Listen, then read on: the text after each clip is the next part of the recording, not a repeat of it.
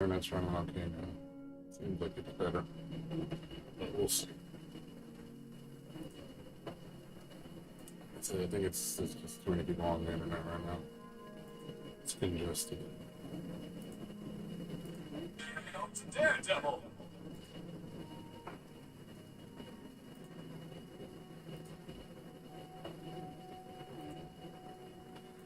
We'll see.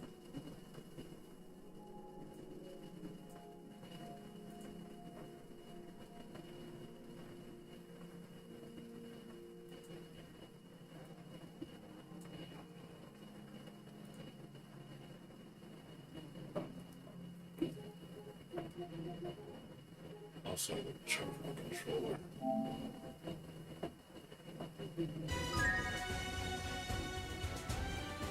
Hi.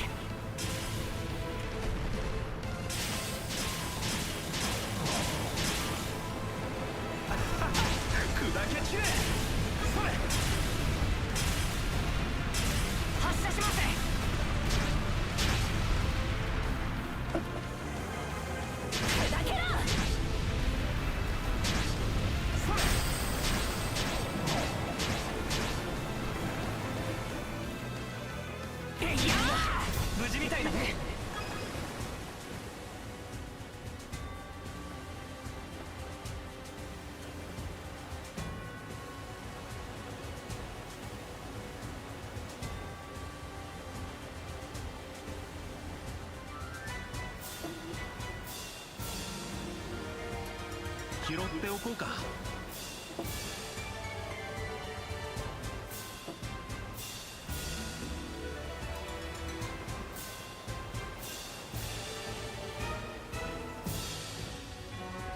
ランフォス島が近づいてきました。白芸の姿はまだ見えません。ローザが見張り？責任重大じゃねえか。視力もいいし、よく気がつく。それにあいつの認められたいという気持ちは私もまあわかる。へえ。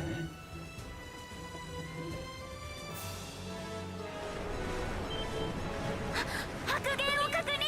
真下です。アドル、面かじいっぱい。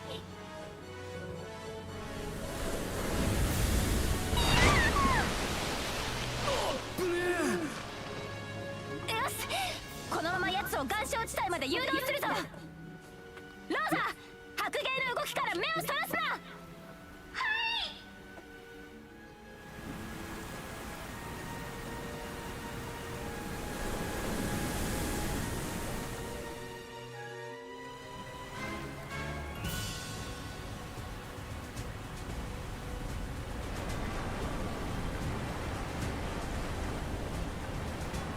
い。よし、わしらの出番じゃな。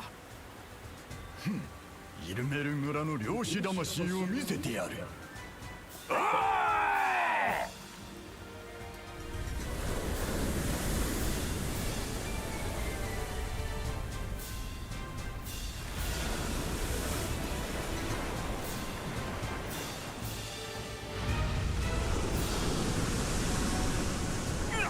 い！なんといくらなんでも力が強すぎる。体が傷ついてもお構いなしとは。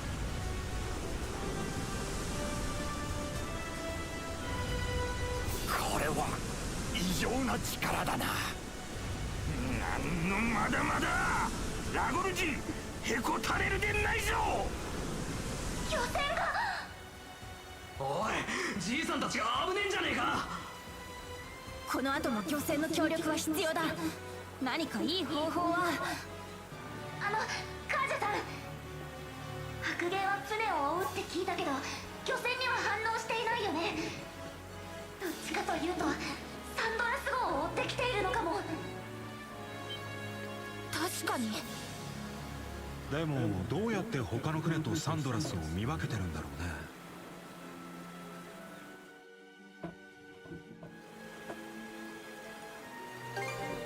あ、どこが同じなんだ。そうか、ヨルツの仕業だとしたら考えられる。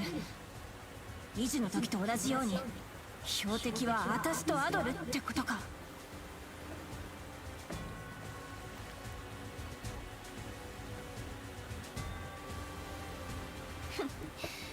何を考えているかわかるぞ。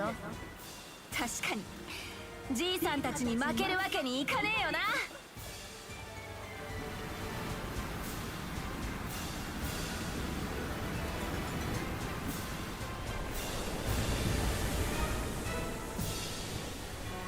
作戦変更だ。エゼル、すぐ舵を変わってくれ。わかりました。おいおい、何する気だ。まさかね。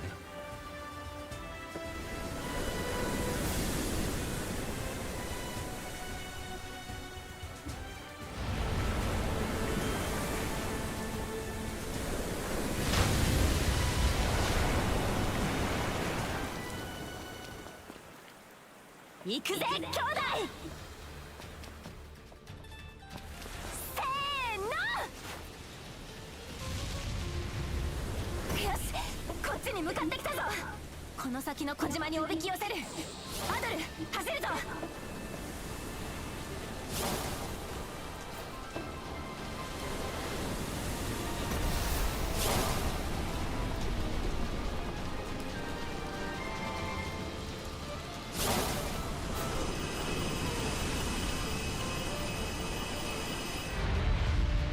あいつこっちを見やがった。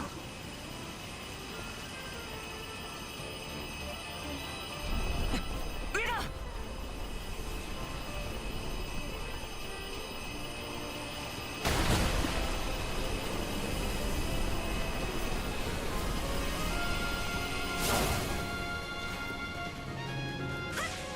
崩れる、急げ。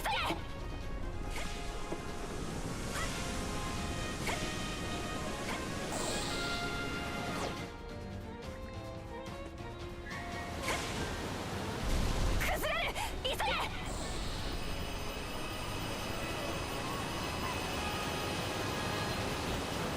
下から来るぞ。よ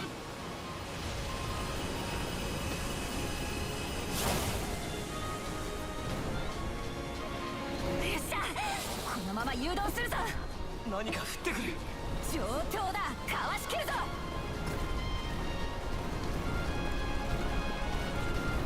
いいとこにいたな。まだ。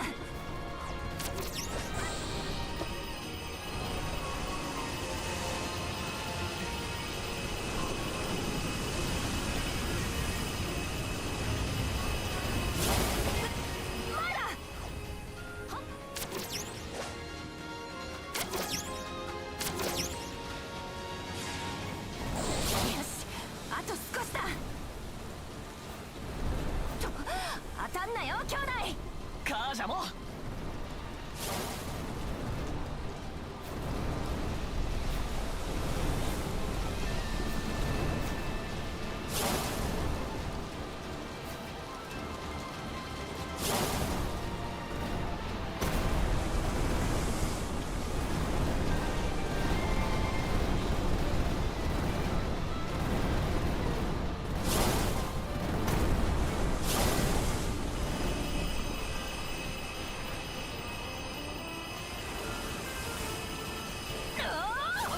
一気に駆け抜ける。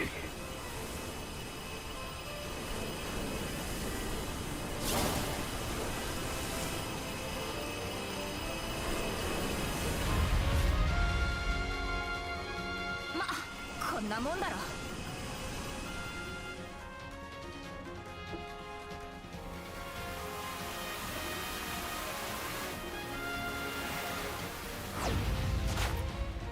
よし、ここで迎え撃つぞ。うわっ、そのまま突っ込んできやがる。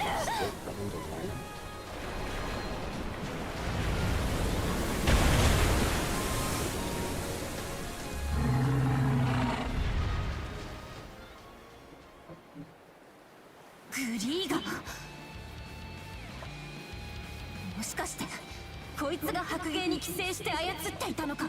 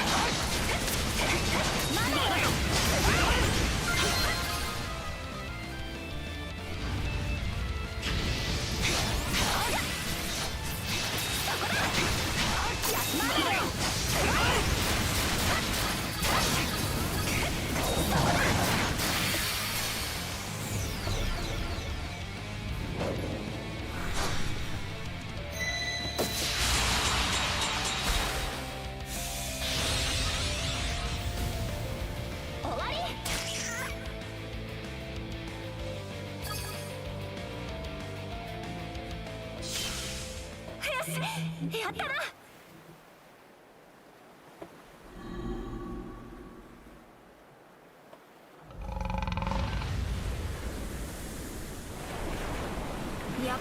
適正グリーガーに操られていたんだな。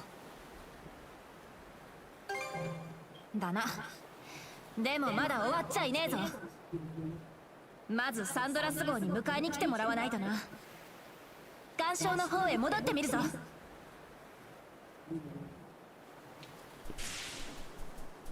この辺りで休んでいくか。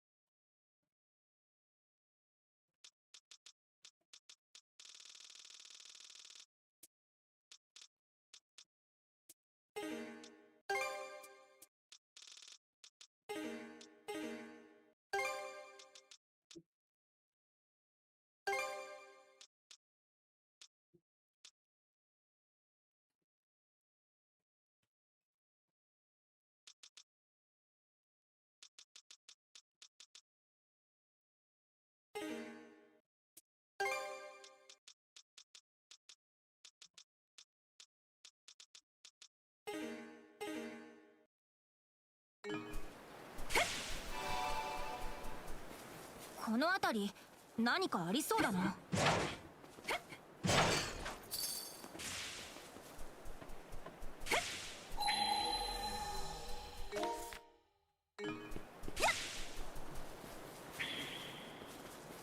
この辺り何かありそうだな。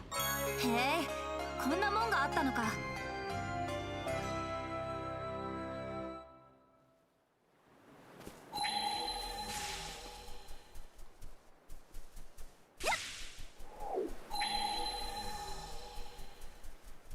なんか気になるな。マナで見てみるか。あ、見つけた。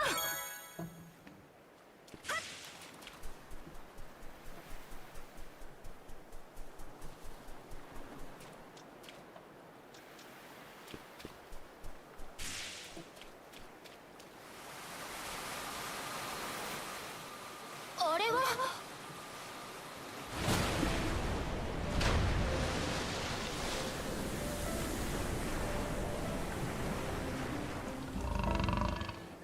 もしかして乗せてくれるのか。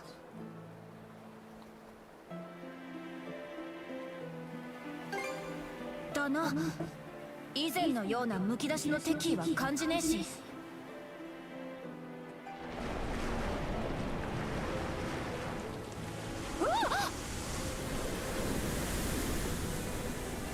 ラウフォス島に向かってる。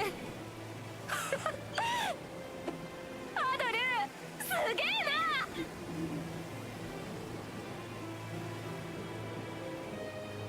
おーい、頑張ってくれたまえ。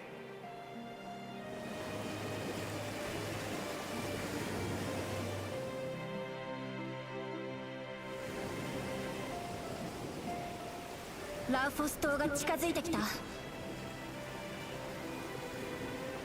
作戦は変更になっちまったけどやるしかねえな。アトル君、カージャさん、このままサンドラス号が砦の敵戦を引きつけます。その隙にお前たちは上陸して先に追っ始めてくれ。俺とレイフとドギさんもすぐに続くからよ。大丈夫なのか。ええ、なんとかやってみます。前方、敵戦が出撃してきました。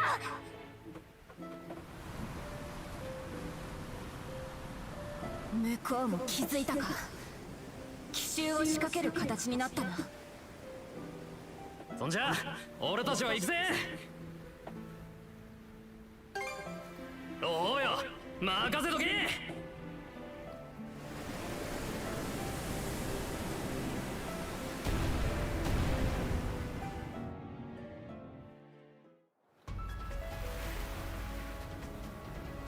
助かったわ。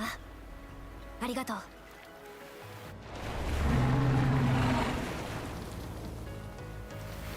さてと、あれがヨルズの砦か。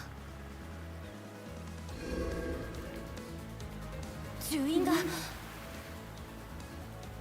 間違いねえな。奴がいる。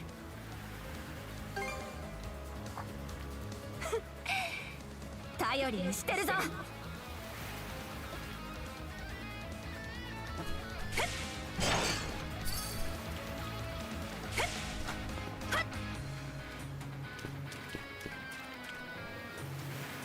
釣りでもするか。それ。来た来た。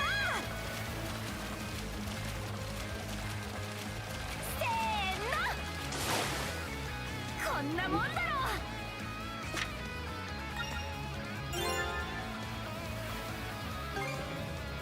それ。来た来た。せーの。こんなもんだろ。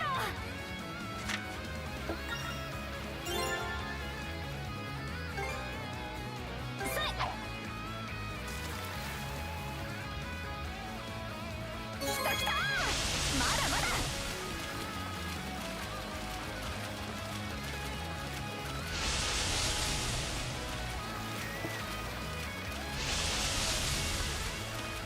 手を貸せよ。せーの。釣り上げよこんなもんだろ。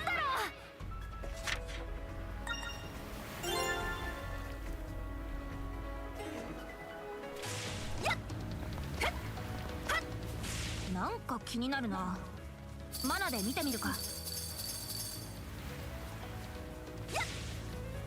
へっやっ。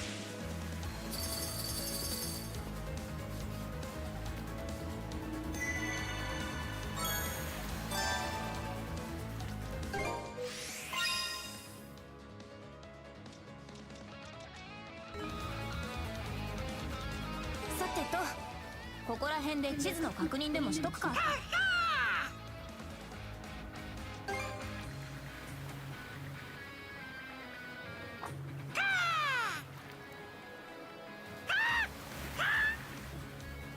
悪いがお使い頼んだぜ。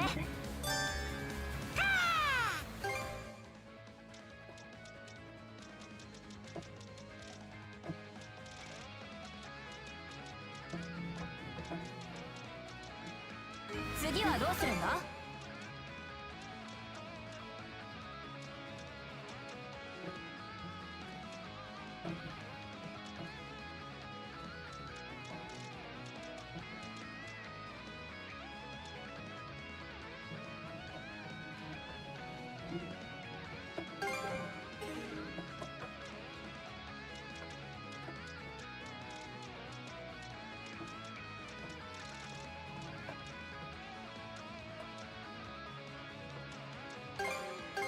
ま、上出来だろ。次はどうするんだ。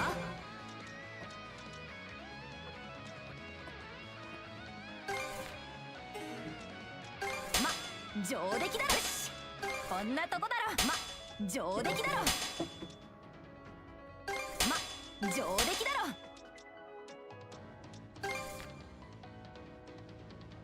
ま、上出来しこんなとこだろ。ありがとな、フギル。はあ。やっ。ふっ。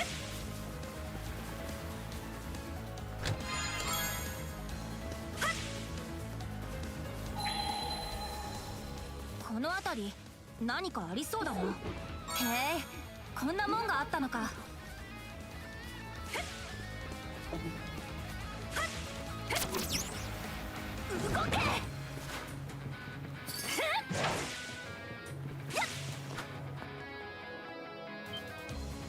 運命を恐れるな。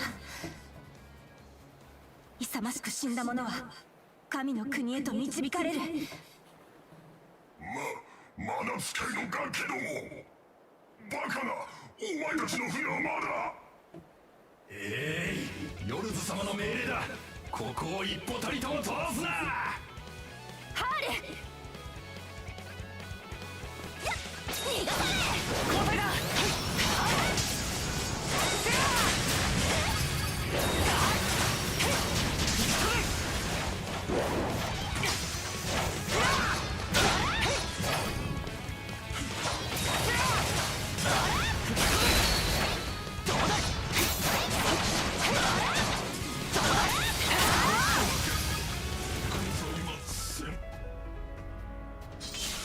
よし、このまま中へ突入するぞ。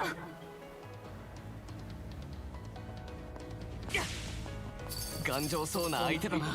カージャに任せた方がいいかもな。硬いな。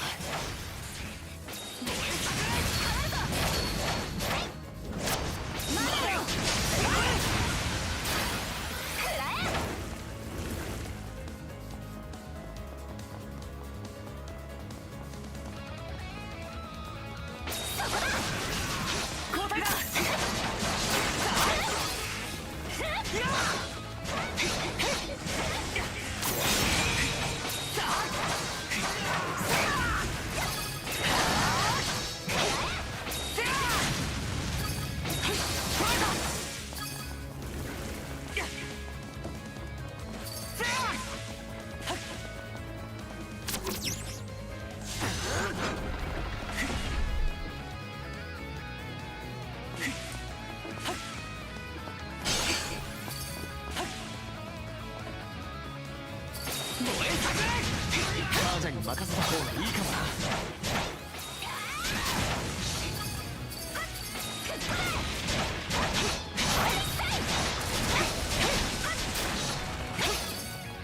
こいつは面倒そうだな。お、アドルの出番じゃねえか。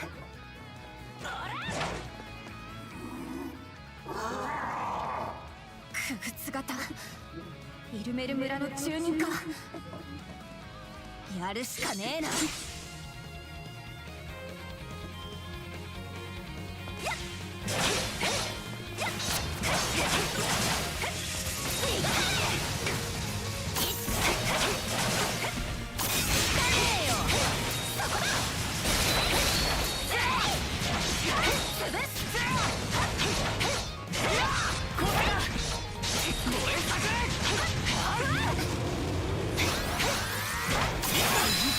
じゃねえか。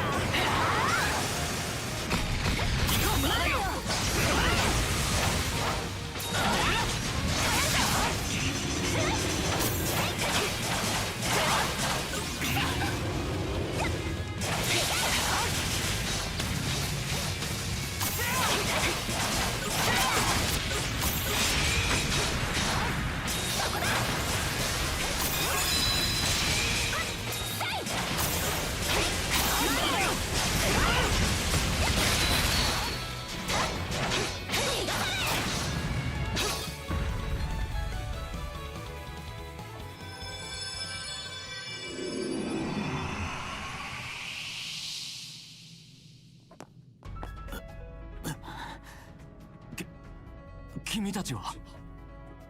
そうだ、村は一体どうなったんだ。お前はイルメル村の住人か。ああ、トマって言うんだ。そんなことになっていたのか。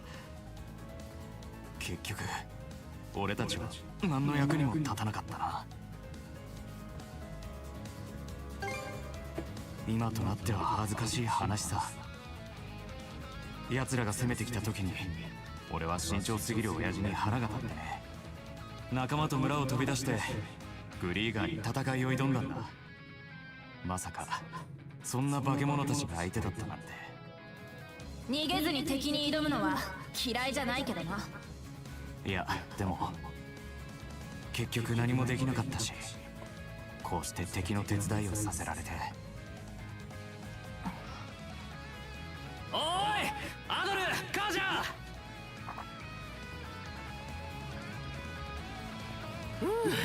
ー。なんとか追いついたか。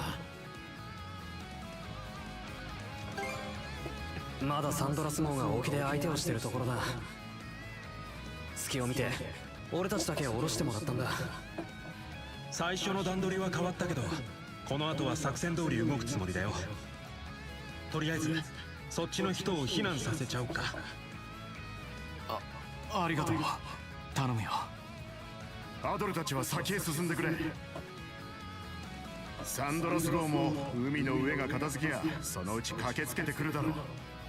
だな。頼んだぞ。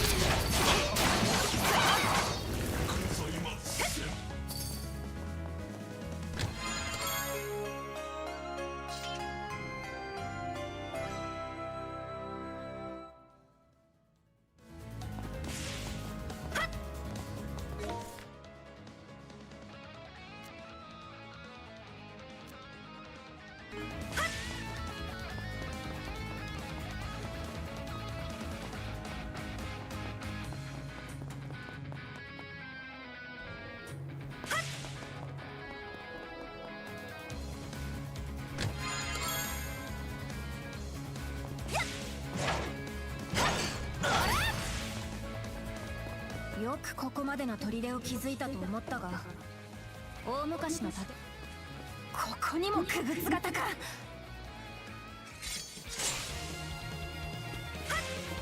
交代だ。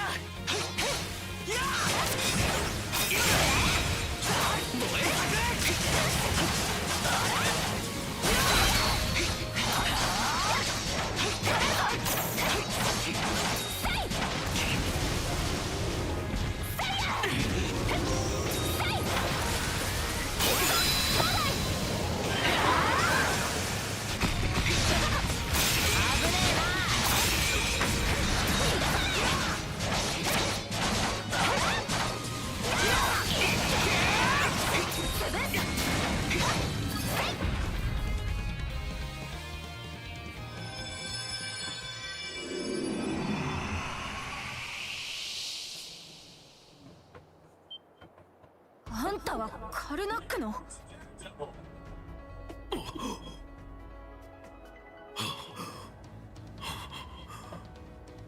どうやらカルナックの住人も紛れ込んでるみてえだな。君たち、私は一体。そうか、あの悪夢のような光景は夢ではなかったか。親父。グ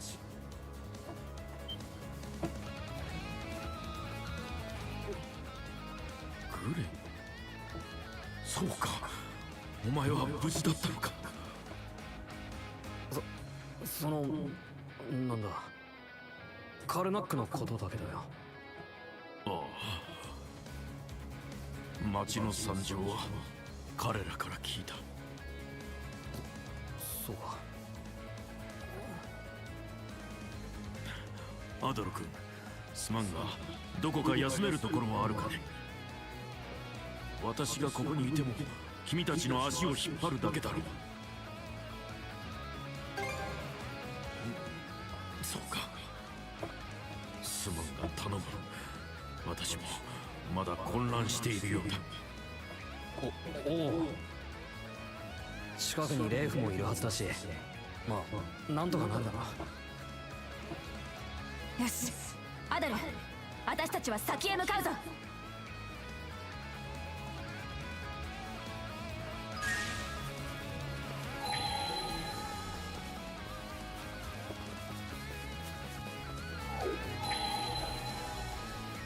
なんか気になるな。マナで見てみるか。へえ、こんなもんがあったのか。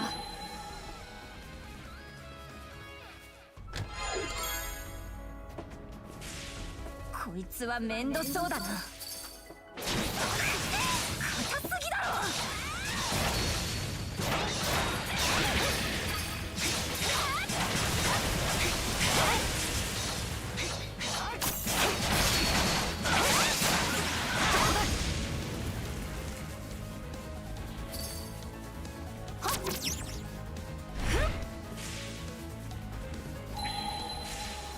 り何かありそうだな。あ、見つけた。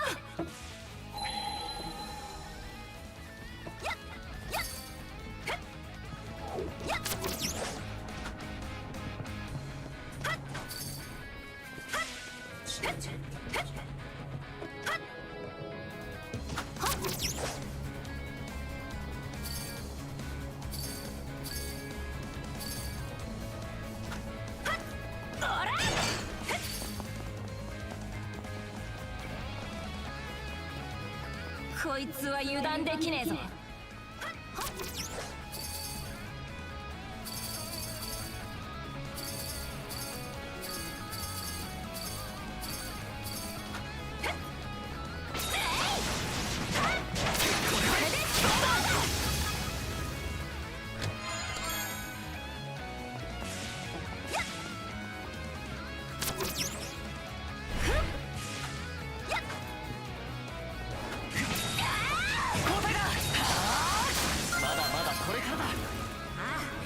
もっと強くなるぞ兄弟。行くぞ。どうだ。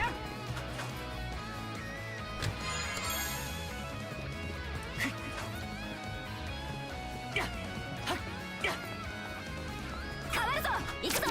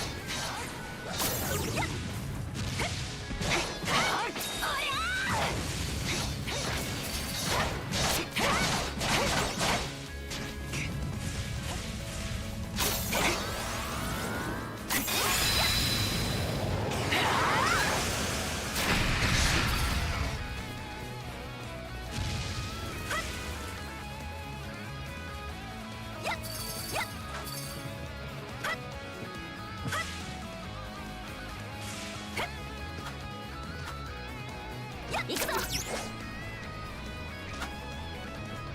行くぞ。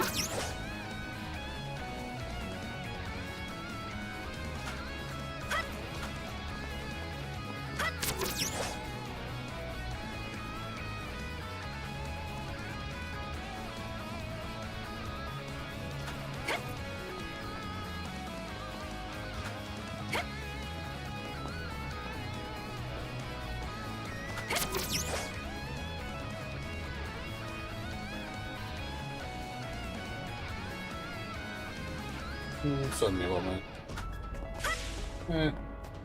Remember, liking a game is subjective. Not everybody's gonna like a game you like, and vice versa. I'm sure there's things that you don't like that other people like, and vice versa. Can't please everybody. I mean, there's games I won't play that everybody loves. Doesn't mean I'm dumb for not liking it. It just means I don't like it. It's just not for me. Nothing wrong with that.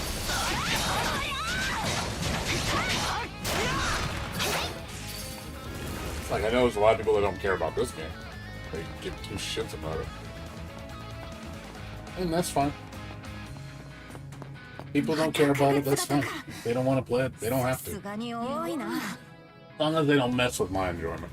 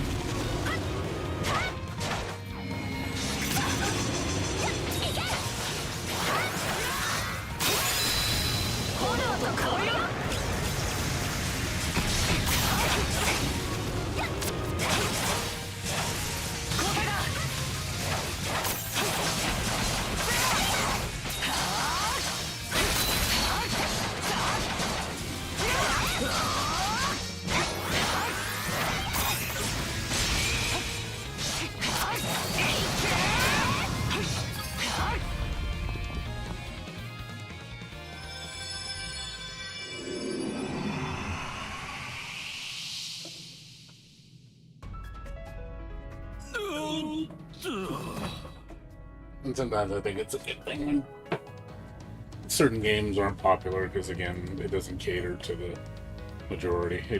They have to focus on making a good game, which is something I prefer. Like, who cares? You can't make everybody play it. As long as it's good, that's all that matters. But again, whether something is good is subjective. なんだてめえら。あ、お前こそ誰だ。俺か？俺はな、カルナックの Like ド games ー like ソン Neptunia 様 right だ。 now, like I think RPGs like Neptunia are boring as hell アドラ because the gameplay is so limited. Love the characters, love the story's funny, but the gameplay, I think it's really lackluster. But some people love it. They think it's the best shit ever. 俺は It's 町 like, じゃ。 eh, that's ちょ you, っとした not me. 有名人なんだぞ。I tried it and didn't care for it.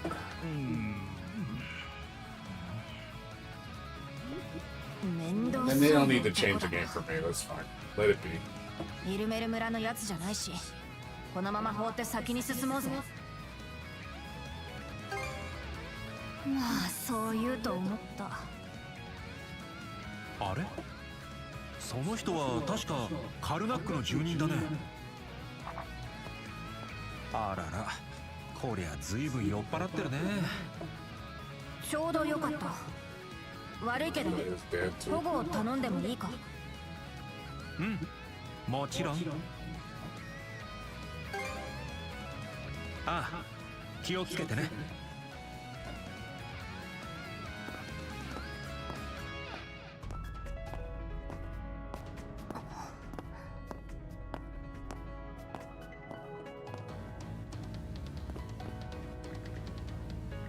Sure looks like it.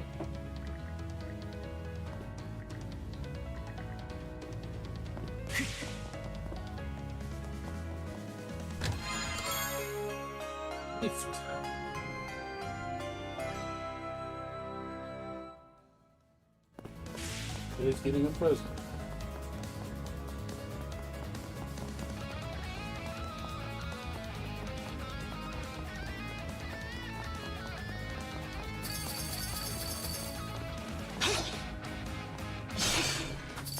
Yeah.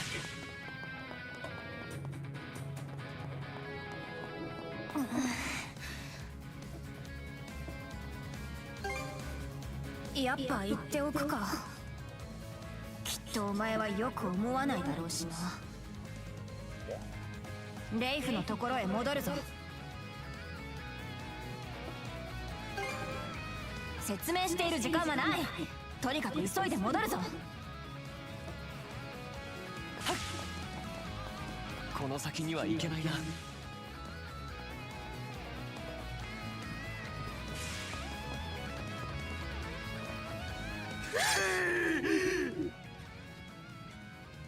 てめえ何しやがる。こんな場所にいたとはね。まさか町があんなことになると思わなかったけど、ま、帰ってきた甲斐はあったかな。しまった、間に合わない。グラン、おいおい、こいつは一体どうなってんだ。レイフ、何してやがる。その人はドーソン様、お前の親父だろ。やっぱそんなとこか。元の姿に戻ったばかりで酒に酔ってるはずはねえしな。あらら、こりゃ随分酔っ払ってるね。普段からよっぽど酒を飲む人物だったんだろうな。レイフ、お前一体どうしちまったんだ。どうもしていない。俺を止めるつもりなら殺さないと止まらないよ。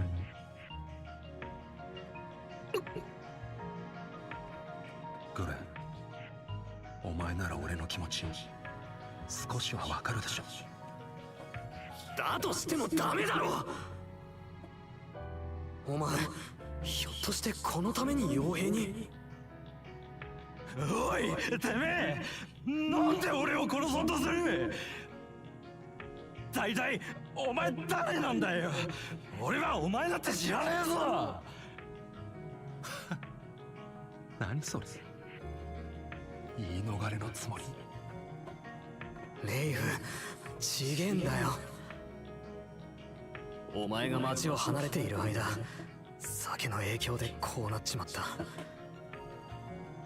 もうお前やモミナさんのこともわからねえらしい。は、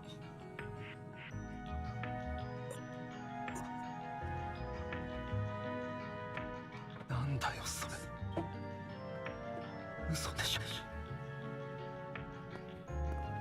よくわからねえが複雑な事情があるみてえだな。とりあえずドーソンさんは俺が連れて行こう。ああ、助かる。グレン、レイフについていてやってくれ。道義さん、わかったぜ。アドル、カジャ、お前さんたちは先へ向かうんだ。じいさんたちやサンドラスの協力を無駄にしないためにもな。ああ、当たり前だ。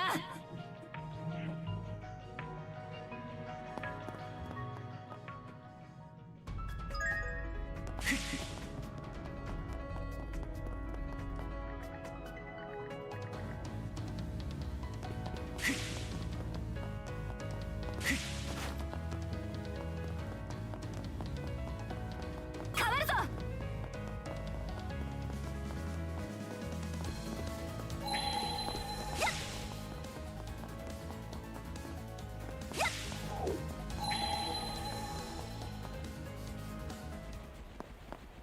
感じるか、兄弟。この嫌みったらしい殺気を、あの夜の借り、今こそ返してやろうぜ。さ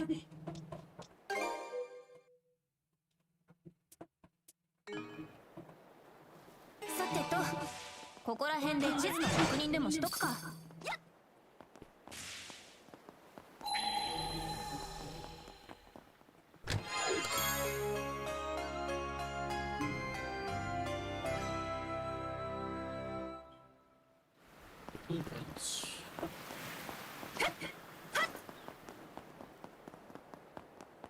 一筋縄じゃいかなそうだ。ここは私がやってやるよ。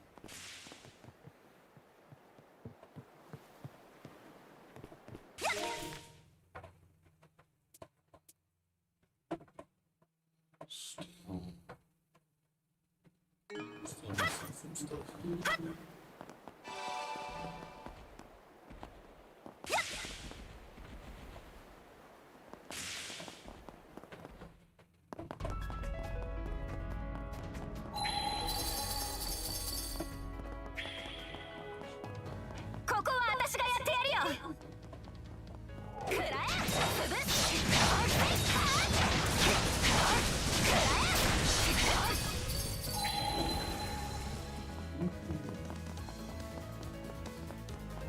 こいつは油断できねえぞ。一筋縄じゃいかなそうだ。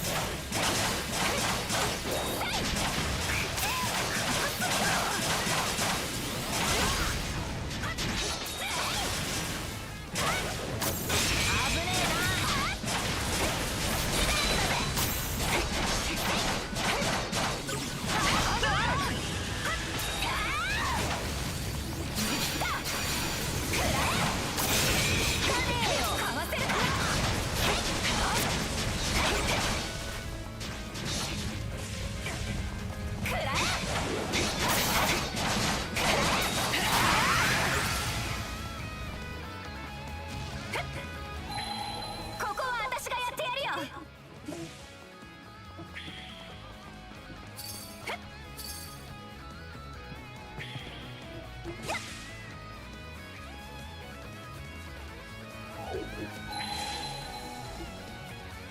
この辺り何かありそうだな。へえ、こんなもんがあったのか。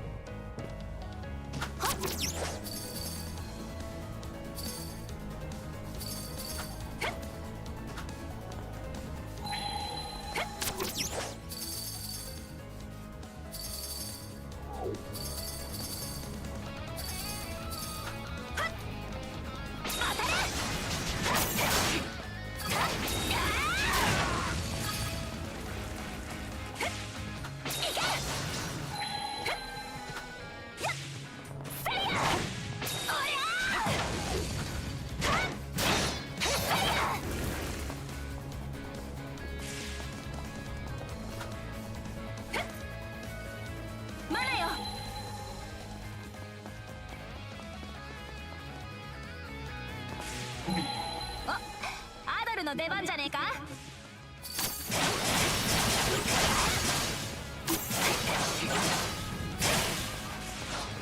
んまり聞いてねえのか。交代だ。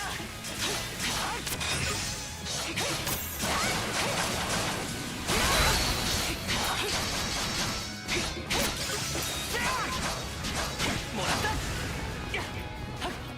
燃え盛れ。変わるぞ。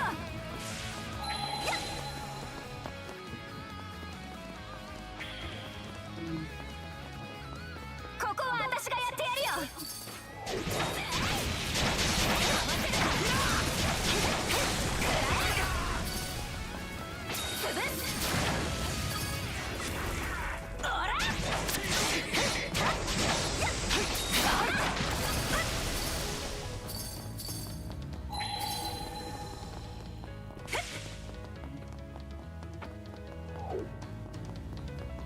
ここは私がやってやるよ。炎と香りをくら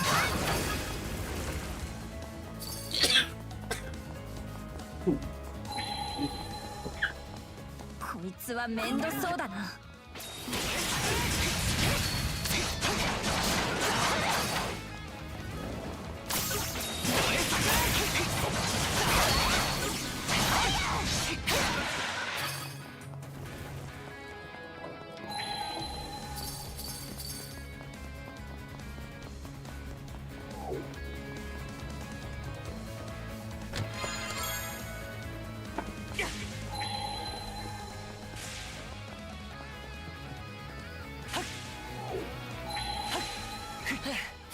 一息つこうか。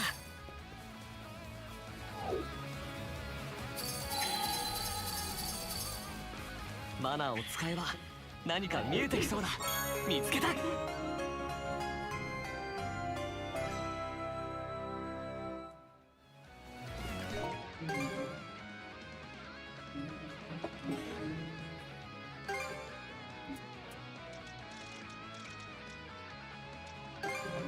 まだまだこれからだ。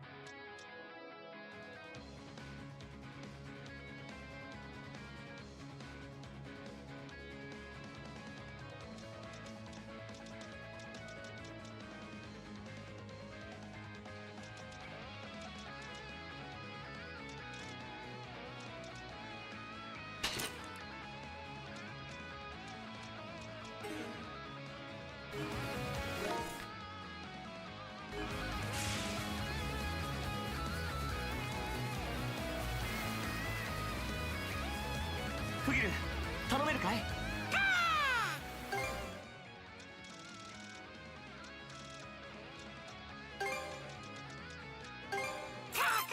次はどうしようか。次はどうしようか。助かったよ、ありがとう。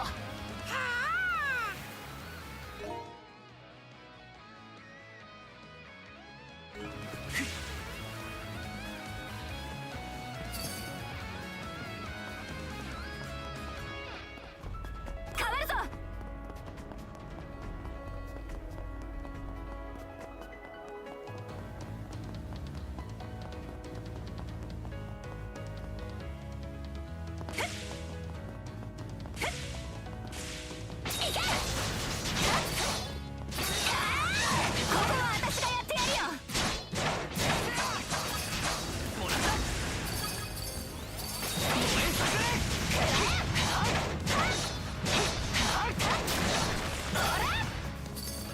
頑丈そうな相手だな。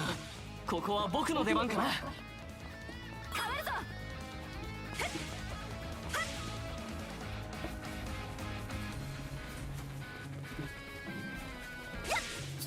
ここは私がやってやるよ。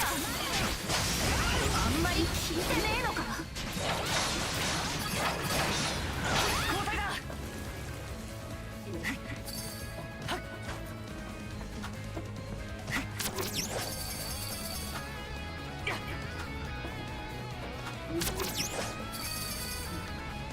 頑丈そうな相手だな。燃え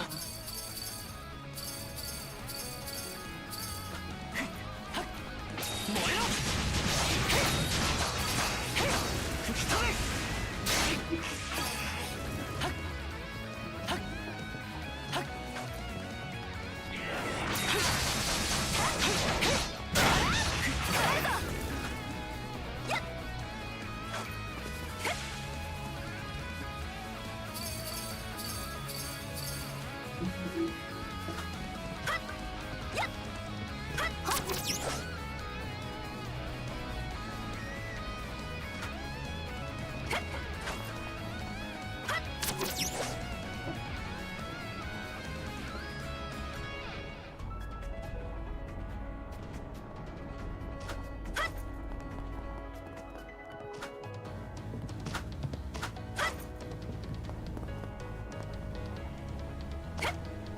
行くぞ。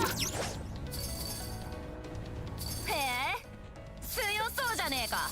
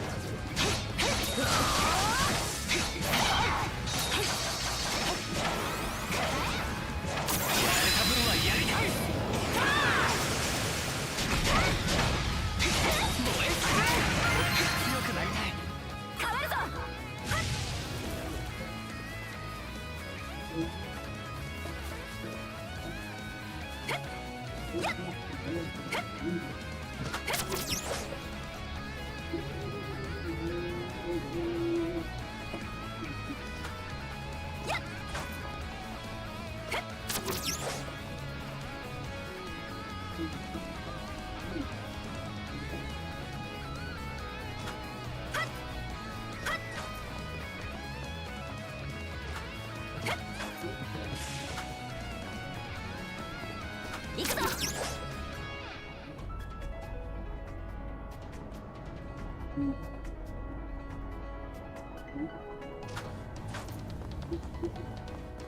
ここは私がやってやるよ。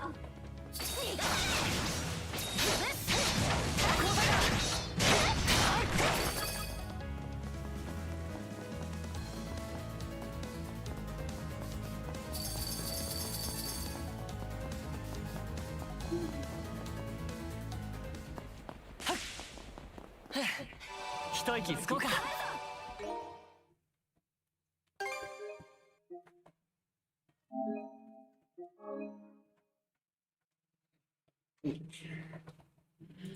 The boss coming up.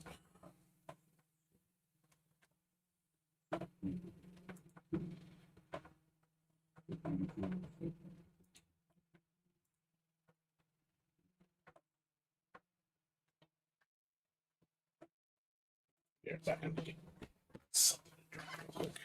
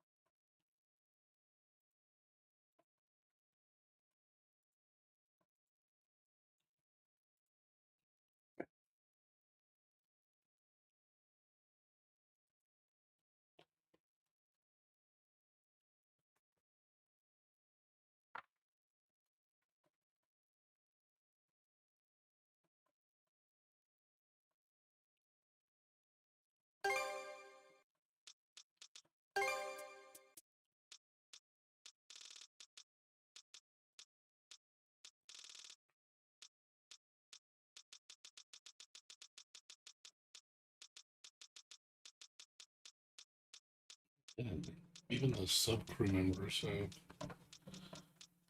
affinities that you have to get to. Jeez. That is a lot of fucking affinity shit.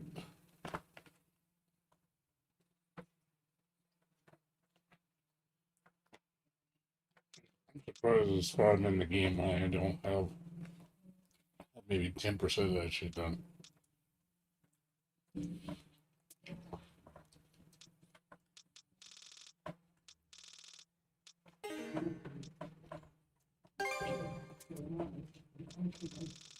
You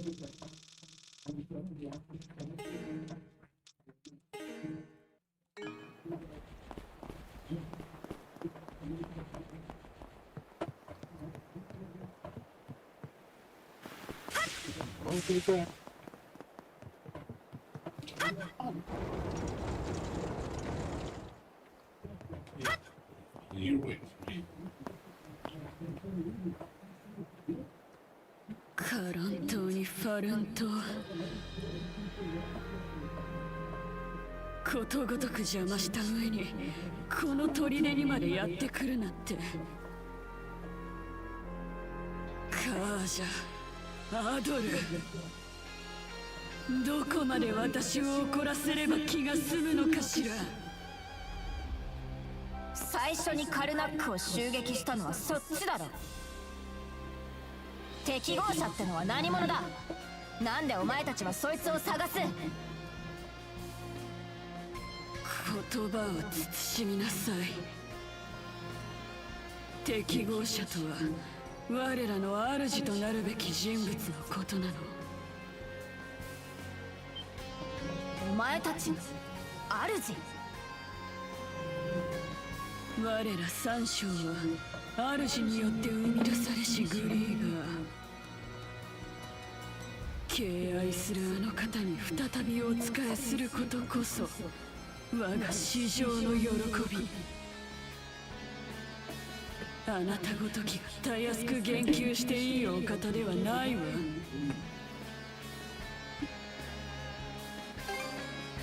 リーガーが人間に。一体どういうことだ。その割にお前は人間を見下すじゃねえか。あのお方とあなたたちを一緒にしないでほしいものね。あなたたちはいつの時代も変わらない。常に互いを区別して分類し制限しようとする。不安をごまかして自らに枷をはめ楽になったつもりでいる。なぜ自分からこうも不自由になりたがるのかしら。アドル、あなたなら分かってくれるかしら。人間という存在はいつも何かの言いなり。だからこそ私が区別にしてそこから解き放ってあげるの。カージャ、アドル、あなたたちも私の区別になりなさいな。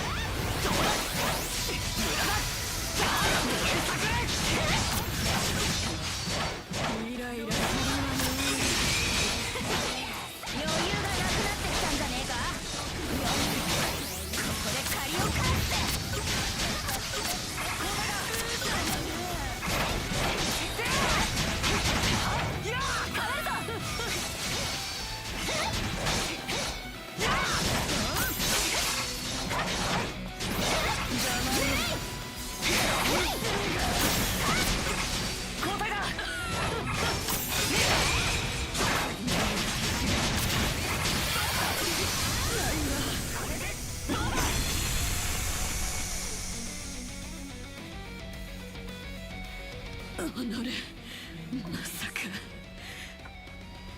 人の子の成長は早いと王子に聞いてはいたけど、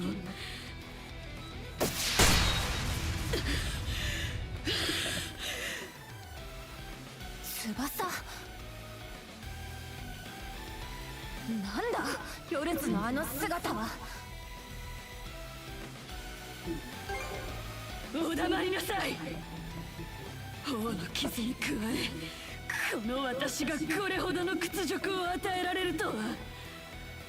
でもあなたたちがここを突破しても三角海域に到達することはない。この先の海域でバルタ水軍は絶望を知ることになるわ。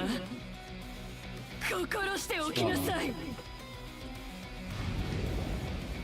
I doubt that was gonna be the real fight. Of course she's gonna run しちま away. ったな。 That's not her real power. Just give だな。 us just a small taste of it. 次こそが本当の決着をつけてやる。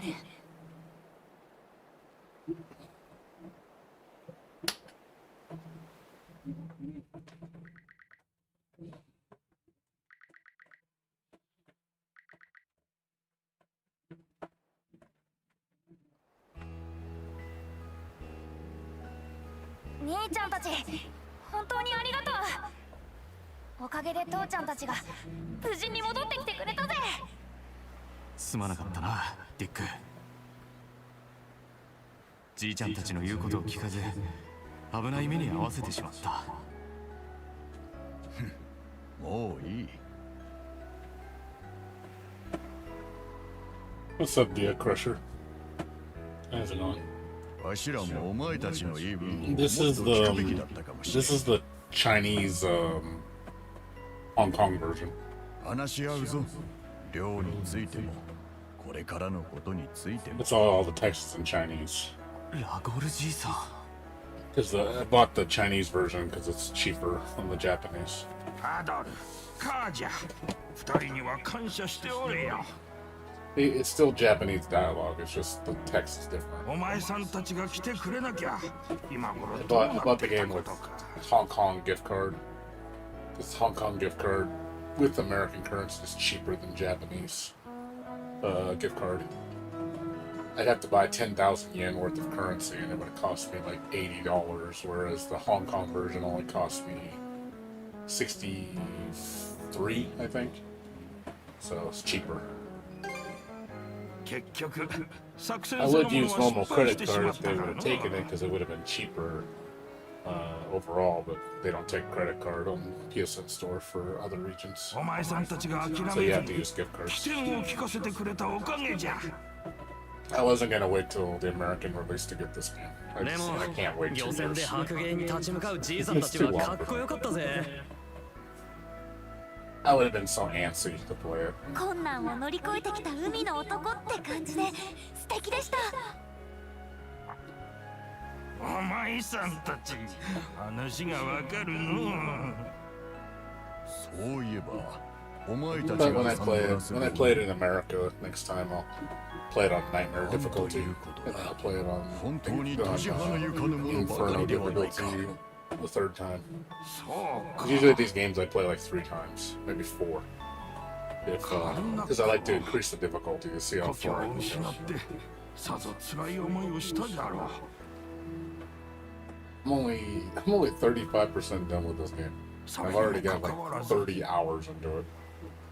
だからこそだぜ。 There's a lot to do in this game. あんな目に遭う人。 I'm on chapter 5. これ以上増やす There's わけに 9 はいかね chapters, but it's just like, man, I've only got 35% of the map done. That's like, yeah, it's gonna be a while. グレー Because the percentage goes up really slow. そうだね。 Even as you explore new areas, it's like, a new map is like 10%. So I'm guessing there's gotta be like 8 maps or 9 maps せめて、 that こ you の gotta 村に get. はいつでも気 Plus 兼ね doing なく all 遊 the びに来て content く on れ。 each map.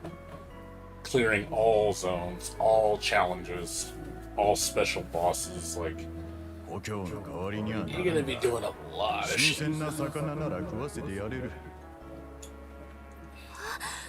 But that's why I like the game. It's very content rich. ありがとうございます。You don't have to do all the side shit. You know, you can just run through the game if you don't really care about the side shit. You can get it done probably in 30 hours. クレマン町長、ご子息た Like, ち I は think you're 喜ん missing a で lot of the 素晴 game. らしい子 You're た just ちや rushing な。 through it like that. 老いぼれには理解すらおぼつ I か want な to い take it 状 all 況 in. じゃが、 I want to get a full experience. 彼らを見ているとわしらも That's the な fun んと thing か about せ these んやという games. 気持 Like, ちに they're なる。 usually very heavy on content. ありがとうございます。 Ease 8, when I first played it, I had like 100 hours. And I was like, fuck, this game お is 前たち there's は so もう much サンドラス content. 号に乗る必要はない。 And then the replayability with the difficulty makes it even better. And then it has time attack mode if you want to challenge all the bosses to get your best times. You just want to fight bosses. カーペントさんからこれまでの経緯は聞 There's い a lot of shit to do. お前たち The なり game に is 苦難を乗 definitely り gives 越 you a え lot for your 頑張 money. ってきたそうだな。 There's no bullshit DLC. 私を助けてくれたこと None も of their games get bullshit DLC. It's all cosmetic crap you don't need. だがな。 If you want to spend これ以上お前たちが危険なことをする必要はな I い。 care about content, not about oh look, you know, items that I don't do shit. あとはアドル I 君 mean, や if you care バ about ルタス軍に costumes, yeah, I 任せ spent る a そう couple だ。 bucks. ちょっと待てよ。 Eh, I'm gonna play through it fully this time. In the American version, I'll fully play through it again. Higher difficulty, understand the story, 俺たちは自分たちで決め and て also get to こ hear こま the でやっ English てきたん voice. だ。 Get to hear the English voice acting. アドルやカージャと行動して気づいたこともたくさんある。それを今さら。ならば命があるうちに引き上げてその経験を生かしたらどうだ。あの正体不明の敵と戦い、お前たちが You know, 勝利 it でき seems る like a 気 lot of に people か are just rushing through the game. I've heard like 3 people who said they just you and like 2 other people said they just rushed through it. ここまではたまたまうまくいったのかもしれん。だが Which is fine. マナも使えない If お you 前 want to は rush through, that's cool. 奴らと渡り合う自信はある Some のか。 people prefer doing that. Some people like don't even care about the story. They're just like, I just want to play. I just want to fast forward through all the story and just get right to the fighting. I'm like, okay. 自信なんてそんなもん Some people are like that. あるわけねえだろ。 I think it's weird, legitimately playing an RPG and you don't care about the story. Like, I don't even want to play it for the story. I just want to play it for the combat. Like, really? Like, it just seems weird to play. Why would you play an RPG if you don't even care about the story? あんたの言う自信ってなんだ。 There's some people that really don't care. 間違いようがないくらい準備できていて確実ってことかよ。そんなもん待ってたら俺は一生準備してるだ If け the にな entire る。 game was voiced fully throughout the game, I mean, that would be impressive, but they ain't gonna do that. It would cost too much money. Can you imagine how much dialogue they would have to speak if the whole entire game was voice acted? 何が何でもやらないといけない時に何言ってんだよ。 What shocked me this game, how small this game is. The download for the game was only 5 gigs. I was like, 5 gigs? That's it? ミラベル君。 How the fuck is it so small? あの時 I don't know how it is uncompressed, but that was the compressed file, 5 gigs. I was like, fuck, this game is small. They must have got the compression technique down really good. その時の町長と同じ気持ちなんだと思います。 I thought this game would be like 20 gigs or like 30 gigs. Like 5 was crazy. 聞けば彼は一人で住人の救助をあのバルタ水軍に Yeah. 訴えたとか。 I think this game will do decent. Like here in the States, it probably won't do very. ご子息の心配は Sadly, 最もです。 I don't think like East does well in the States. Sadly, no, like they don't make a lot of money here. ですが、 Their audience is 気持ち Japan. と行動は They don't really have an 間違っ audience て here い in the ますか States. な。子供の安全と幸せを願う And の that's why が they cater their games 親 to としての Japan. 責務です。they'll port it to PC, but you notice that they don't even do the English translation. They outsource that shit. 村長も人の親ならご理解いただけるかと思います。 They're not gonna do it because it doesn't make them enough. I don't think it makes them enough money to do it. 失礼します。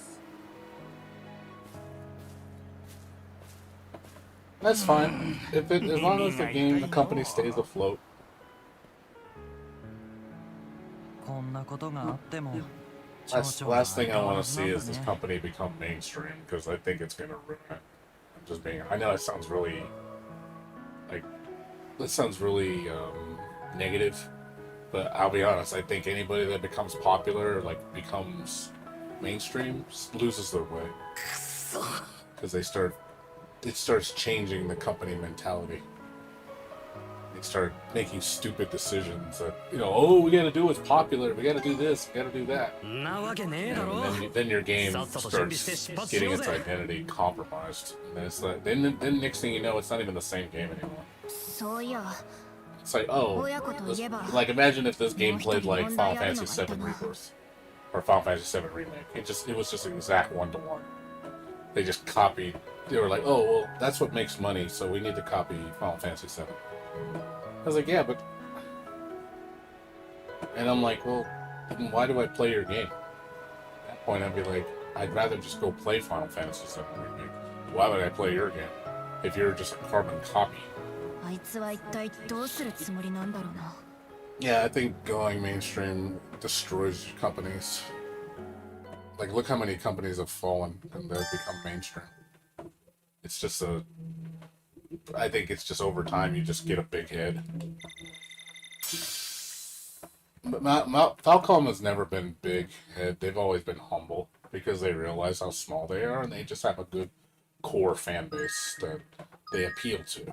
And that's why I like their games. I feel like they know their fans. They know what we want. They know we'll buy it. And, they're like, hey, if we get more fans, cool. If we don't, then we don't get more fans. That's just how it is. That's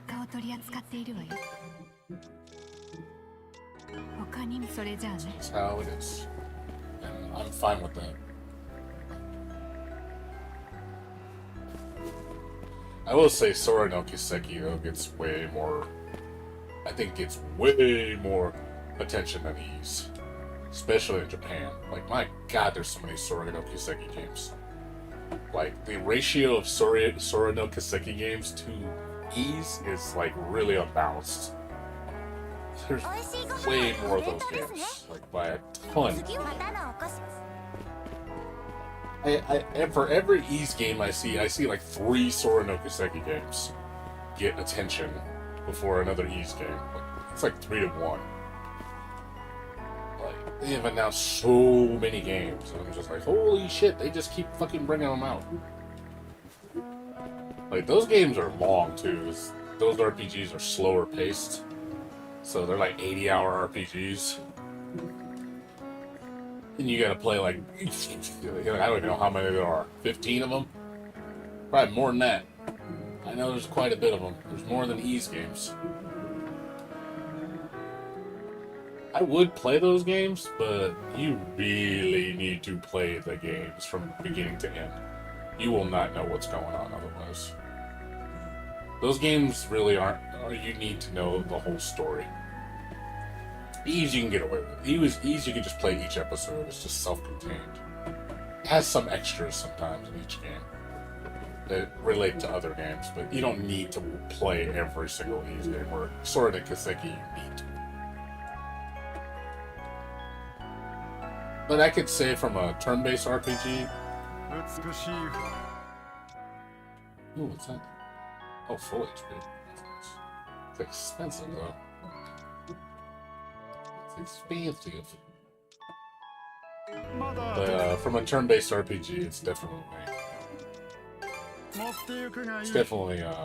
it is a good game. It's probably one of the best. 素敵な船になったね。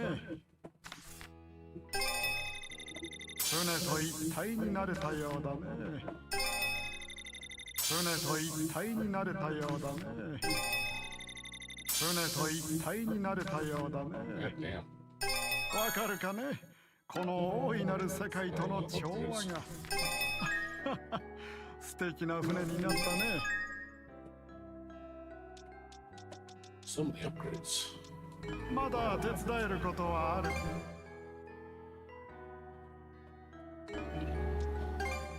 まだ風に導かれたらまたおいで。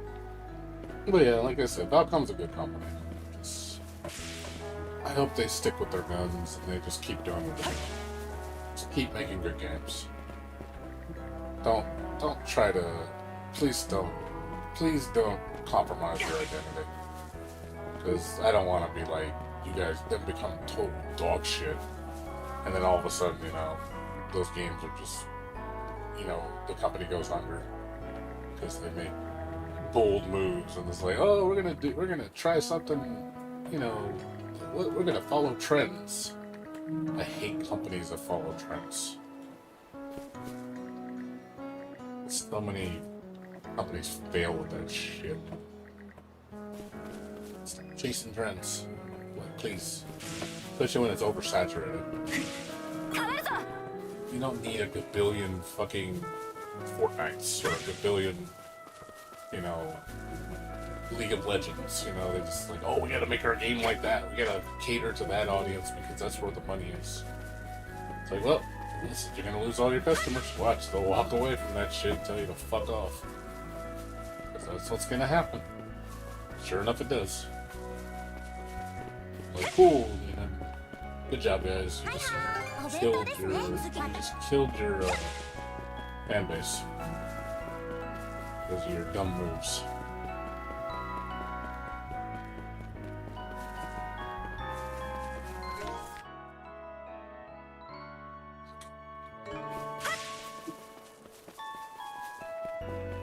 Hopefully they don't do that for a better sake. Please don't do it. 魚影じゃねえか。釣りでもするか。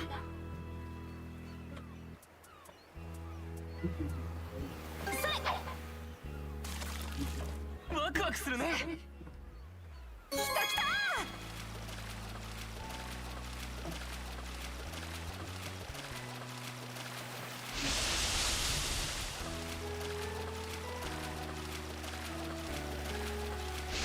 この調子だな。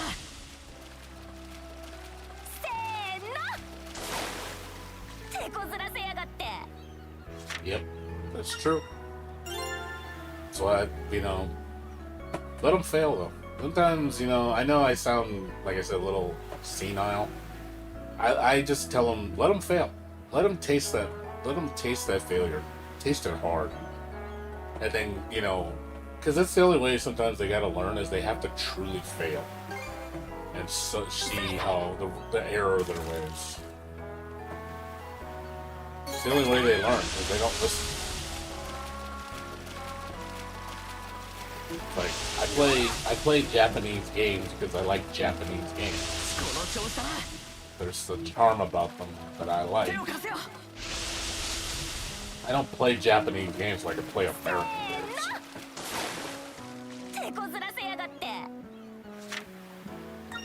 Like I said, if I wanted to play an American RPG, I wouldn't go be playing Eats. Play this game because, you know, it isn't afraid to be different.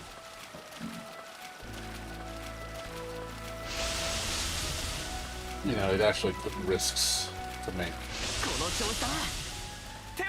You obviously know this type of game is not a cash grab. So, from a business standpoint, it's not smart because it's like, no one's gonna play your game because it's Japanese, you know, this Japanese action RPG. I'm like, well, you tried it, it worked, and they say, hey, let's work with this. Let's make our own little action RPG series. It's different than everybody else. We're not trying to be, like I said, a carbon copy of another action game. Because we can't think for ourselves.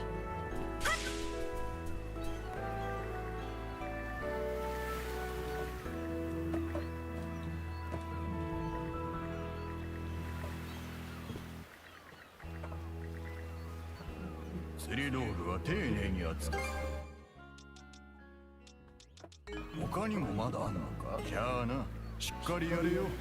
Yeah, I kind of miss these like Japanese only games because it makes me appreciate them more, knowing that it's like, hey, games like this, you know, used to never come to the States, and you'd have to buy them Japanese. I kind of found that kind of special. I'd be like that guy, it's like, ooh, look at the cool Japanese game that nobody plays, you know, like people don't know about it. That was like a big thing back in the day.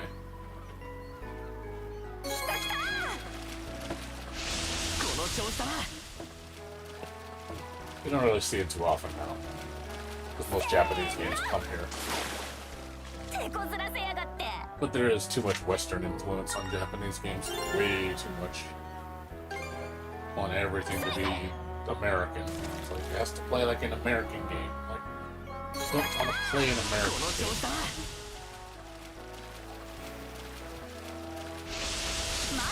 Got enough American games I can play. I don't want to do that. Everything has to be American.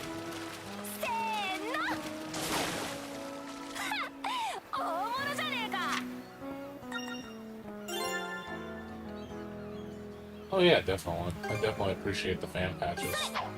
How much the fans do love the series. Really appreciate it. And the Capcom, you know, doesn't look down upon them. Like, they don't, you know, like it's like me, you know, like uploading music to your channel about a game. You know, they know Capcom. There's like tons of people who upload the music. And I'm glad that Nihon Falcom doesn't just shut down all the YouTube channels just out of spite. It's like, dude, it's advertisement for your fucking game. Why would you do that? It's like shooting yourself in the foot. It's like, you're not a big company, but you get companies like Nintendo. Oh no, don't you dare.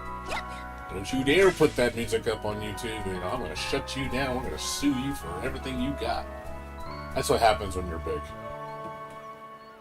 That's what happens when you get big britches and you're just like, yeah, now you become a complete asshole. It's the cost of fame, I guess.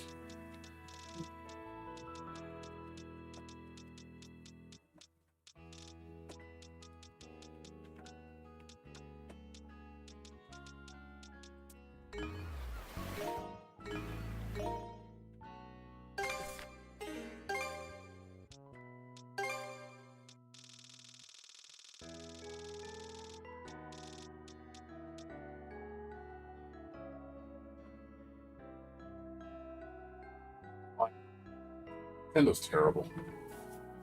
Nintendo's a dinosaur.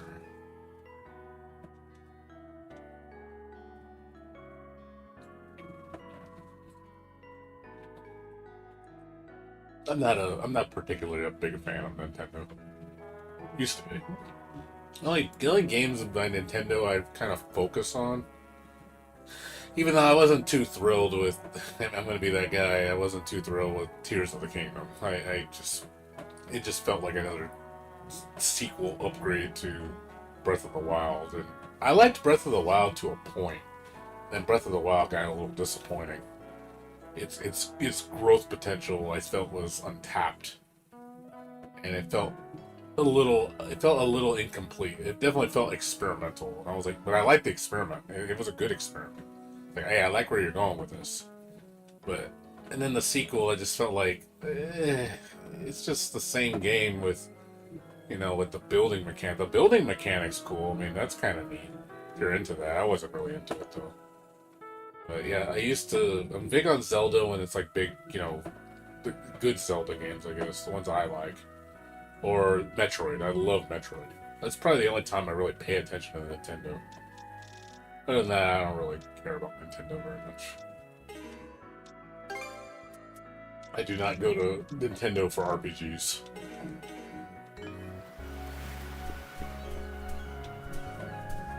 Adoro-kun, Kaja-kun.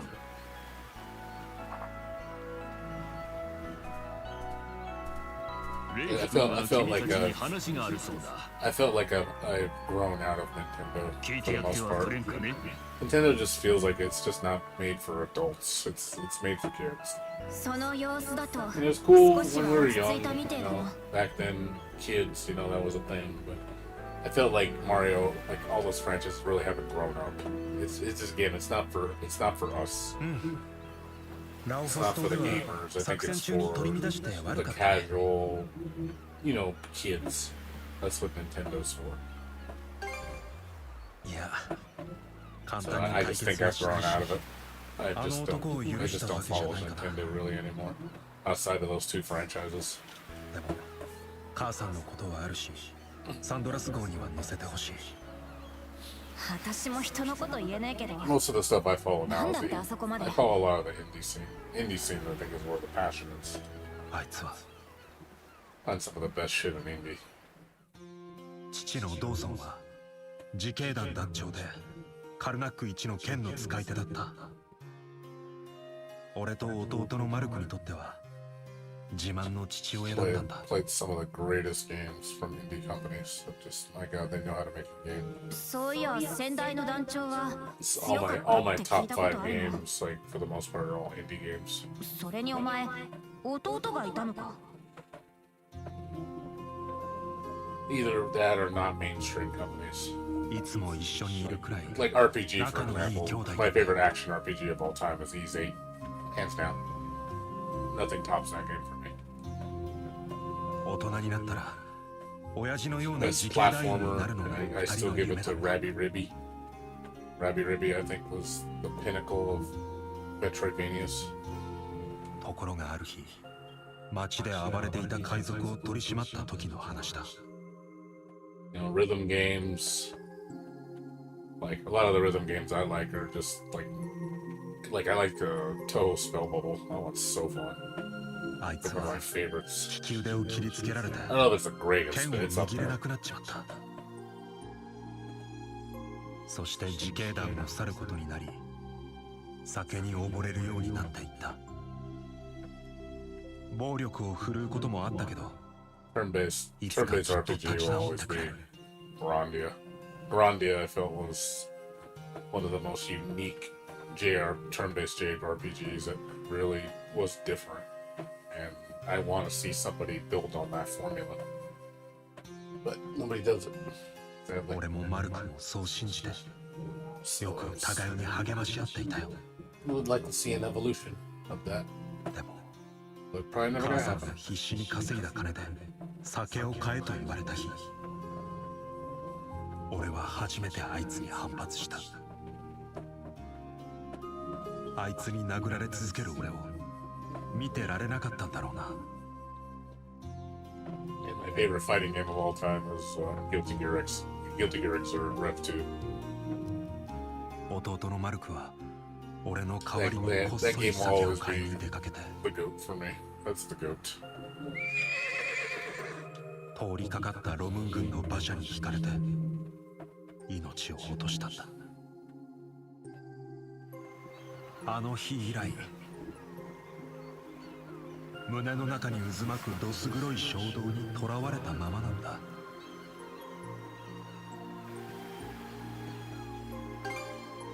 親父は町じゃ有名人だったから住人なら誰もが知ってる話かな。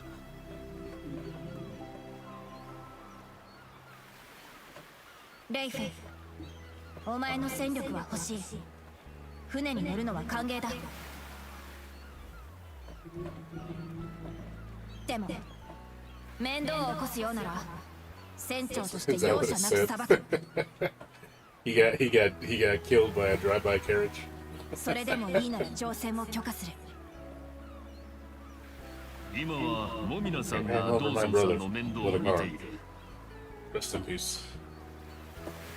モミナさんがいればレイフ君も行動を自制できるだろう。 Yeah, I can't read it at all, so. はい。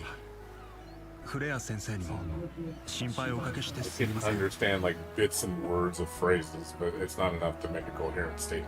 親子だからこそ相入れないこともある。だが絆を断つことはできないものだよ。 Now, surprisingly, I don't know. I haven't seen any previous Ys game characters in this game that I'm aware of. とにかく話は分かっ Because た I know Ys 支度が済んだらレイズも船に Ys 乗れ 8 definitely had a lot of cameos from other games. I think Ys 8 and 9 had a few, if I remember. アドラ I hadn't seen any in this one. ありがとう。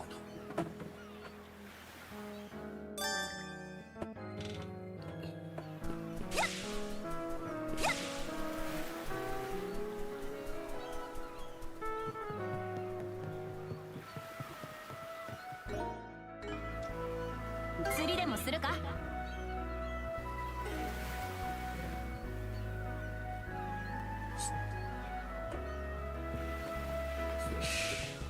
No fish.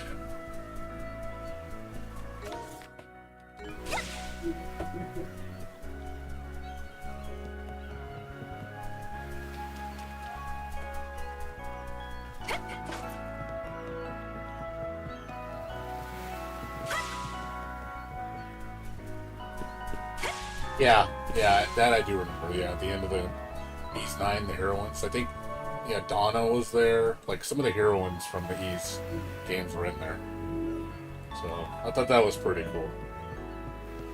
But you had to have known. You know, since you can't see them. The voices, though, you can hear them. You're like, oh, okay, I know who that is. I thought that was kind of nice. Ys 9 was a good game. I know some people think Ys 9 is like a little lazy game because you could definitely tell they used Ys 8 as a complete template for Ys 9. ようやく They 次の海 literally 域へ向かうことができ copy るな pasted a lot of elements, but I still enjoyed it. 船を見て見て But it was pretty one-to-one. It was the only really system that evolved in that game was the heat system, the super system, and the gift system. That's really all that was different スペ between ク the ル two ムーンを目 games. 指すぞ Most of everything else is exactly the same. So it definitely felt like they just copy pasted a lot of stuff. どうやら手を貸す必要はなかったみたいですね。 I still enjoy ア it. ドル君と I 行 still 動す think る it's よ a うにな great り game. 姫様はお代わり But になら I れた beat that game 3 times. だが棟梁はなぜこの時期に Beat it up. I beat it いや on. 詮索はすまい I think I beat it 3全ては times? 大 No, 衆 4 times. ハー I ド beat の it 4心の times. ままに Beat it on hard. I beat it on hard in Japan. I beat on Nightmare in the US for PS5. I beat it Inferno for the PC release, and I beat Lunatic when the DLC came out. フィル戻ってきたんだね。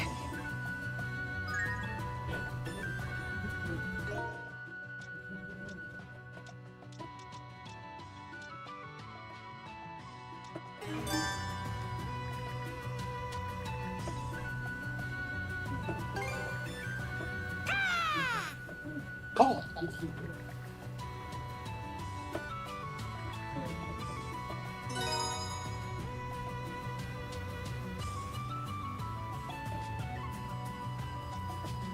シロちゃん可愛かったな見送りにまで来てくれるなんてまた会えるといいわねシロちゃんシロちゃんって白芸のことか散々恐ろしい思いしただろうがそれとこ I'm れとは actually really 別で fond すよ of the sea, だって the sea あん element な of に this 可愛 game. いんだから It そう brought そう back memories 大きな of 体 it に brought つぶら back な memories 人 of に Skies は of たまらない Arcadia. の It よ really ね did. はあそれはわからねえ I do like Skies of Arcadia. That game was that game. I got a soft spot for that game.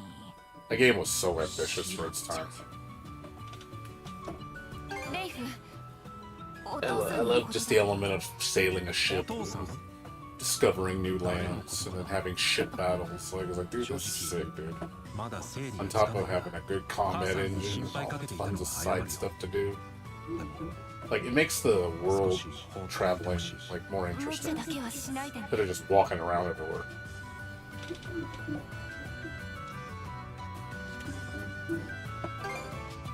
You got a present.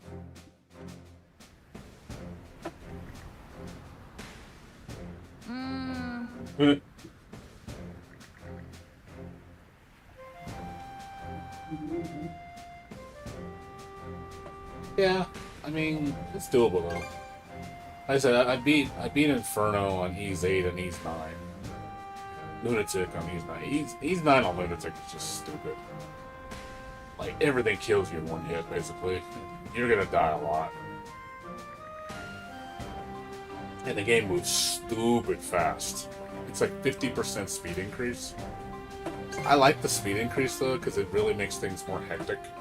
I like the hecticness. But I don't like the damage being so damn high, where it's just everything is lethal. You basically have to use the item that keeps you alive with 1 HP. That's like a must. So you don't get one-shotted.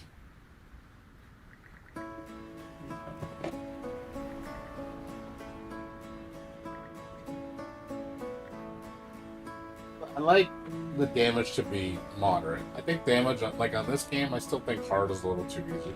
For me, at least. It's good for a first playthrough just to enjoy the game, but I would recommend playing it on Nightmare. Especially if you're a Ease expert or Ease veteran. I do think hard should be normal, in my opinion. I think the difficulties are too, like, they're lower than what they should be. Like, easy is way too easy. Normal is too easy. Hard is like normal. Nightmare should be like hard, and then Inferno should be Nightmare, and then Lunatic should be Inferno.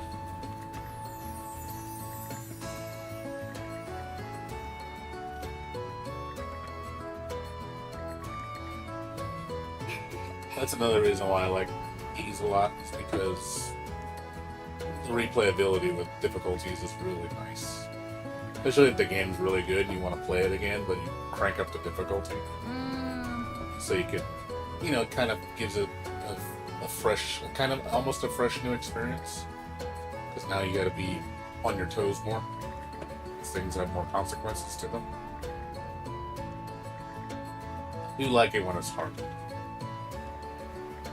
I don't like it when it's a cakewalk.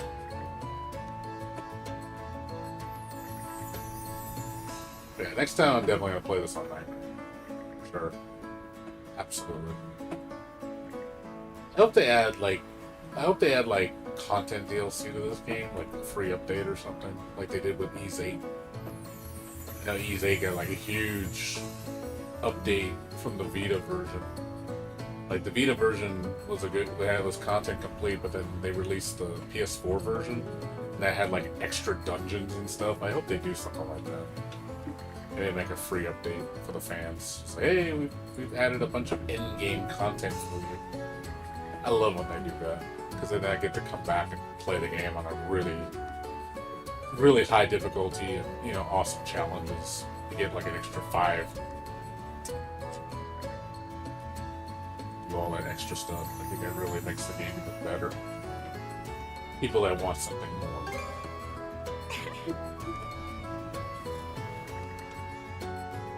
Because I'm always looking for more.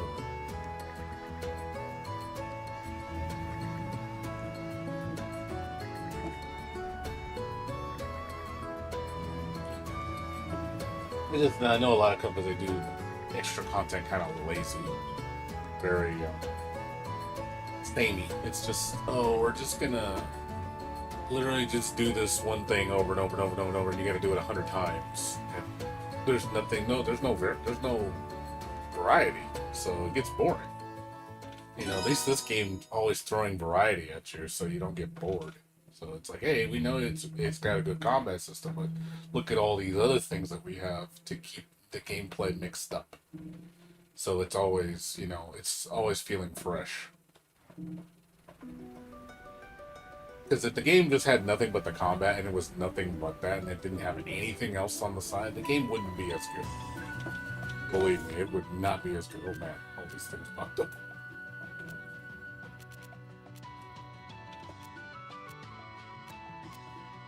All the question marks.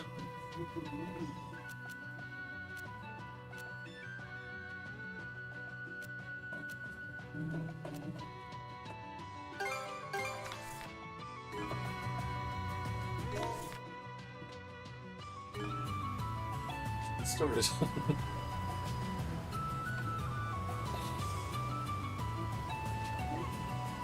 あの島にもいい研究材料がありそうだ。すごいスピード。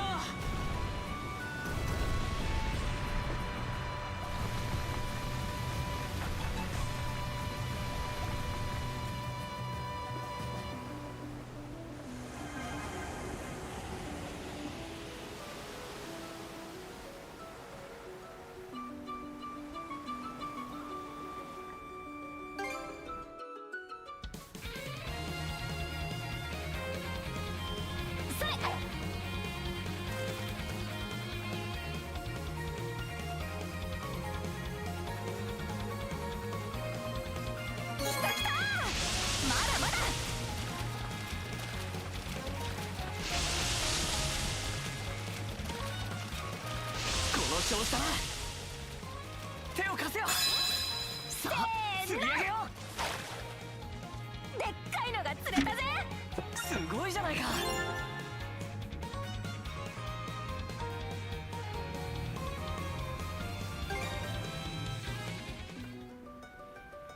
Yeah, little things like that too, just little cute mini games and like, yeah, don't get me started with Ubisoft, man. Fucking A, dude. You want to talk about the biggest copy-paste job, dude. Ubisoft is notorious for being lazy.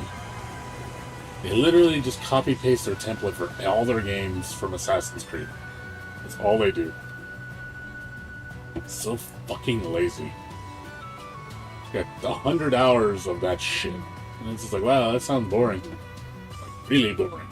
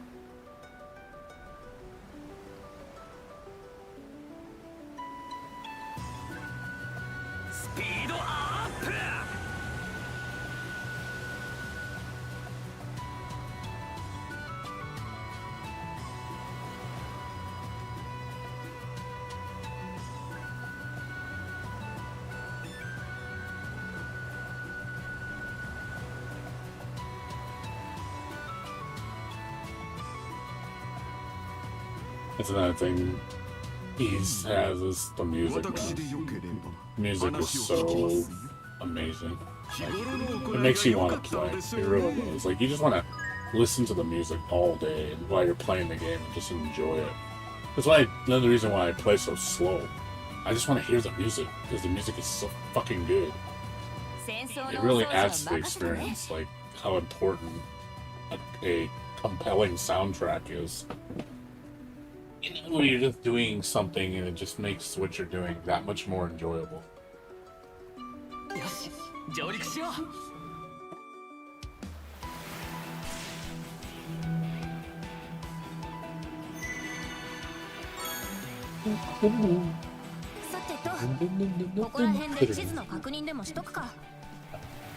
So good.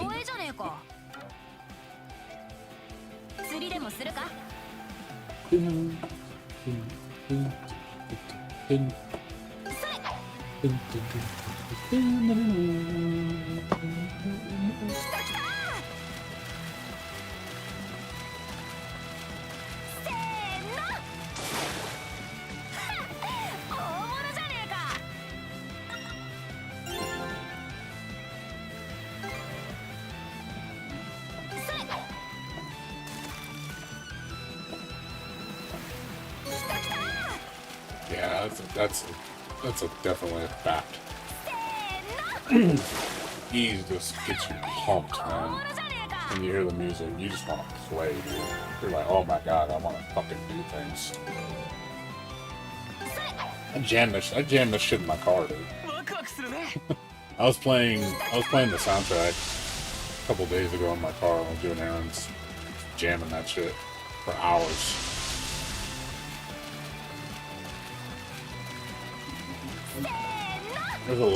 This game has a lot of good bangers.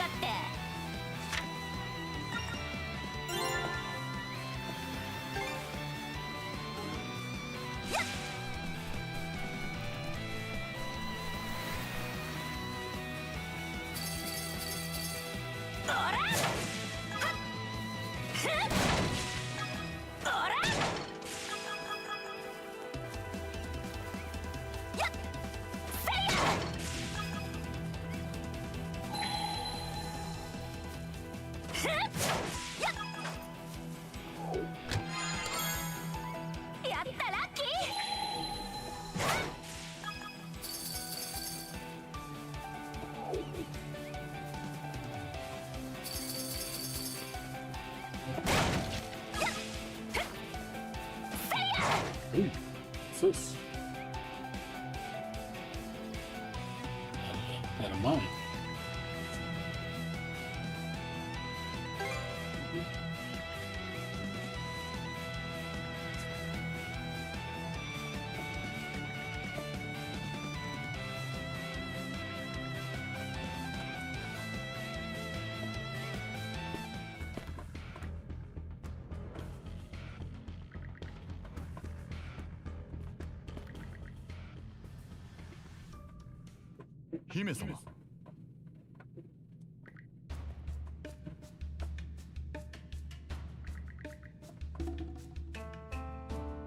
Yeah, some people just that level of appreciation only a fan would know.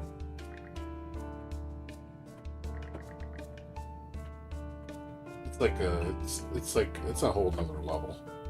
It's just when you start to see the magic of a game that you love and appreciate everything about it.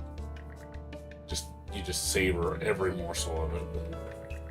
Like get the a full complete experience. Like I think that's the gamers that Falcom wants to cater towards. People that really truly love their games, and they make it for them. 私の名前はエイネル。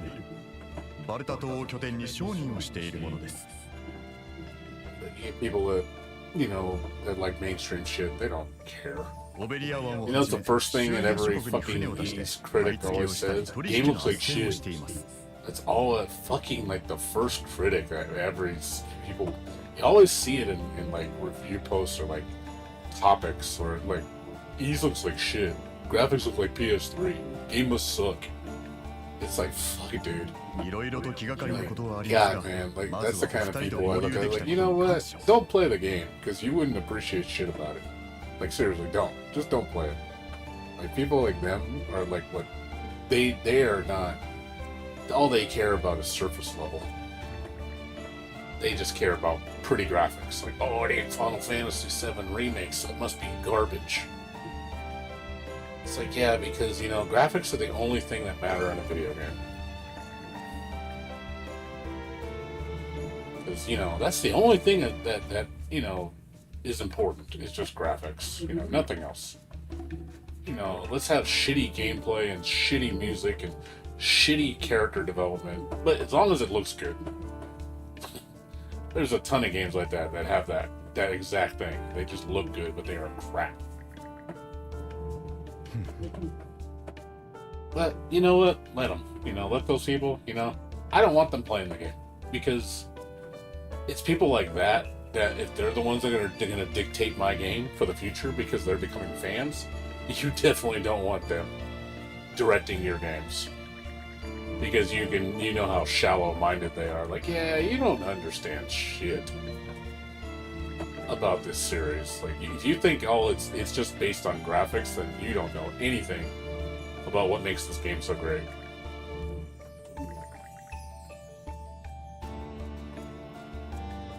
Graphics are the least important thing. I'm kind of glad that they don't focus on the graphics because that makes them focus on things that are more important.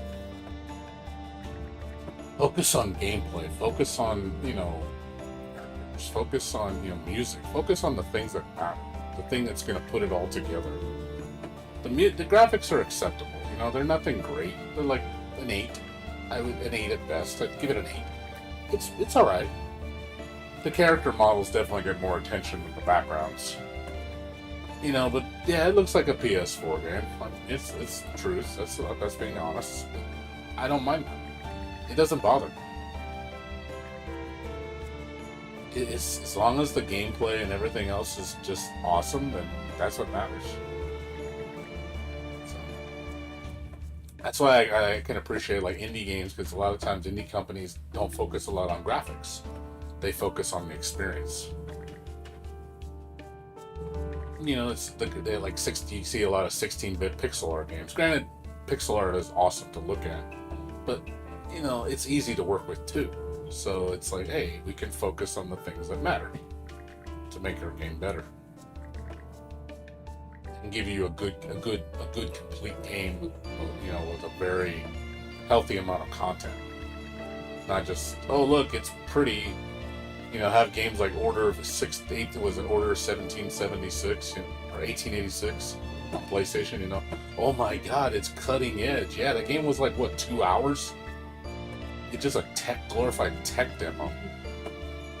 You know how many people bought that shit because there's graphics? Oh my freaking God, the graphics! It's gonna be legendary. Game flopped on its ass so hard. Like, ha! Like, what a joke.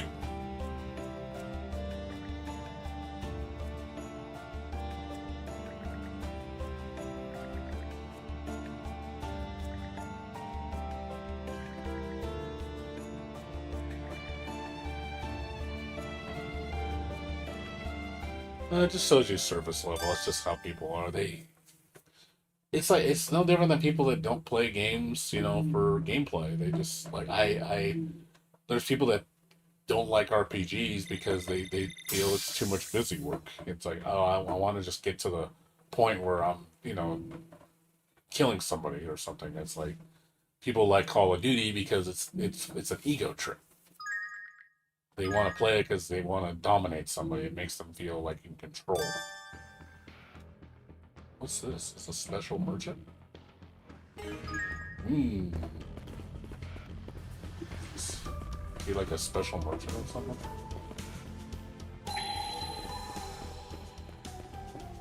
Yes.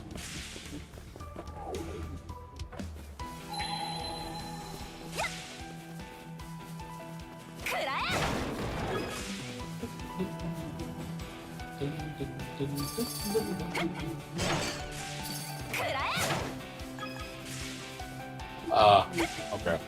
That's what I figured. Maybe he joins your crew and he sells on your ship or something. There's a lot of crew members. The crew member thing was actually part of E8. They brought that back. Which I like that. I like the crew system. Gathering characters to like power up your ship and your living quarters, like give you new abilities or access to new areas. I always thought that was pretty neat. Like, it just makes you want to do extra content to expand on the game. Yeah, a good way of doing it, instead of just doing it in a lazy way. Like, I like going off path. That's another reason why Ease like generally lets you do a lot of offshoot stuff. You don't have to just follow the line. I get tired of following the line because it's like, I want to go do something else. I want to go, like, be silly and find things and then discover things. I like discovering things. I think that's some of the most fun. And when you have a good RPG, or it lets you just go where the fuck you want and do whatever you want. Just really, you know, enjoy the game. Experience the game.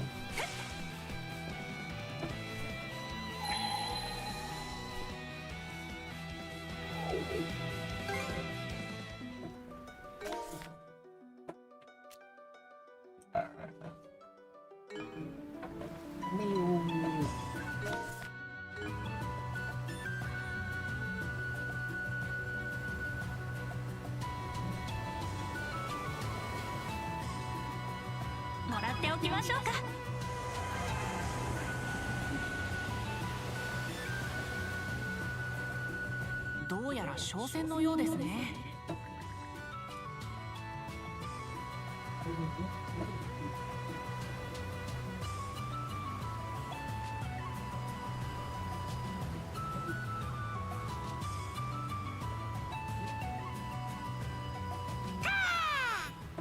Hello.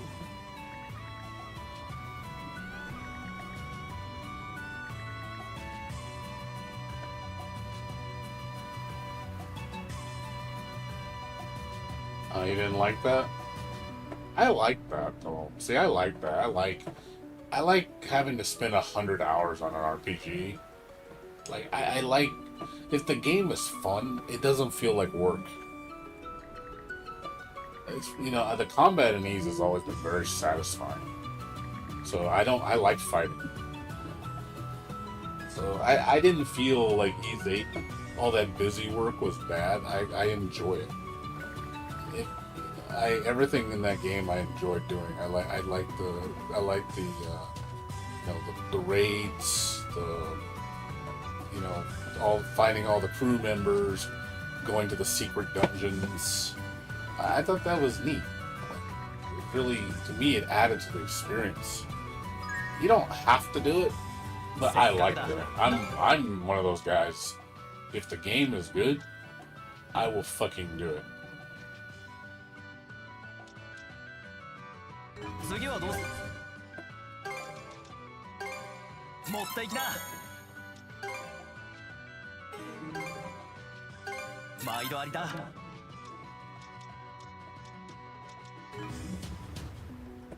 I also like this system where you can use money or resources to pay for items. So there's two ways to like farm currency. 次はどうするんだまたどこかで会おうぜ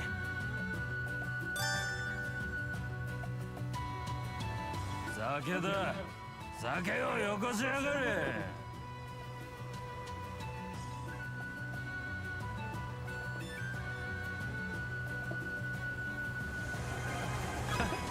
ついてるじゃないおや水面で何かが動いたような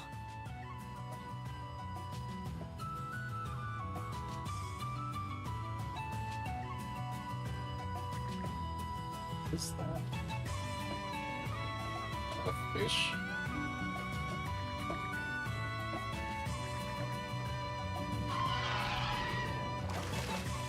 What?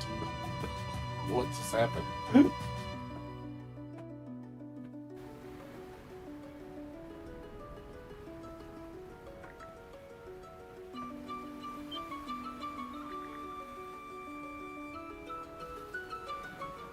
Where's he going?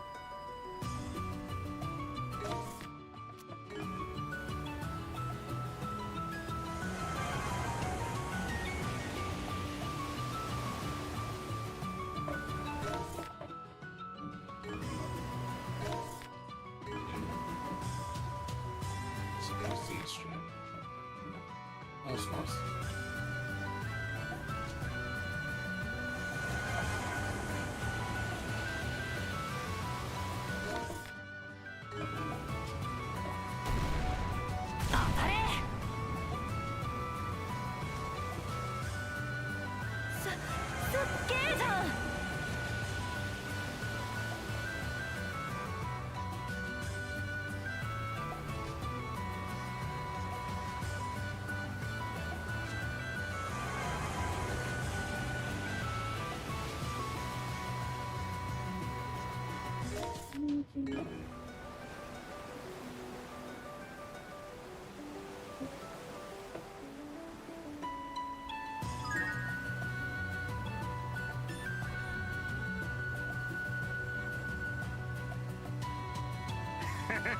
危ないところだったな。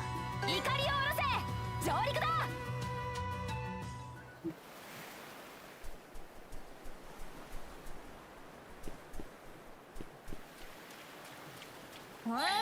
魚影じゃねえか釣りでもするか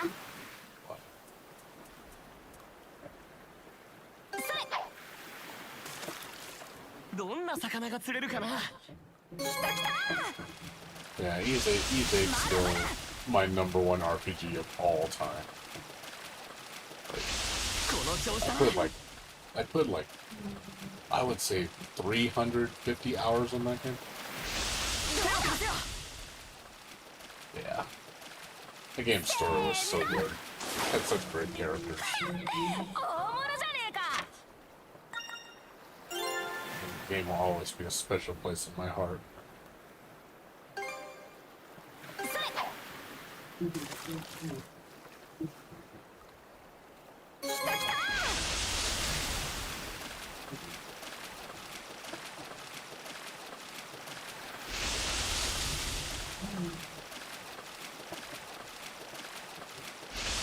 調子だな。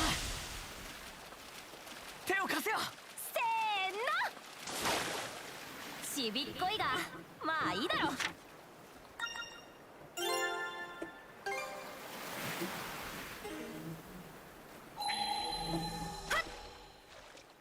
釣りでもするか。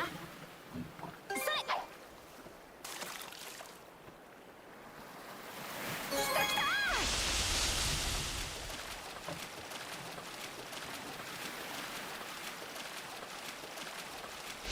どうだ。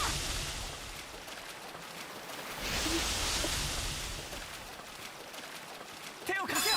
せーの。釣り上げよう。大物じゃねえか。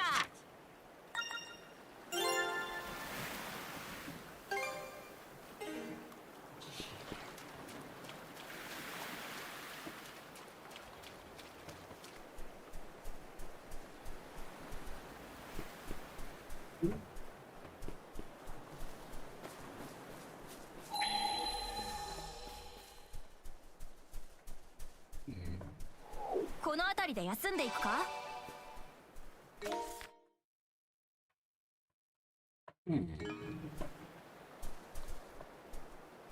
Why is there nothing here?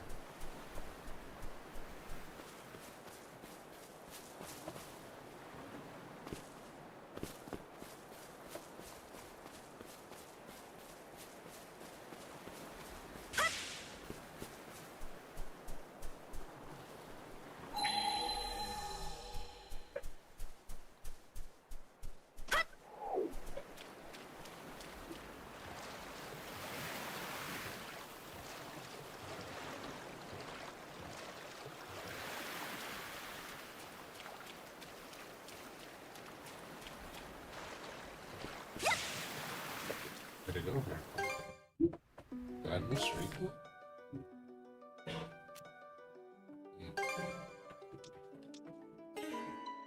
Is that where the battle was? Oh, okay, you know what I think it is? Yeah, that was where the battle was. That's what it was. That's where that whale fight was. That's what that was about.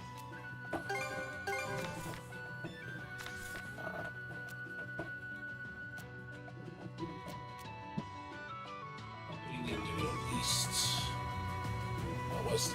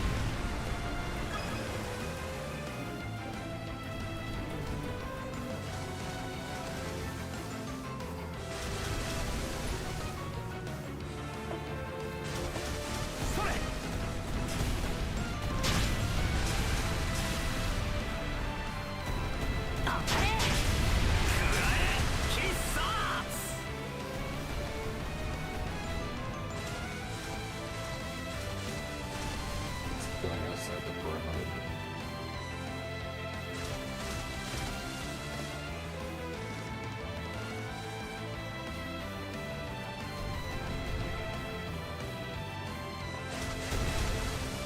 れでどうだ。今なら乗り込めそうだ。行こう兄弟。生きて返さねえから覚悟しな。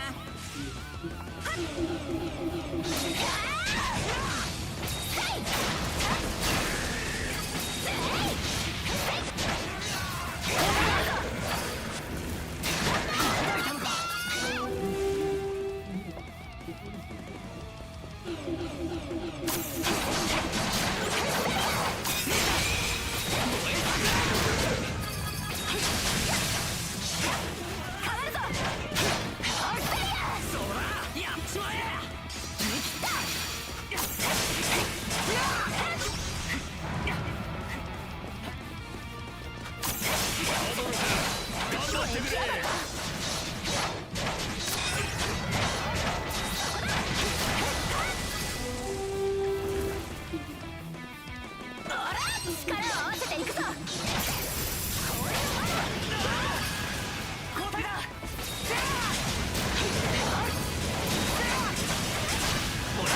決して無理をするんじゃないぞ。どこだ。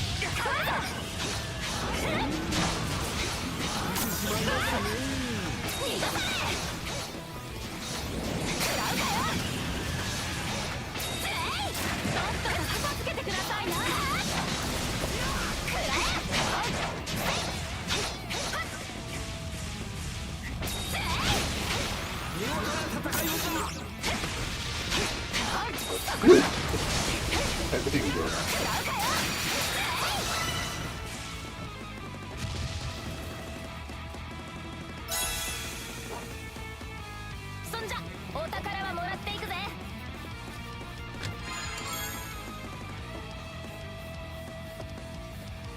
みんなのおかげで助かったよ。少しは役に立てたかな。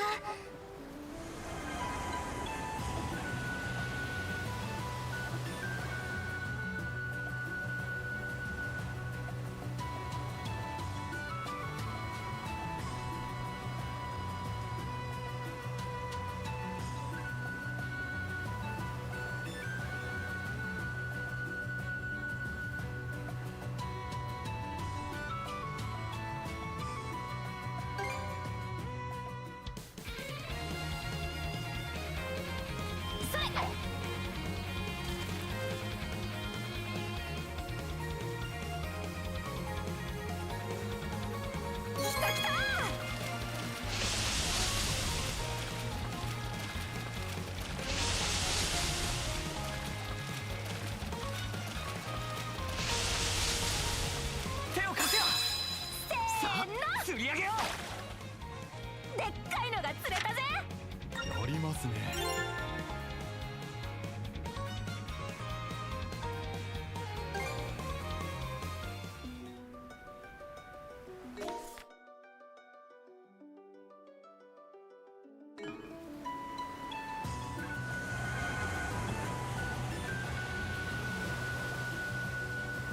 ここだ。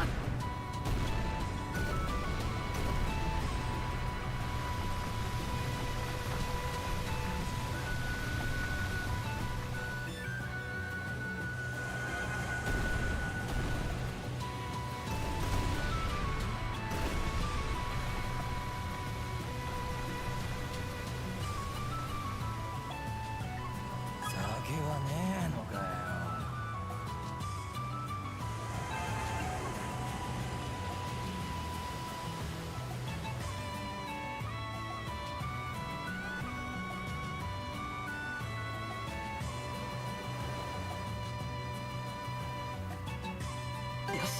上陸しよう。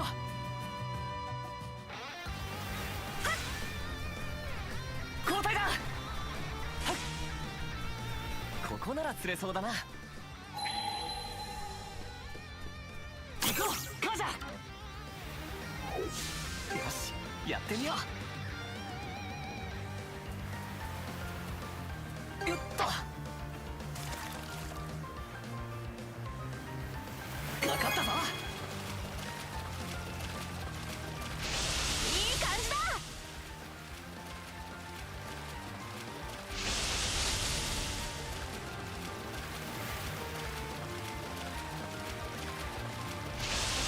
手伝ってやるよ。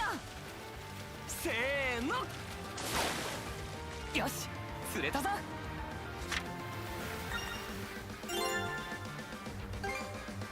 よっと待ってるのも暇だ。かかったぞ。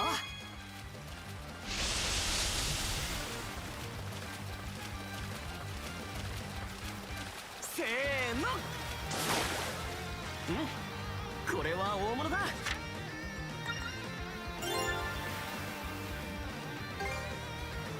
よっとかかったぞ。いい感じだ。いい感じだ。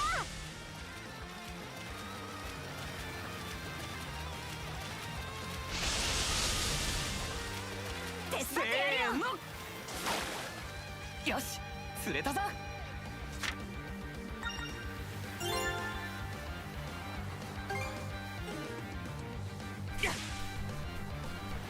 変わるぞ。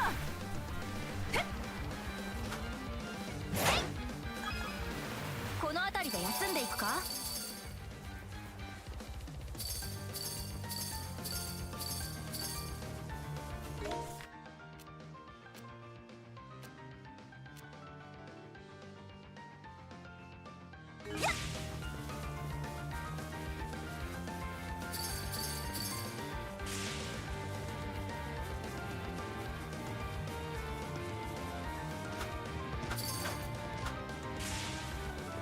かわせるか。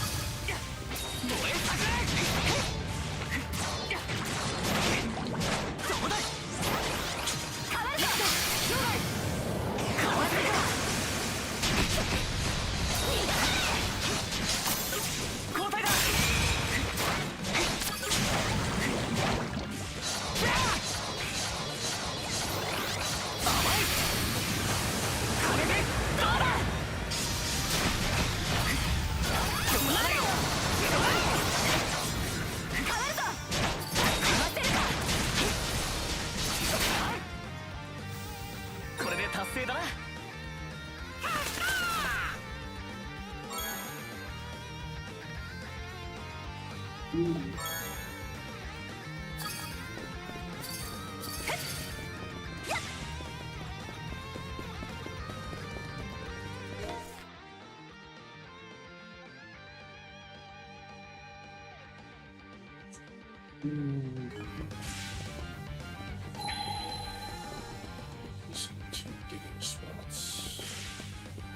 まだよ。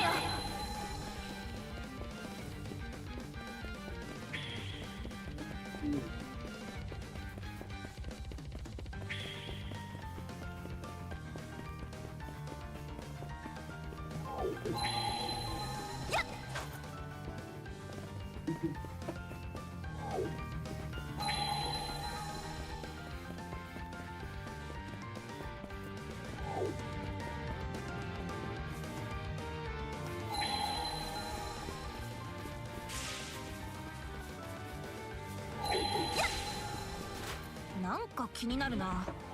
マナで見てみるか。へえ、こんなもんがあったのか。なんだこれ。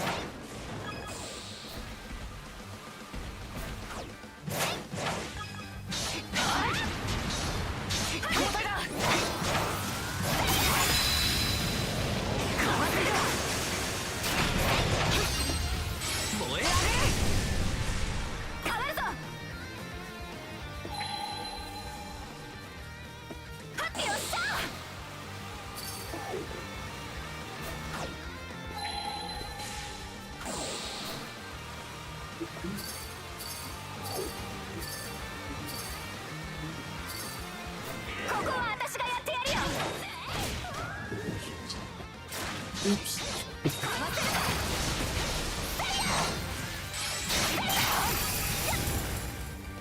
くらえ。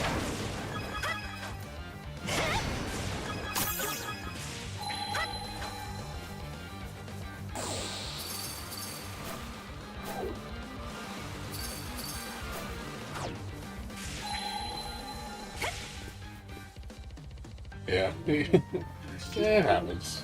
The game's pretty chaotic, so 釣りでもするか。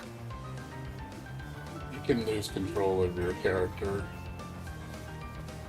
times if you don't pay 釣りでも attention. するか。それ。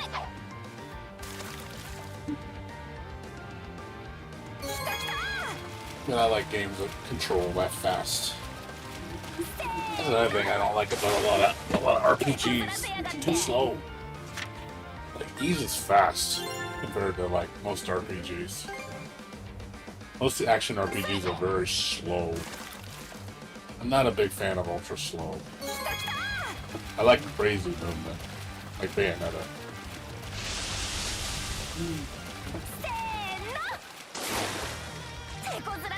I feel like a lot of RPGs are just too slow for my standard.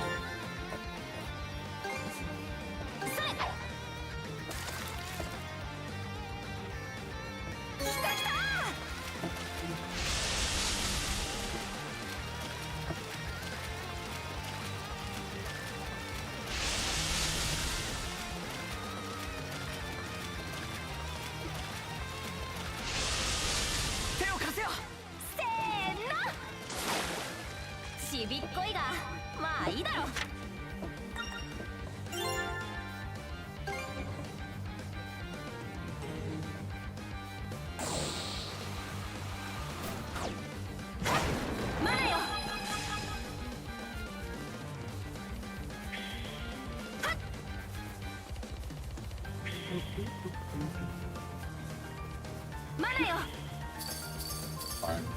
That's another thing. When I play these games, I 100% every area. I gotta find everything. I'm like that with Metroidvanias too. I have to find everything in a zone. I just don't feel. I don't feel I've done my due diligence. If I didn't, I did not properly complete the zone if I didn't find everything. That way I don't have a need to go back to it. It's just like, hey, everything's done, I don't have to go back to it. This is for like a quest or something.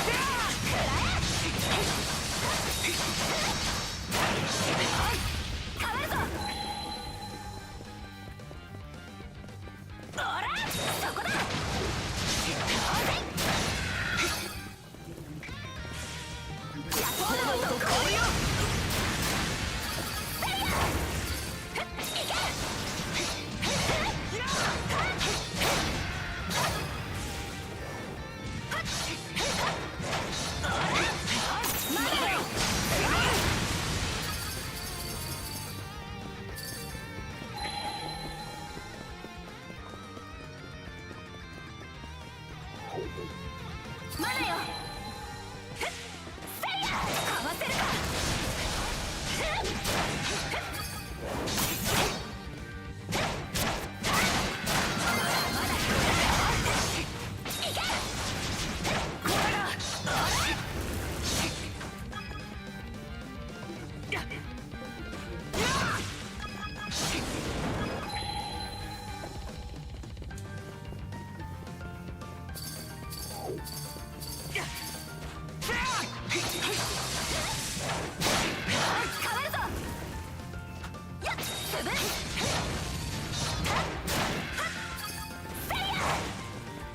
なんだこれ。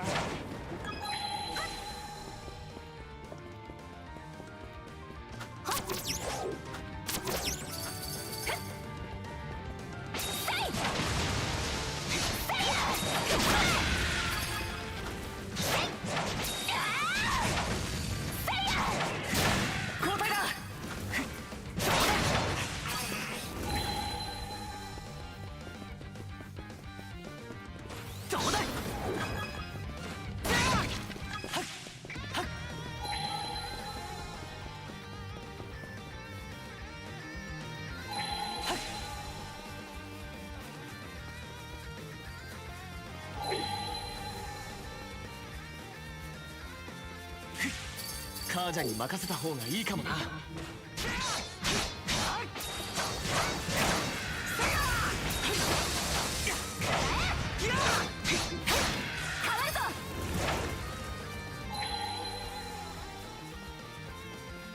お、アドルの出番じゃねえか。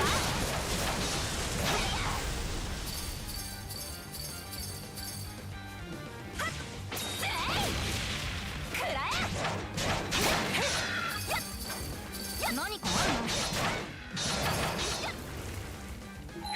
くらえ！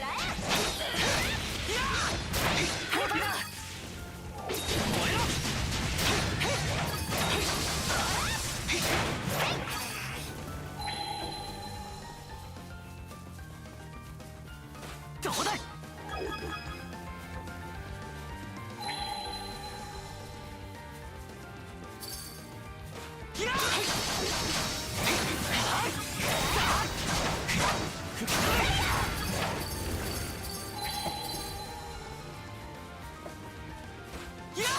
この辺りなら休めそうだ。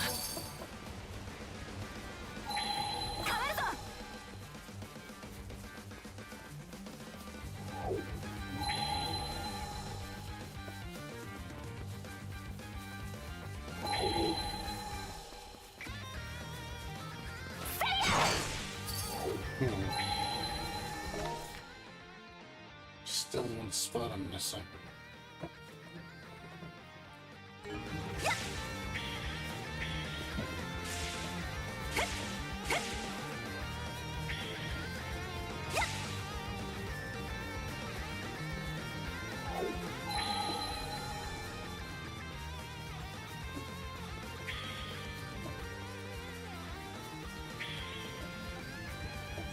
Must have missed it somewhere.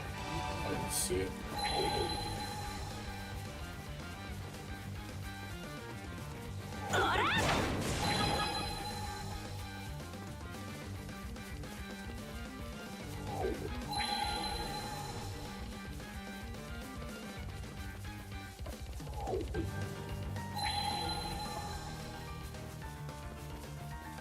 It's not in this area. まだよ。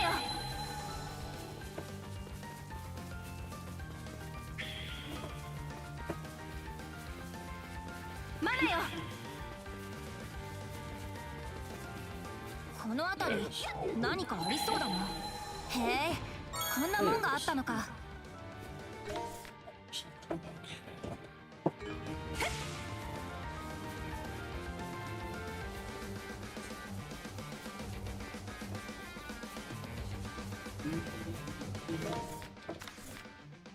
Here.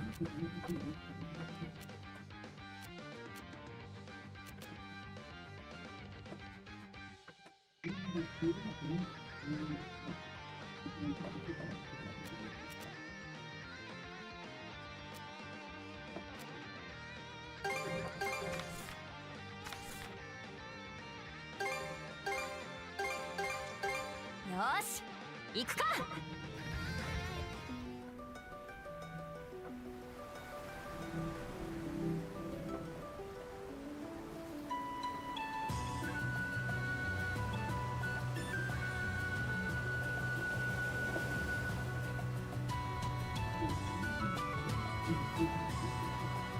こんな船旅夢にも思わなかったな。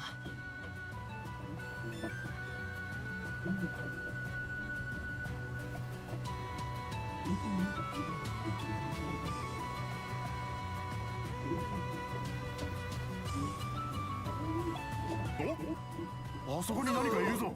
うわ、危険がするわ。He's a shark.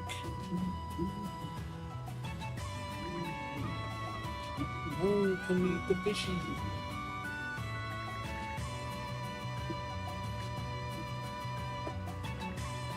Fish is all worried.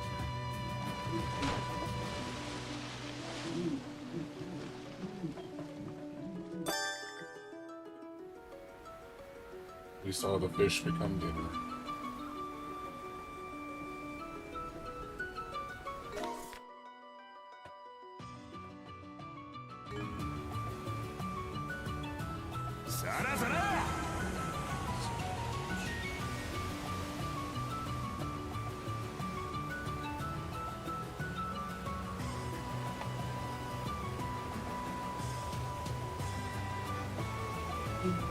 Look at that.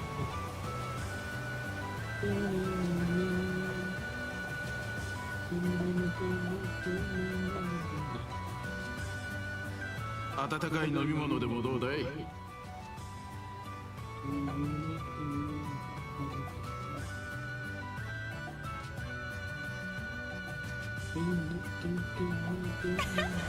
っと楽しいわね。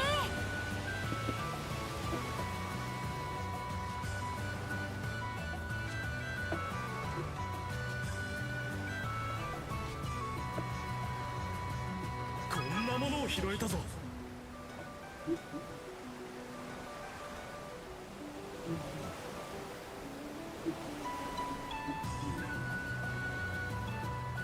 グレンでもからかって遊ぼうかなと。曇ってきたな。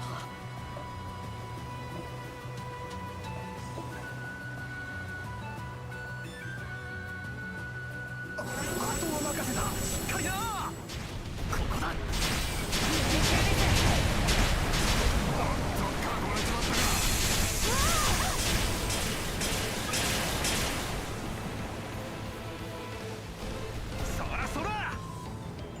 発射します。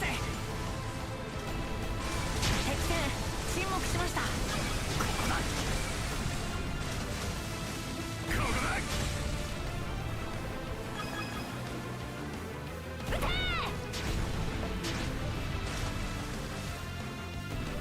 撃てー。どうだ。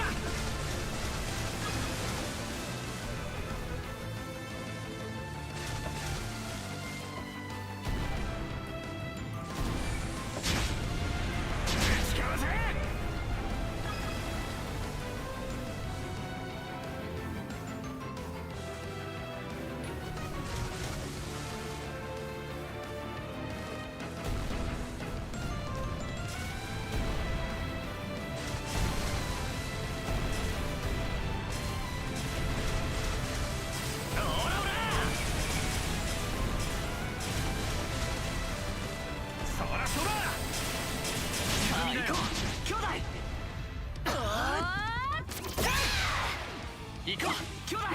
生きて返さねえから覚悟しな。当たれ。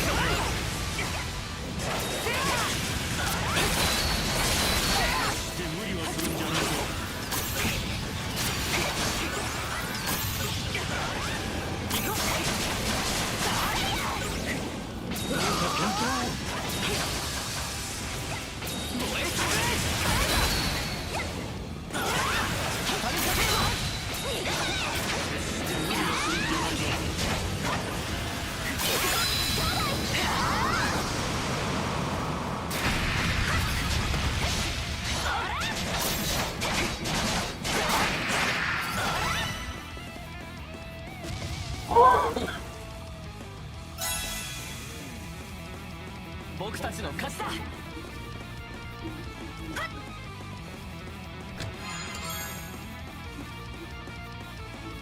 みんな無事みたいだね。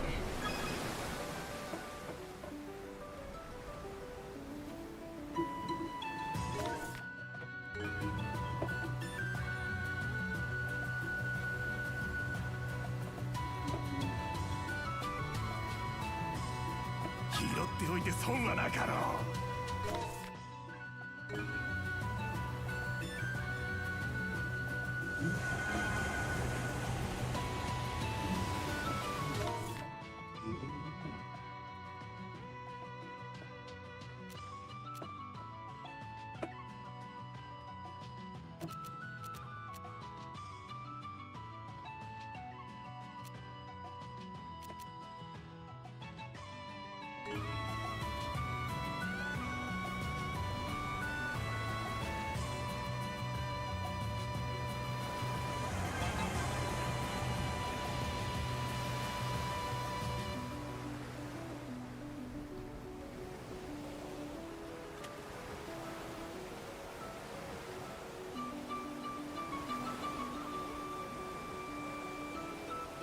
拾っておきましょう。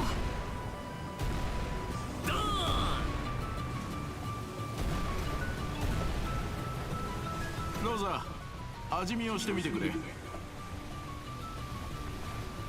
回収するぞ。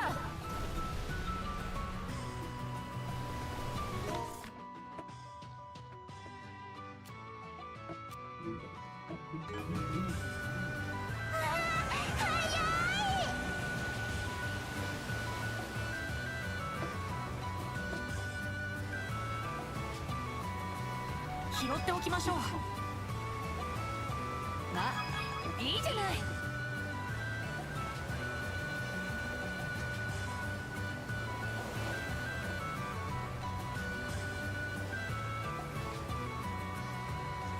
えねえ、かくれんぼしようよ。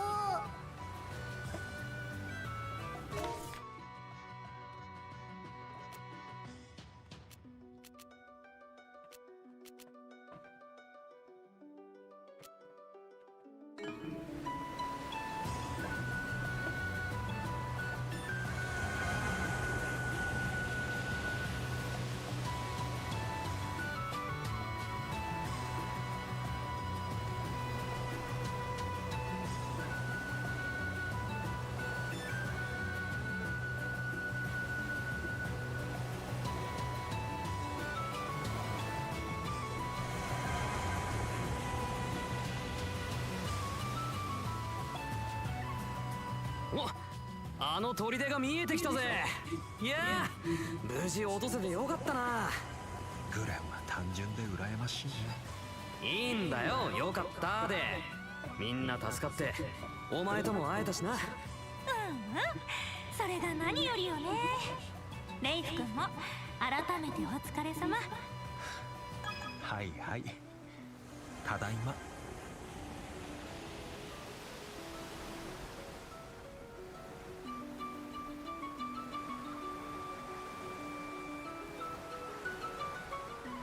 へえ、使えるかもね。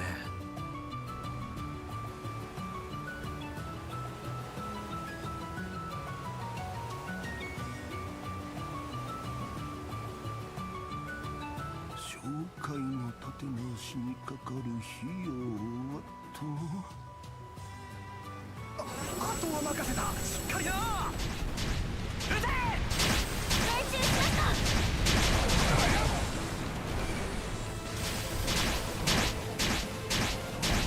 命中だな。当たれ。発射します。撃て。オラオラ。当たれ。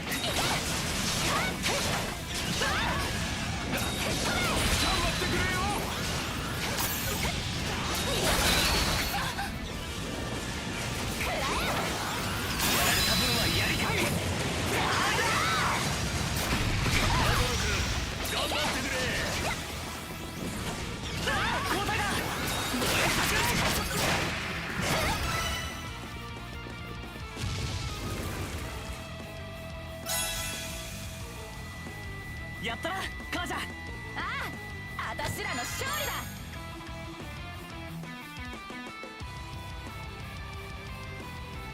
私たちの勝利だな。生きた心地がしなかったぞ。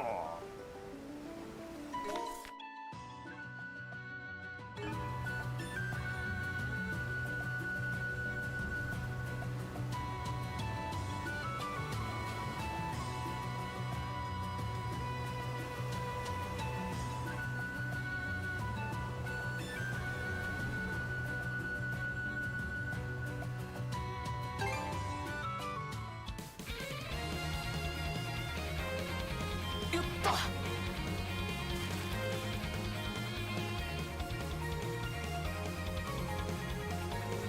かかったぞ。いい感じだ。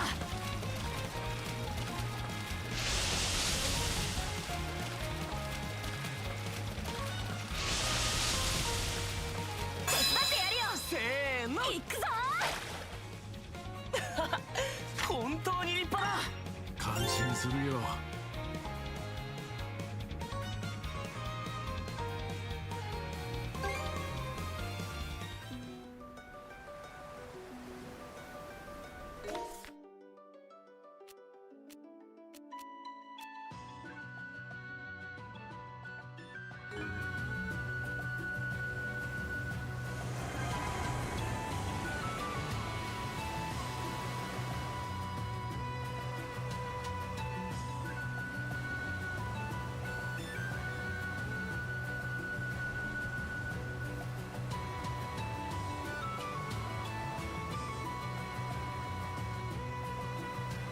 さあ来やが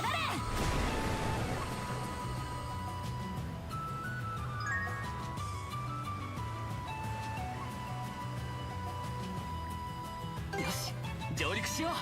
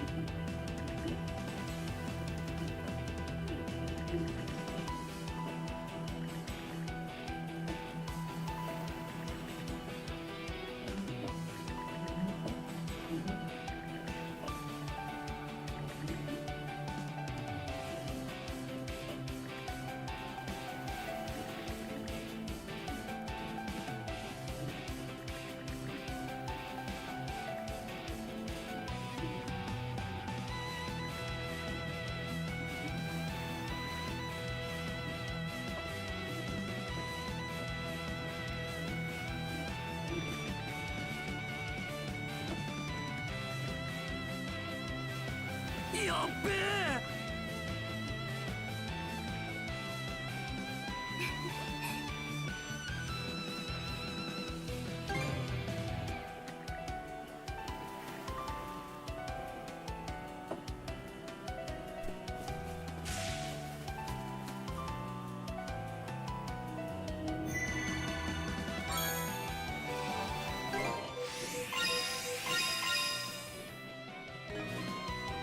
この辺りなら休めそうだ。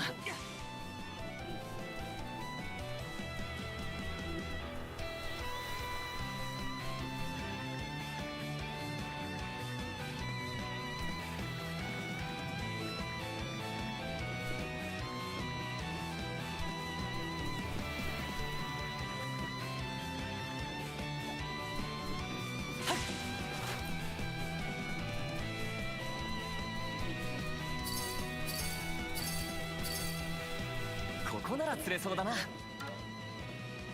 わるぞ。釣りでもするか。それ。来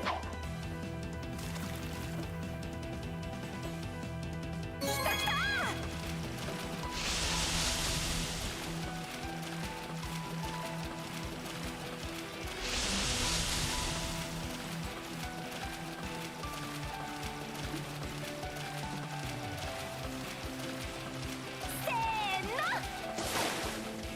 手こずらせやがって。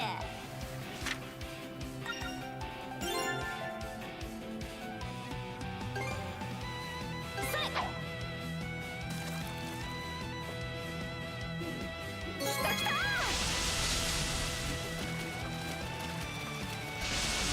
まだまだ。手を貸せよ。さあ釣り上げよう。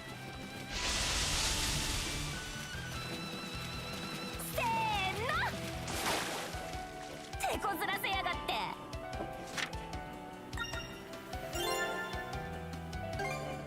それ。来た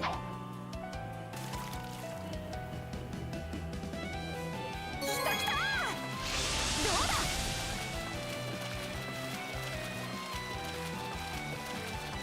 この調子だな。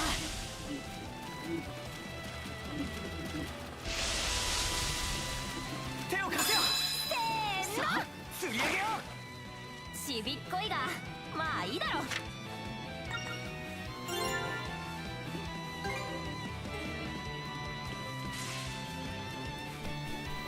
っふっふっせいやふっ。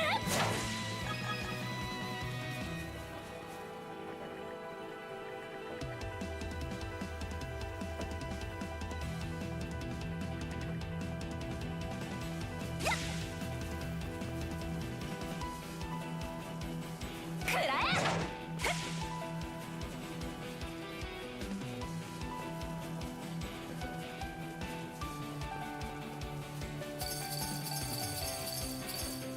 せいや。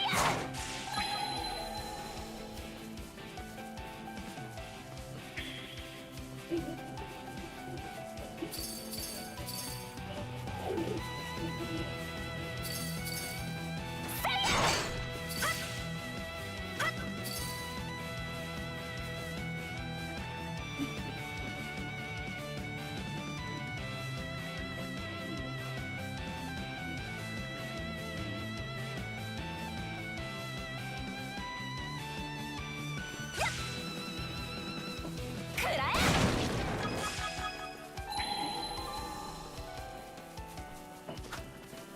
やっやっはっふっ。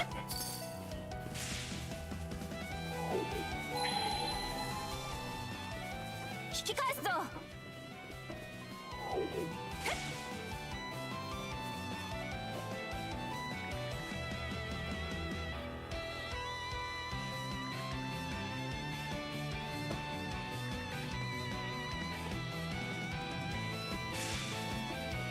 こっちじゃねえな。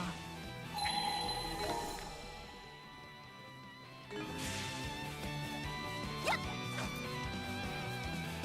やっ。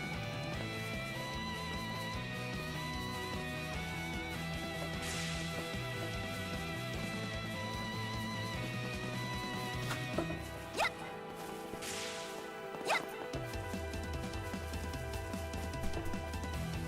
まだよ。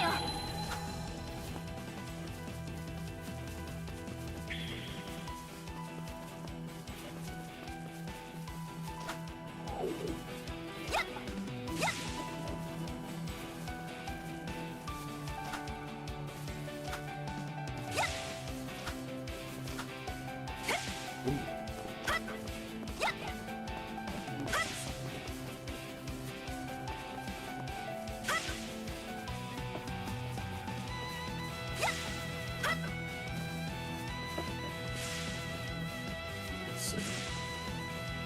that thing down.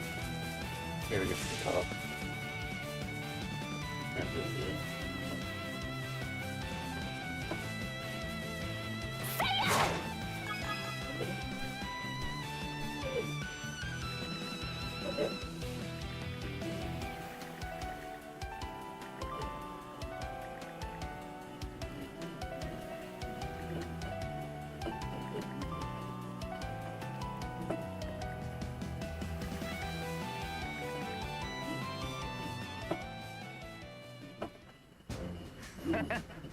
Patrol.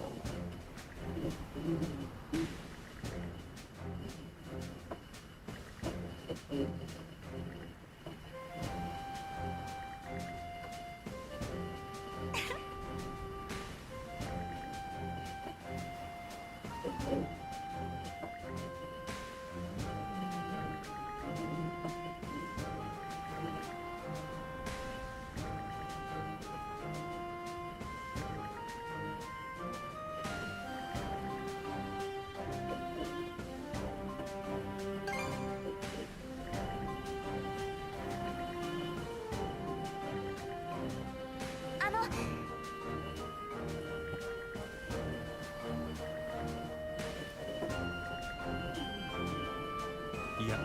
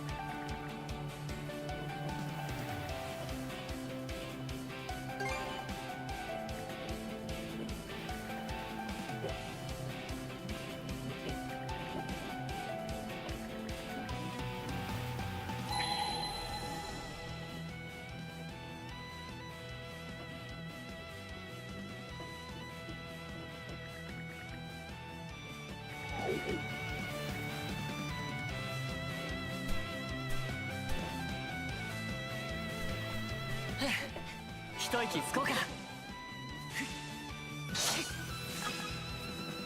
カージャに任せた方がいいかもな。逃がされ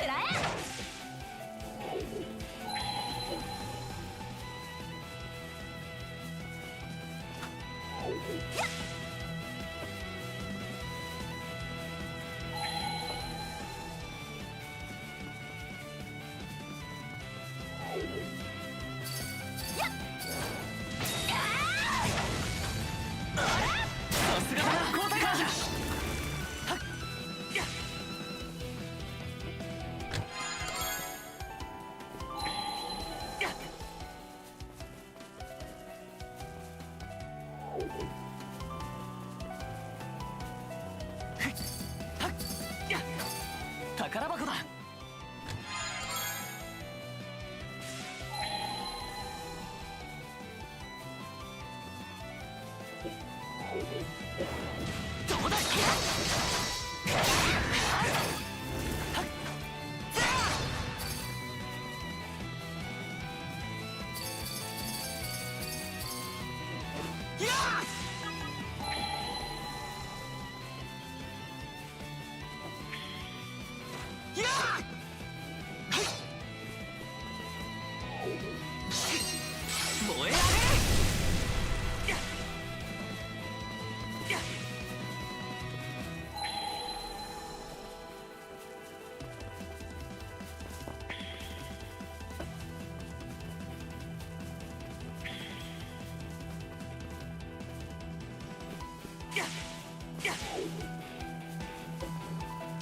わるぞ。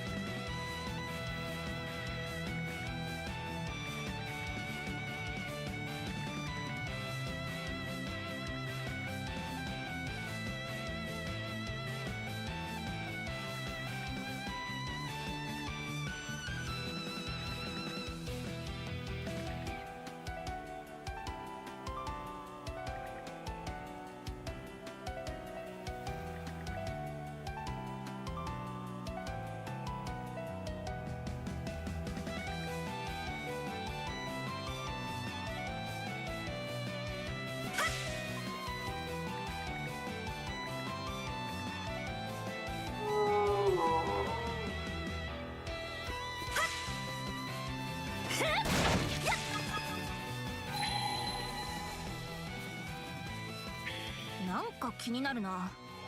マナで見てみるか。あ、見つけた。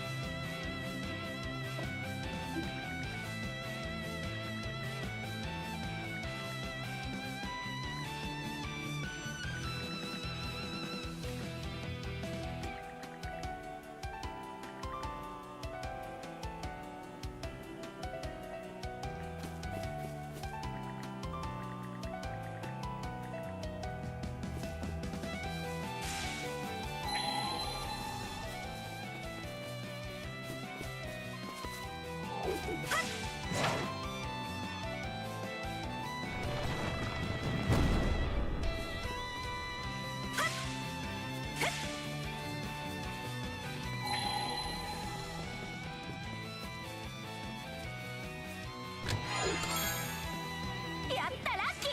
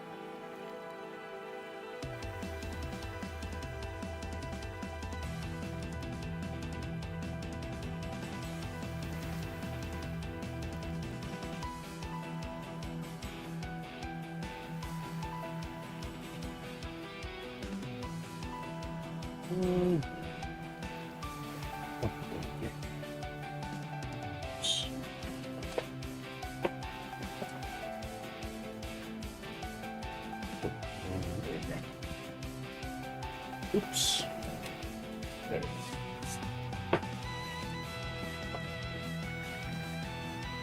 Oh, I think it's up there.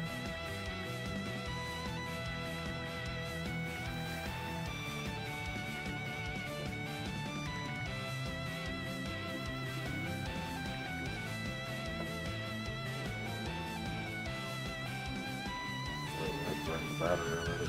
3 hours. So it does not hold much. That does not hold battery very well. On the plan it says.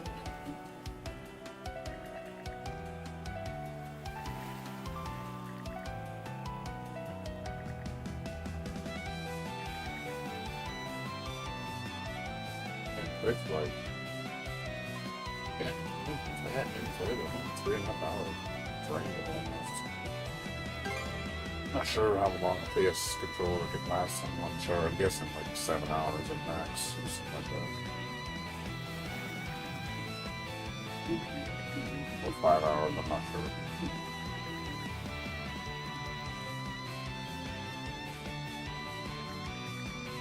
I just plugged my controllers because they're going to play a long time. Like 7 hours.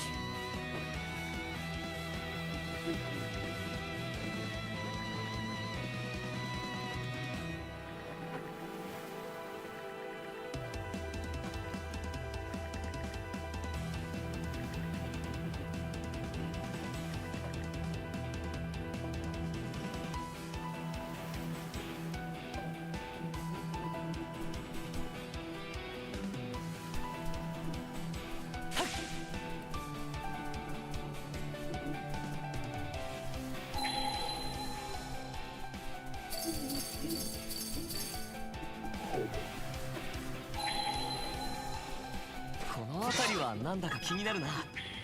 見つけた。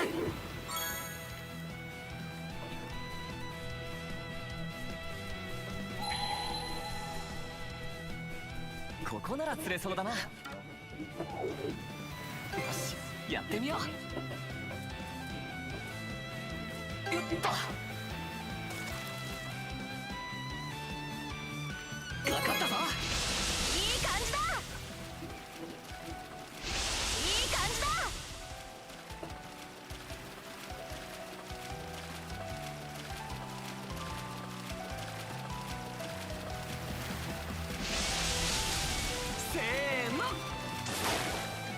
うまくいったな。よ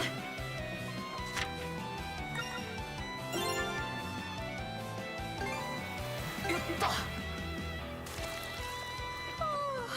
待ってるのも暇だ。かかったぞ。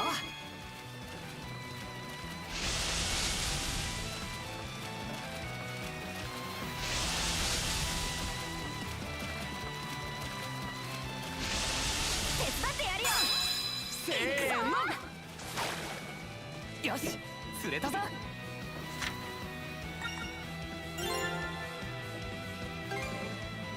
っと。待ってるのも暇だ。かかったぞ。せーの。うまくいったな。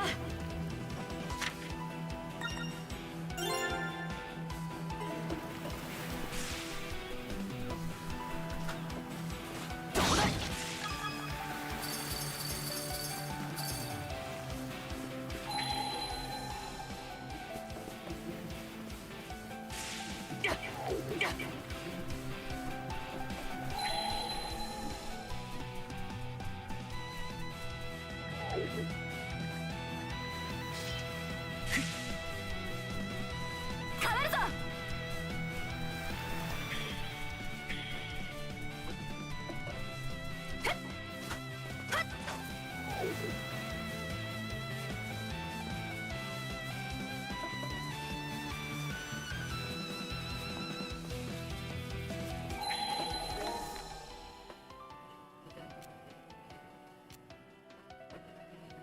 Big up. Jesus.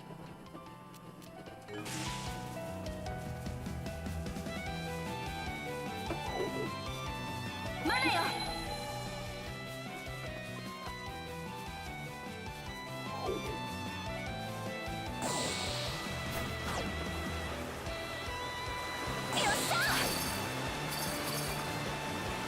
なんか気になるな。マナで見てみるか。へえ、こんなもんがあったのか。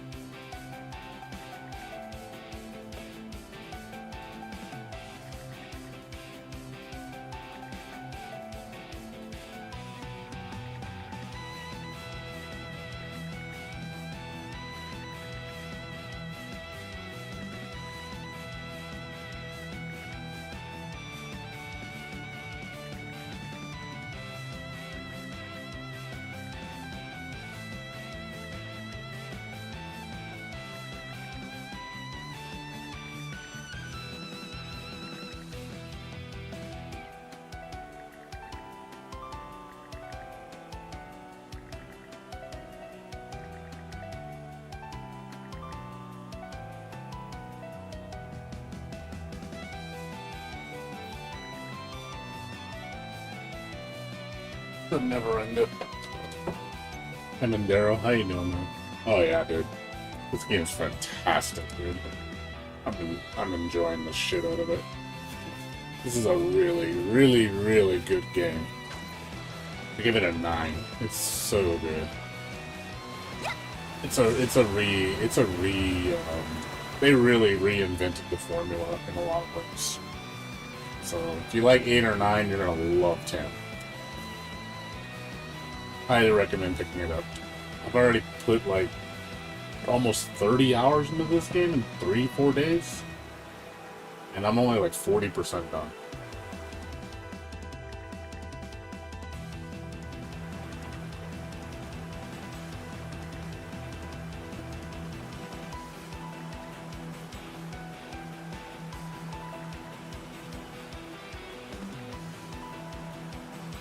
Yeah, this is my biggest game of the year. Like, I was looking forward to this game so much. And it didn't disappoint. No, it's this Japanese PS5. I imported it. That's why all the text is in Japanese. It isn't going to come to Steam for at least 2 years. Probably like 2025, like summer. You're going to be waiting a while. I didn't want to wait.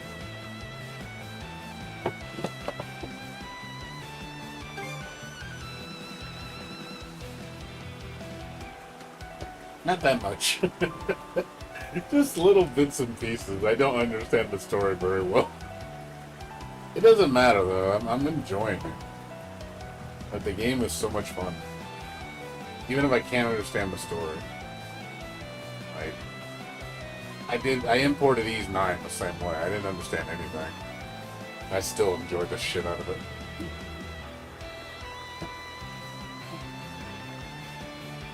And I'm gonna play it again when it comes in the US. I'll buy the collector's edition for PS5. I'll play it in English, understand the story, play it on higher difficulty, and I'll buy it again on PC when I get the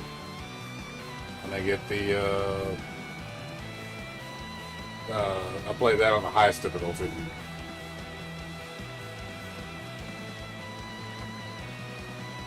The only reason I won't buy it on PS5 is if they make a Steam collector's edition, which they won't. Only the console version is gonna get it.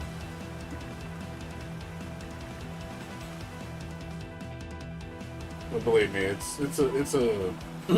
it's a well worth game. Like I said, I don't regret spending $65 on it. Yeah, there's Adolf, not Adolf. he's not Hitler. Just Adolf. ADOL.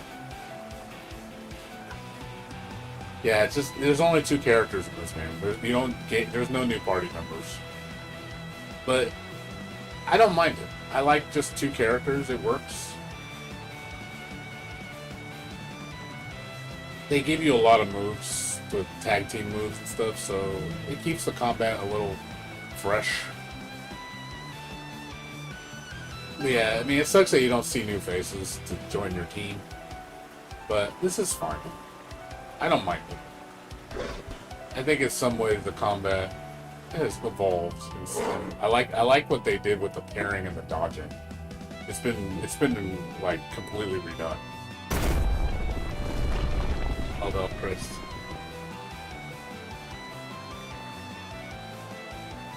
Yeah, they completely redid the combat in this game. So dodge and parry don't function the same anymore.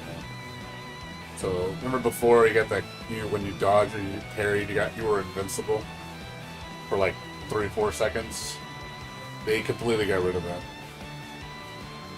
So now they're function based. So now dodge is strictly used for blue projectiles, and parry is now you have to manually press it.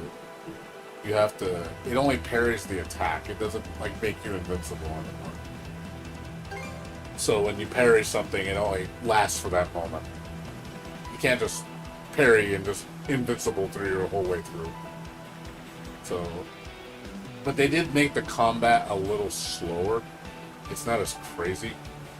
I don't mind it though. I like the changes. I think the parry feels a little bit more skillful. I haven't played it on the highest difficulty because I know the game's a lot faster on that difficulty. So it probably would change the game up a lot.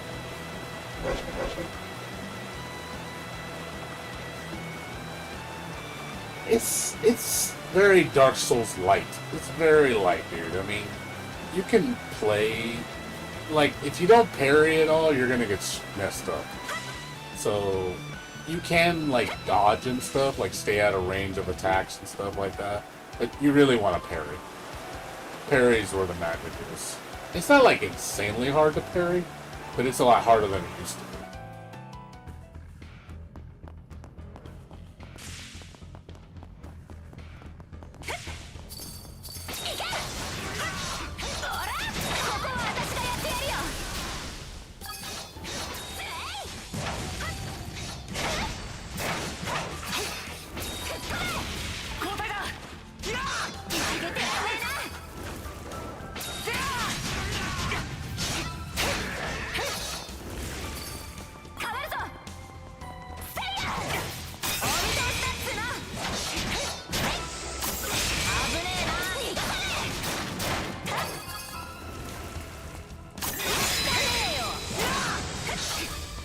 What I'm doing. So basically, if you time the parry, it'll deflect the attack, and then you can do a counter punish. So there's normal. That's the block right there. That's the parry. So you can hold it if you just want a straight block, but I don't recommend doing that because you don't get a lot of as much of a bonus doing it, and it doesn't give it can also break your guard. Like enemies, if they're attacking you constantly and you're blocking, it can knock you off balance. So the parry doesn't knock you off balance. So, but if you want to play it safe and just block like that, you can. You don't have to. You don't have to parry. There's a lot of benefit to parry.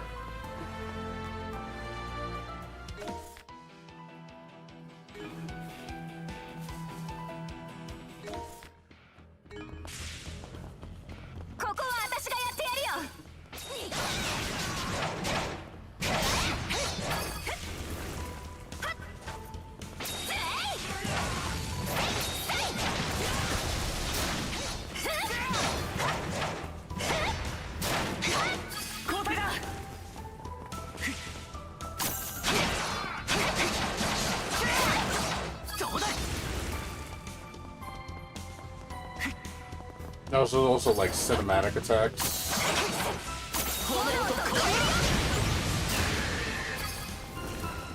you have like tag team super. You also have like I said, cinematic attacks.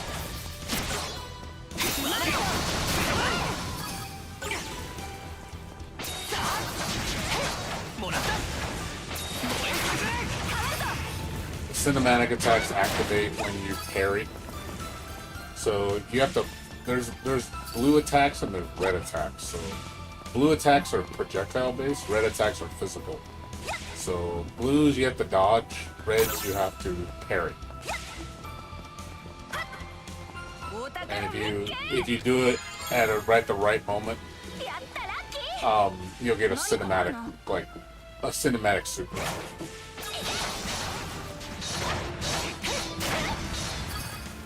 But usually blue and red attacks, only the higher level enemies do that. The grunt stuff. Oh yeah, I'm sure it will. Don't be surprised if the PC version gets the bonus co-op mode. I could see it, sure. And they brought back fishing. Really happy they brought that from PS8. I really liked fishing.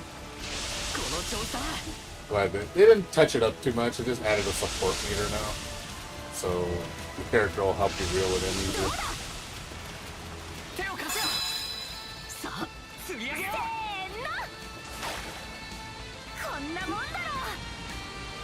I thought the fishing system was really fun. Yeah, I'm glad they brought it back. That was a huge plus for me. I was like, thank God. I love fishing. Like I said, it's mostly the same, just the support meter they added. It works the way it is, you know. These days fishing was solid. The support meter just makes it a little easier. Gives you a little boost. Make reeling in a little easier for you.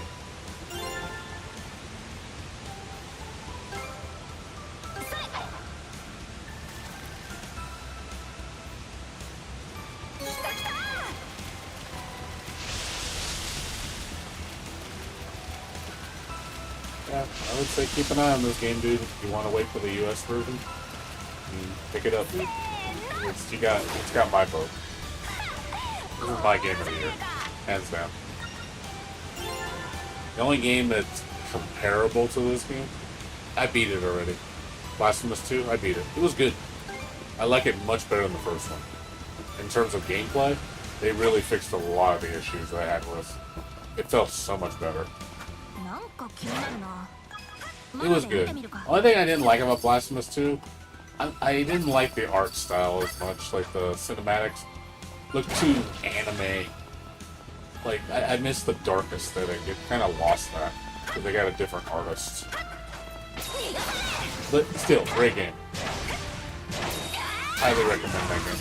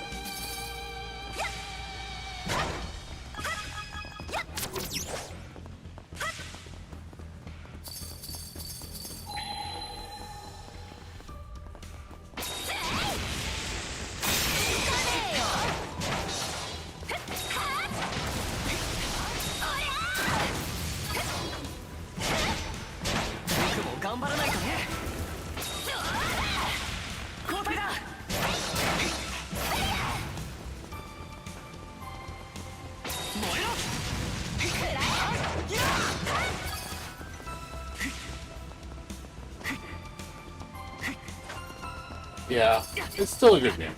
I recommend it. I 100% of it. There's the cinematic super. That's the thing the dodge I'm talking about. Big dodge.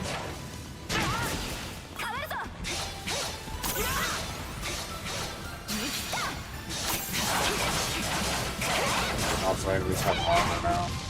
Gotta break their armor.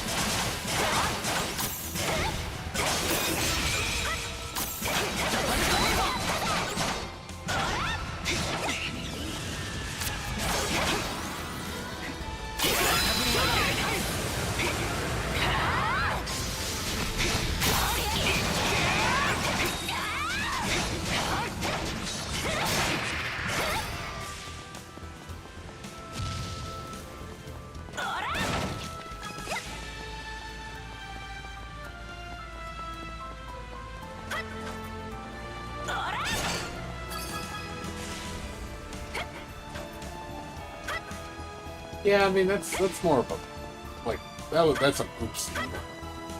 That's the cinematic parry. Yeah.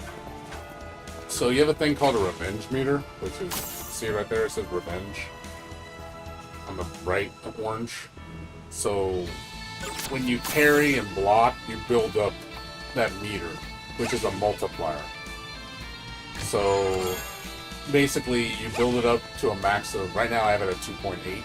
It goes up to 5 supposedly, I think. That's the max you can get it. You have to upgrade it.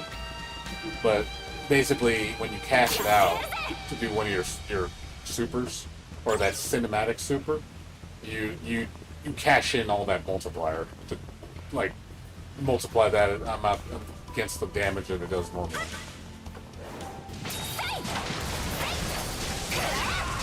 That's why it's important to parry, because it raises that meter. Otherwise, you can't raise it. More risk, more reward. You can just play it safe and keep away all day, but you'll never build any meter to increase your damage. But you can play that way if you want.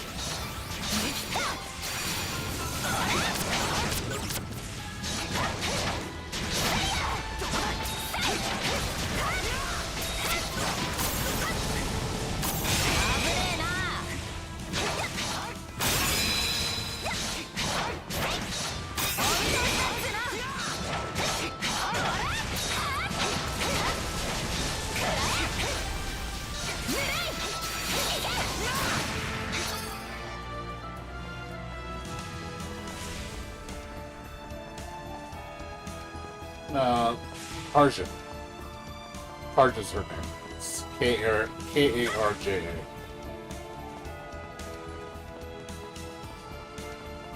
She's a little cutie. She's, you know, she's the typical tsundere. Very tough woman.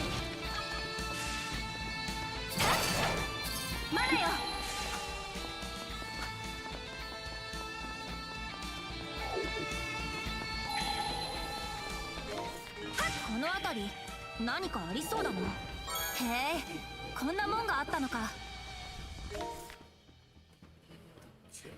Two treasure chests and one dig.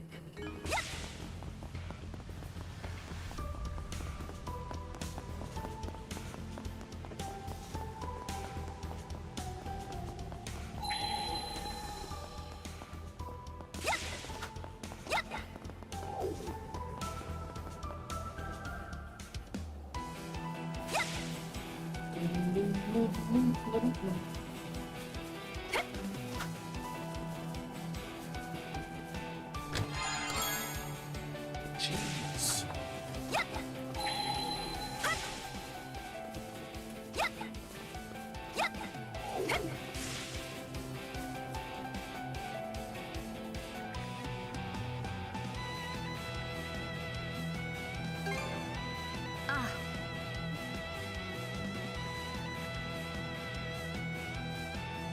Yeah, like I said, but I still think, you know, Last of Us 2 is still. I enjoyed it. But yeah, as far as this game do, yeah, it's a good game. There's a lot of stuff that they added in this game that wasn't in previous games. They did change a lot of things. Certain things aren't here. Like, but I think that the things that are missing. It's a card jam. Yeah, they work. They're a cute little team. You can see their chemistry. It's not really a romantic relationship. It's more like a brother-sister.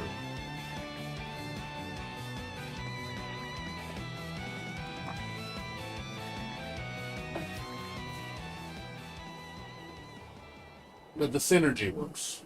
I like the duo system. I think it works. It's pretty good.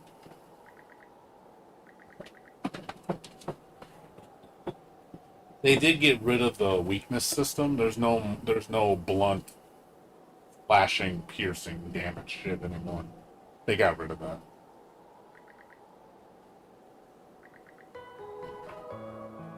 I didn't mind that per se, but at the same time, it's like, I mean, that system it worked, but at the same time, it was like, I don't think it's a major loss.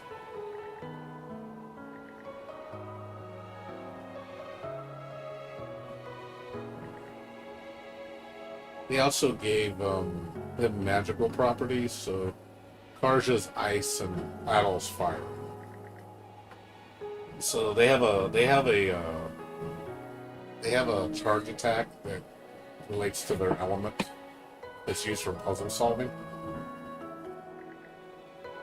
So you can create ice to make block stands, but make yourself like you could freeze water to like elevate yourself, and then Adol can burn branches and like anything wood. You can like if anything that's a barrier that's made of wood, you can burn it down.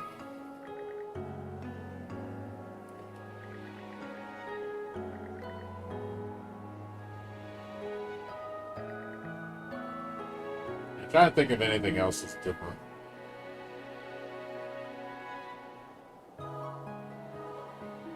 Yeah, basically. But there's nothing like enemies are weak to fire or nothing, or ice. There's nothing like that. It just, there's certain things that revolve around those puzzles. As far as like combat against enemies, it doesn't really matter. Your damage just does damage. I will say that enemies are a lot spongier in this game. They feel spongy. Especially with the armor. The armor mechanic, since a lot of major enemies have armor, you have to break their armor first to deal damage, and then either it's HP based or time based, they'll re-put the armor back up. So once the armor's down, you need a hammer on them. Bosses almost always do it because I think it's HP based. So depending on how much damage you do, they're just gonna automatically put the armor back up.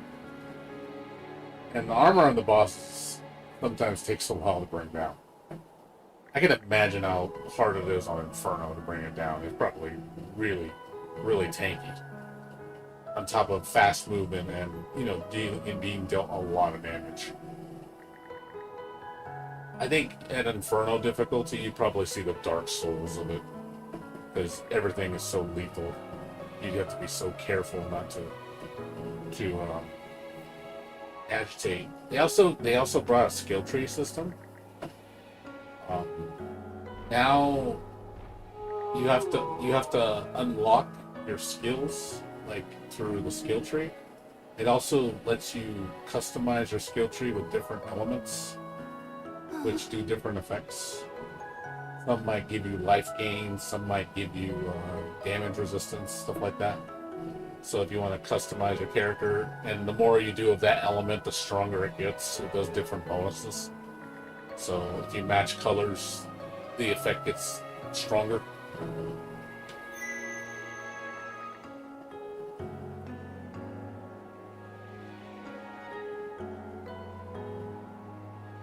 Yeah, Lacrimosa of Ghana is amazing, dude.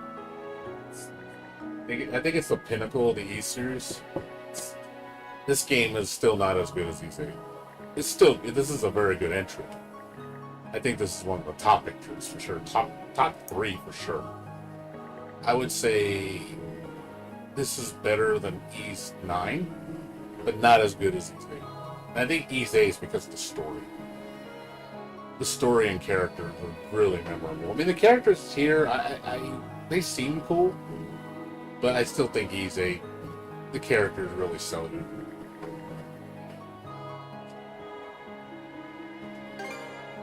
The music in this game is not as banger as 8 or 9. I think the music is like, you know, the third best. Like, there's some bangers in here, but the soundtrack overall is not as strong as those entries. There's still some good tracks though. There's some bangers I listen to like, oh shit. Like, but then there's some other tracks where it's just like, it's alright. Like, it's mid, you know? I enjoy the soundtrack though. There's a lot of nice areas. The town, the overworld maps sound really tranquil and very, you know, very nice. It's not hard rock. There are hard rock tracks. I've probably heard about half the music, maybe. At least I would say 30 or 40 of the tracks I've heard so far. There's still another like 20 tracks I haven't heard.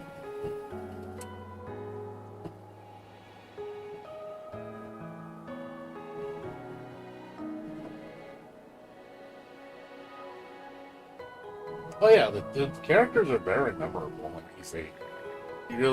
You just like that whole system with, you know, creating a village is really awesome. This game has it too, but you do it with a ship. So you have a crew.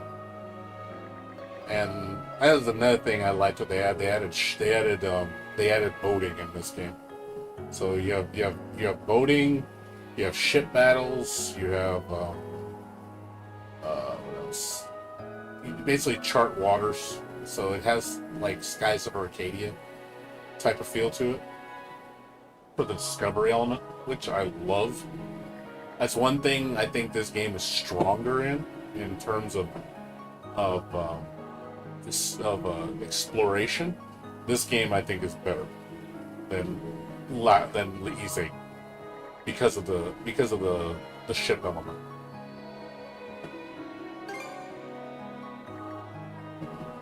The locations are not as varied. I will say that the locations are very samey in this game, and that's because you're in islands. You're basically, the whole thing is covered mostly by water, so most of the areas are islands. So that makes sense why everything is an island. But you do see it as like, yeah, all the locale looks kind of the same. But I know it's because of the theme, so I'm not as harsh on it.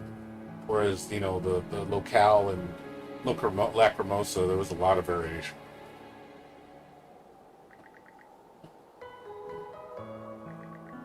Yeah, they also added I'm trying to think what else they added that was different from previous games. They changed the food system a little bit. You craft food now. Not like you used to before, where you just make it real quick and that's it.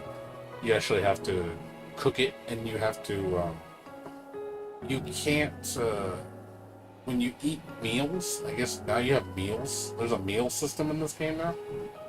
So, before it was just you had cooked food and food.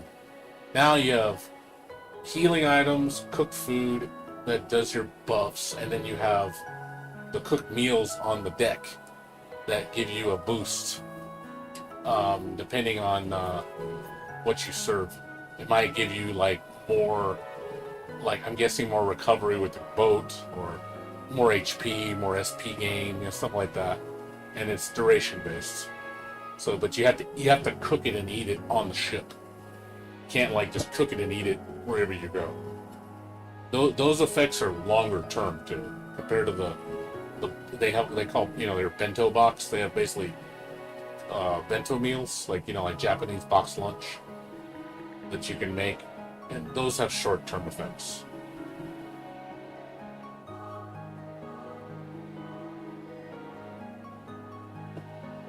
Nah, Ease 8 has a beautiful.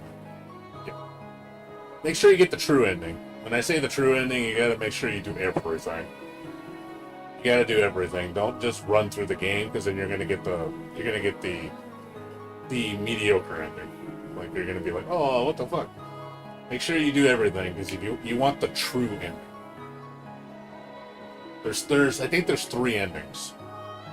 There's the bad ending, there's the mediocre ending, and then there's the true ending.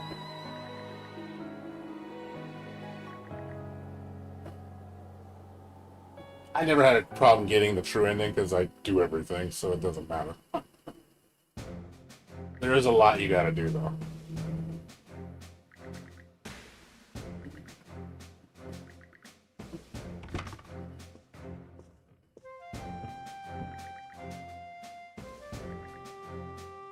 Yeah, don't worry. You'll be happy. Don't worry. There's nothing disappointing about E3. Like I have criticisms about it. Don't get me wrong. It's not perfect. No game is. Ease 8. The one thing I don't like about Ease 8, Ease 9 also, is the parry and dodge system are way too strong, in my opinion. They really are overpowered mechanics. I'm glad that's why they retuned it in this game, because it did need it. Those mechanics needed to be fixed, because they were way too fucking strong. They trivialize a lot of shit. And if you're good at doing it, you're never going to take damage.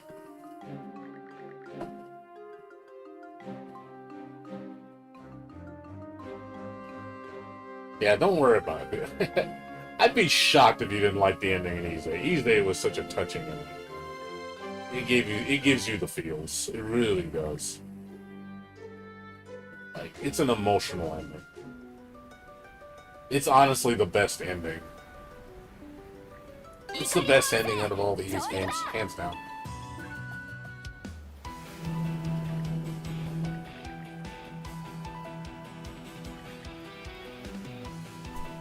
But don't worry about it.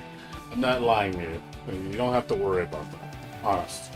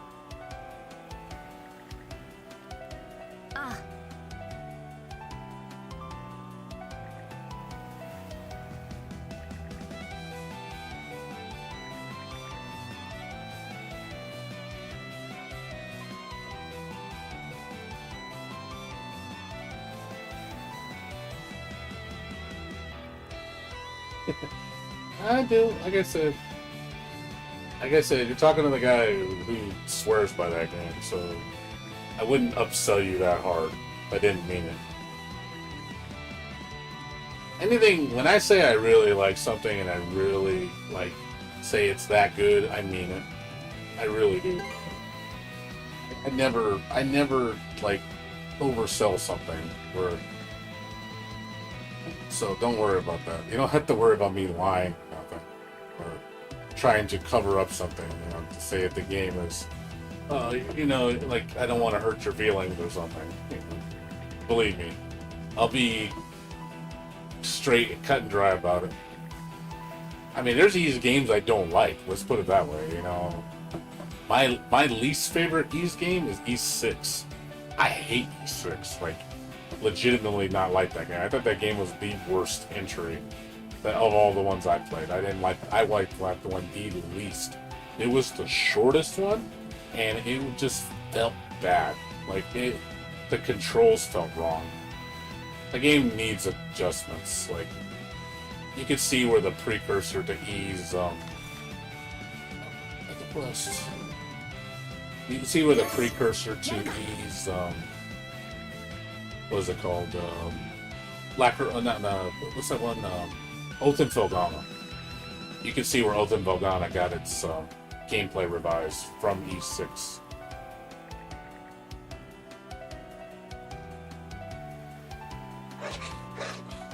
Yeah, dude.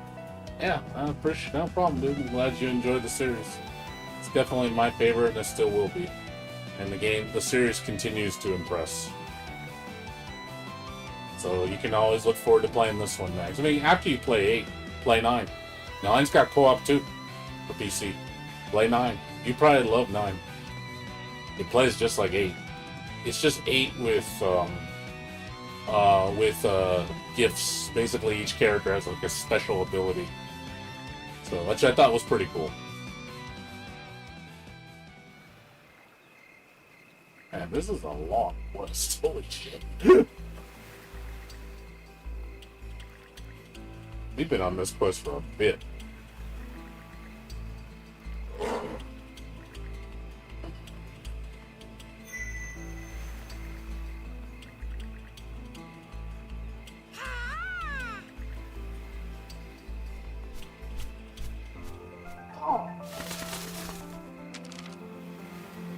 You gotta be weighty.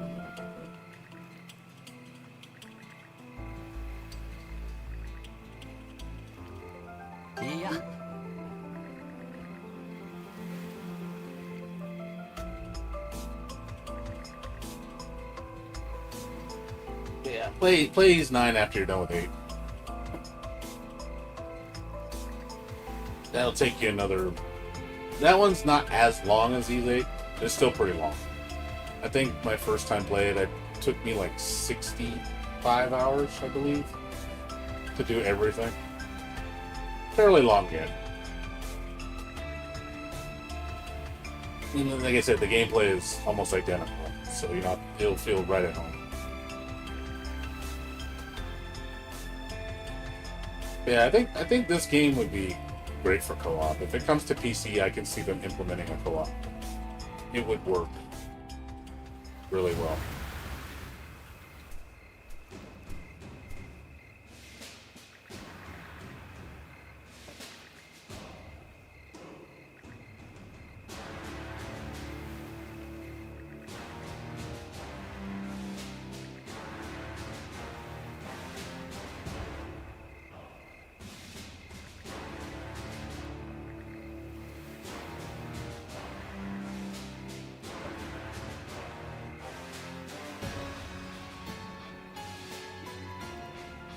Yeah, I do know that. The co-op is more fleshed out on East 9. It feels better. I mean, it was experimental. You gotta understand. It wasn't. It's something that Durante, the coder, he implemented that into the game. And he did the same thing in East 9. I could see them doing it with East. I think East 10 would be perfect. This is a 2-player based game. It would be perfect.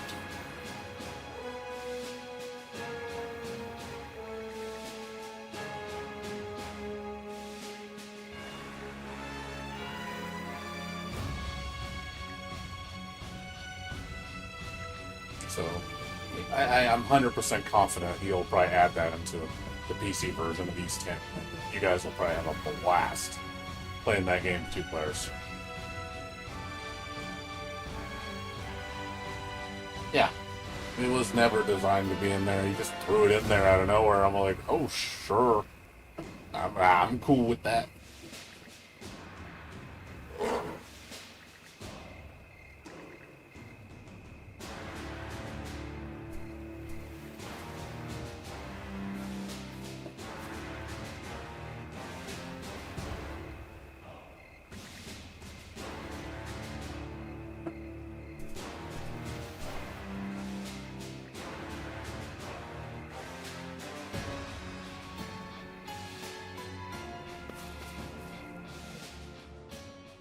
Yeah, dude. Like I said, enjoy it while you can, man. Enjoy the shit out of it.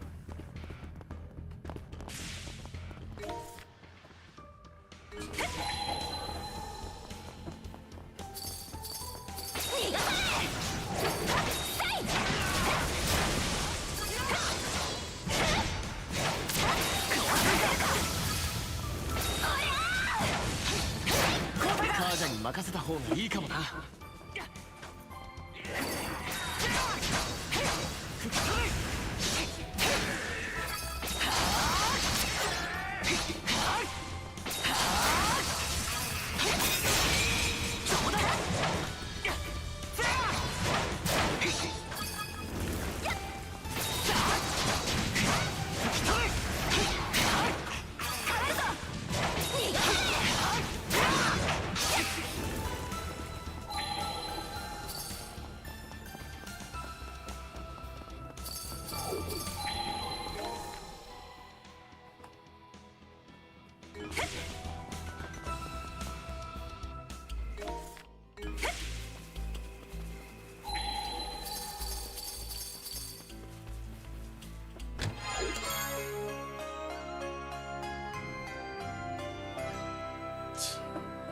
I don't know what's going on. I can't understand what's going on. Yeah, it's sound design, man. I mean, you gotta have good sound design in a game.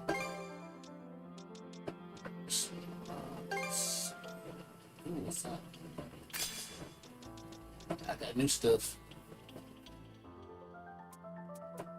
Yeah, here's the skill tree I was talking about. So right now, so you equip. So you have tiers. Basically, each level tier, you can, in that tier, you can put different, equip different color slots. So they all do different things. They're themed. So you got blue, yellow, red, purple, and you got rainbow color, which does everything. The rainbows are the rarest. But yeah, it's basically, you can customize how you want your character build to be, or what kind of buffs you get.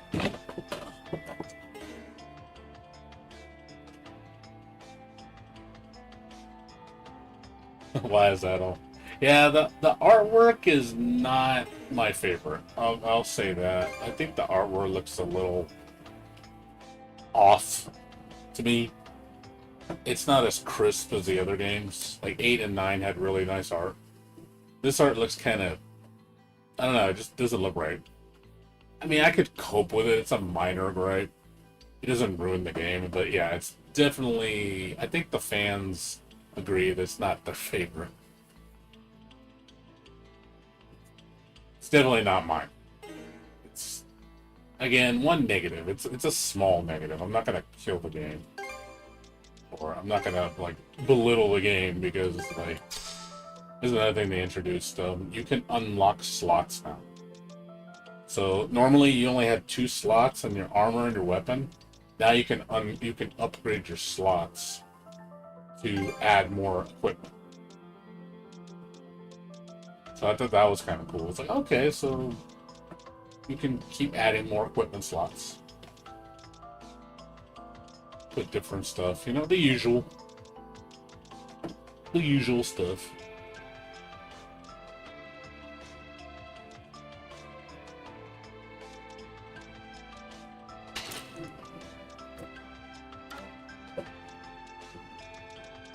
You have costumes, you know. That fucking costume. That costume was hilarious. Like, it looks so stupid. Yeah, you can. There's different costumes. You know. The fucking Picard costume is so stupid.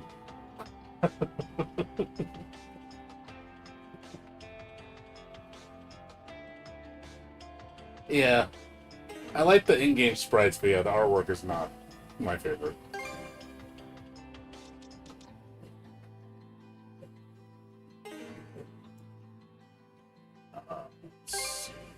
Vitality, that's not.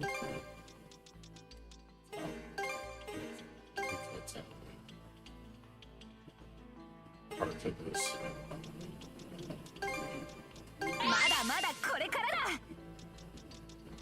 Yeah, I still got the same, you know, same systems for the most part. Cheese! I got the cheese.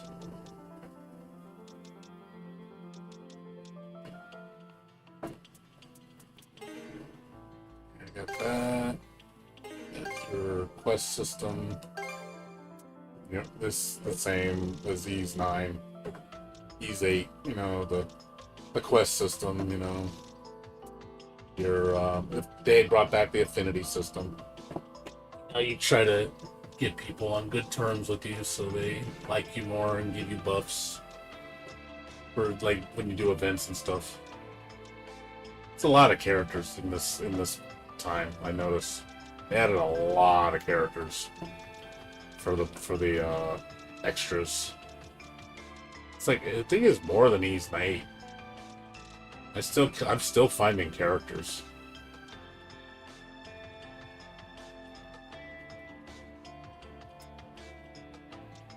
Meal system. The bestiary.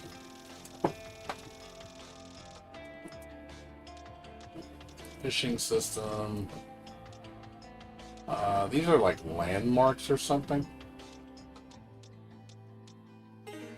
Let's see. And these are like flashbacks. You have your tip system. How to play the game, all the tutorials for all the all the systems in place of the game. There's a lot of systems. Weapon upgrade system, same as Ys 8.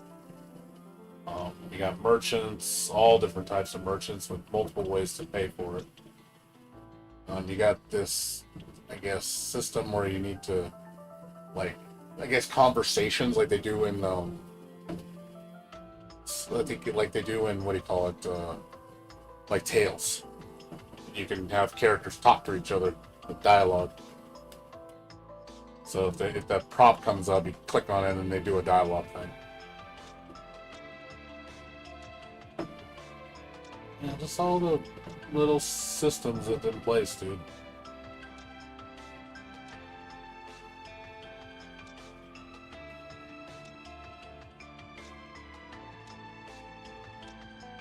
Yeah, they have a revive mechanic. So if you get knocked out, you can revive your teammate. It does leave you open, so be careful when you use it. You're not safe. And it does have recovery, so it's not like you can just spam it. Different status effects, armor moves, ship battles, ship fishing. Inside the ship, upgrading it, like you have your barracks that you upgrade. The ship battles are fun. They're simple, but they're fun.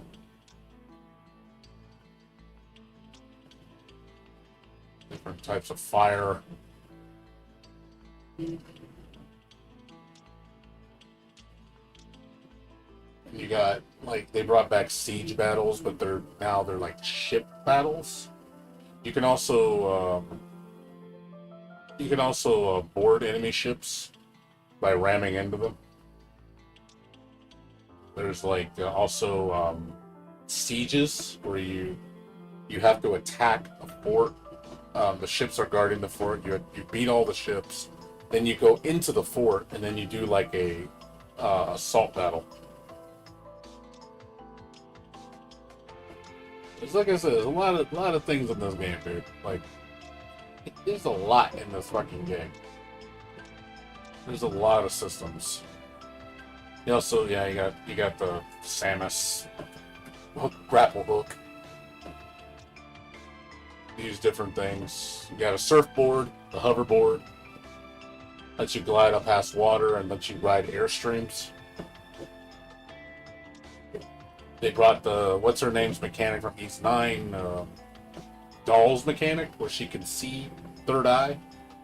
It basically does the same thing. You can see through things, so you can see like hidden walls or stuff that's hidden in the ground.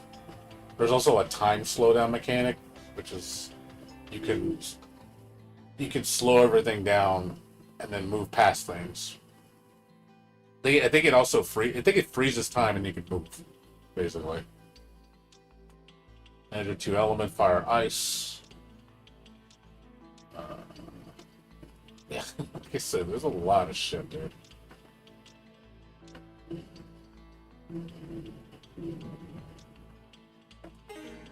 I can show you the ship battles if you want to see them. I can show you if you want. You want to see it? I can show you if you want. Oh, shit. We can always come back.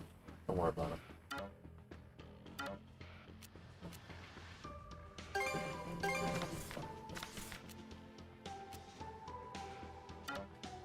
Oh, I can't leave. I can't leave. I have to finish the quest. I have to show you afterwards. It won't let me leave. I have to finish this.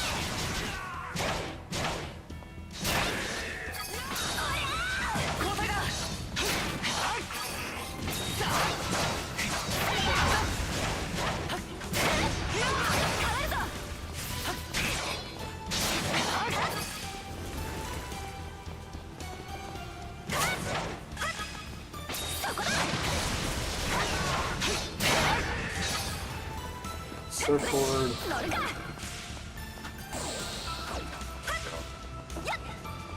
Can't go in there? Oh, wow. Can't get in there. Don't let me jump in the water. Yeah, there's a barrier. Huh, okay. Weird.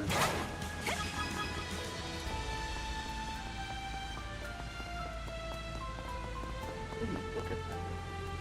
Oh, it's up there.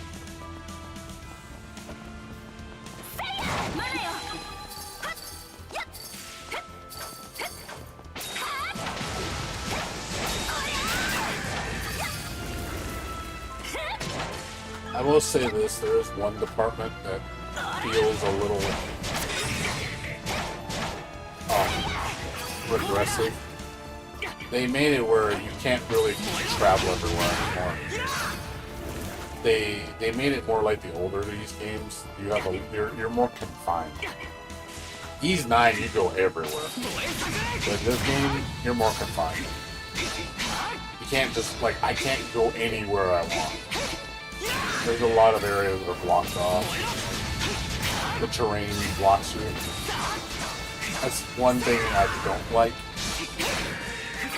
It doesn't ruin the game, but I do like Ys 8 and Ys 9, especially Ys 9. You can go everywhere in that game.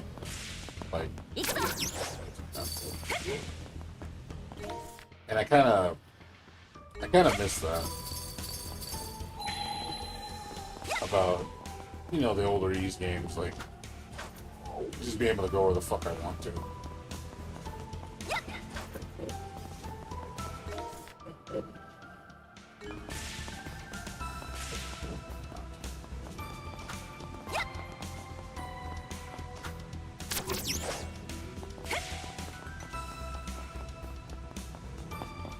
You had disable? No, couldn't. Oh, it's cool.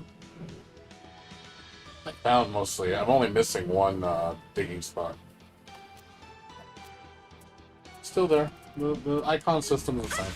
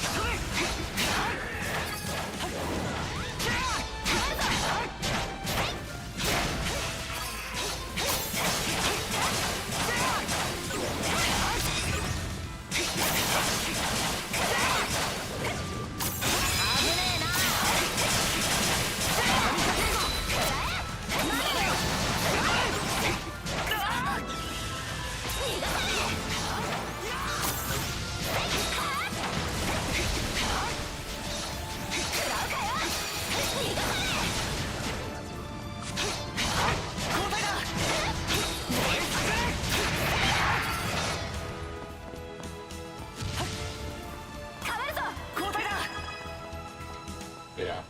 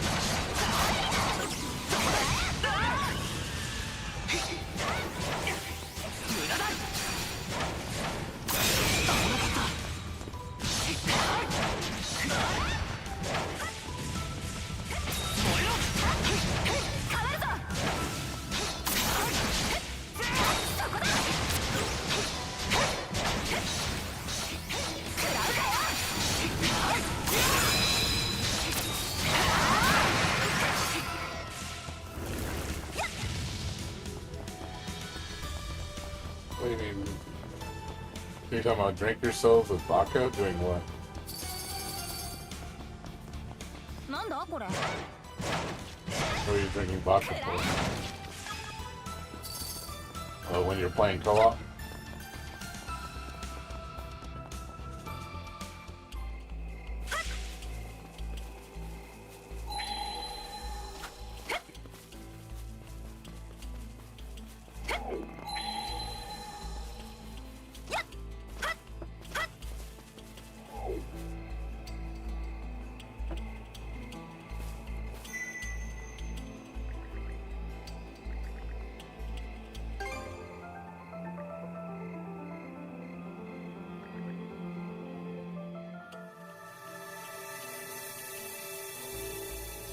Pretty tree.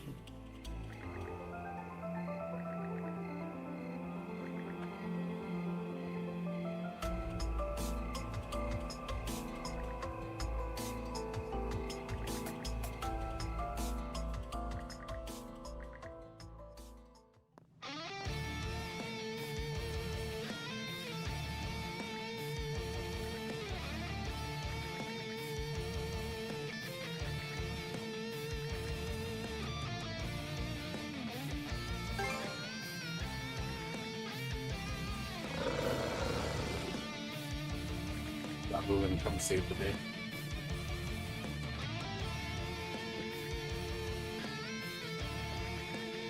We're going to change sides against this.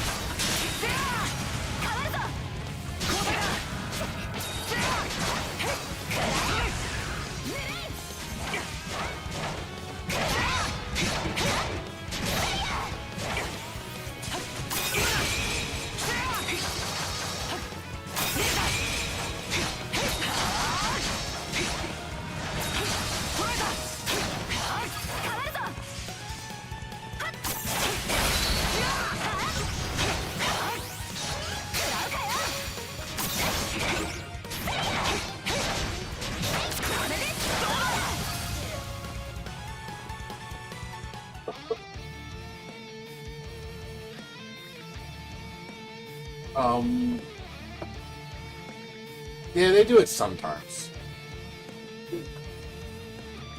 The enemies do sometimes talk too. They do the grunts once in a while. It's not all the time though.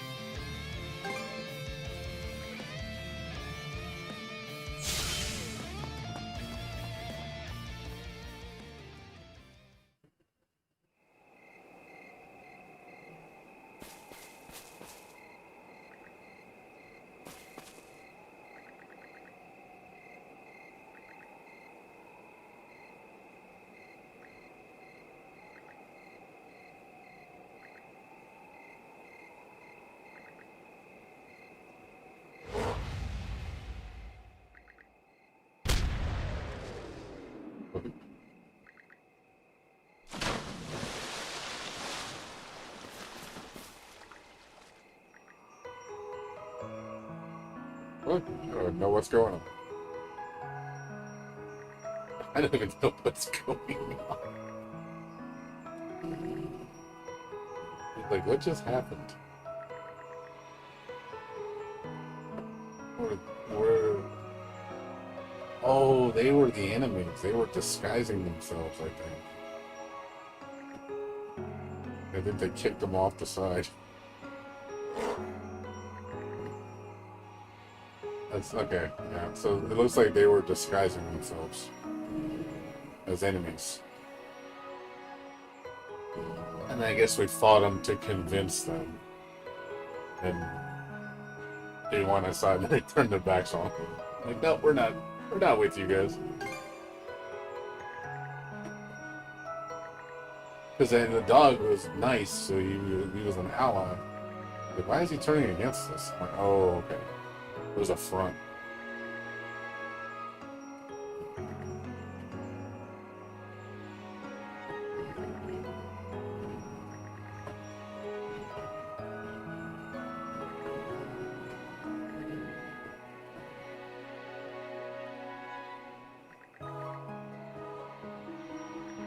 I gotta find that one digging spot left. I can't find it.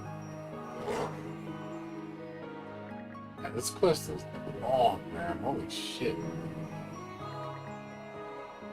This is the longest quest in the game I've done so far. This thing is stupid long. I didn't think it was gonna go down a rabbit hole like this.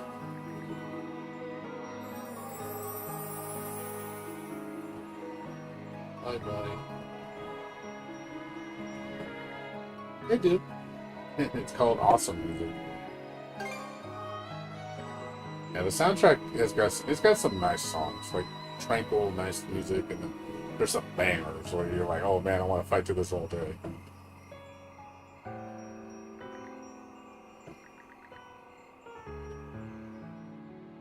Excuse me, return.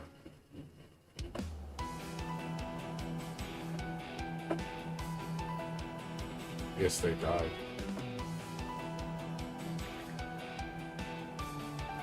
They were like spirits.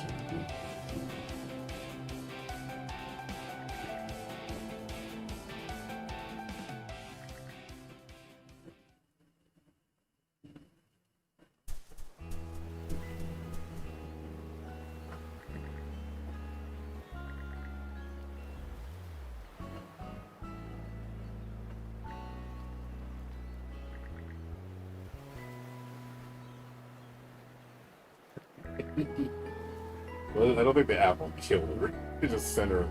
They probably let her go back. So, probably set her soul free or something. They had to rest. Need to leave this world.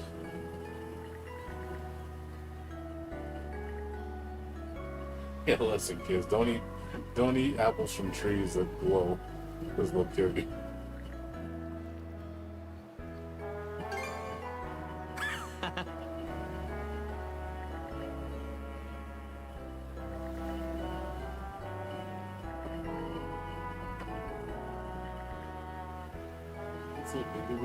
Ghosts.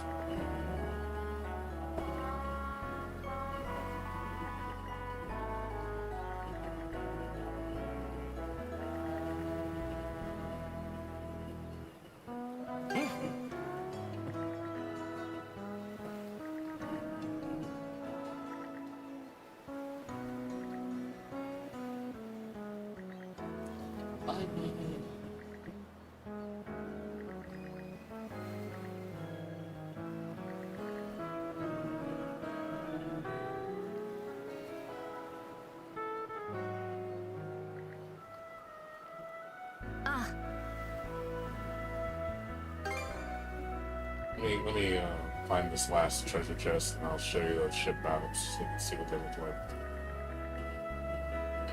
They're fun.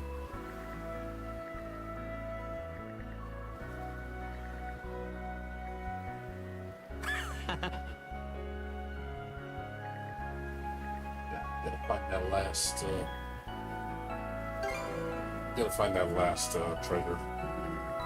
Can't leave until I find all of them.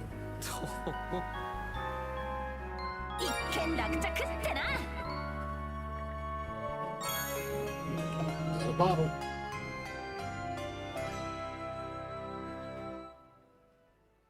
You got a bottle.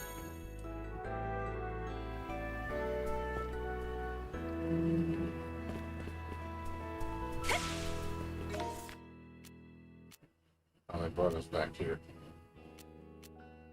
Why did we come back here?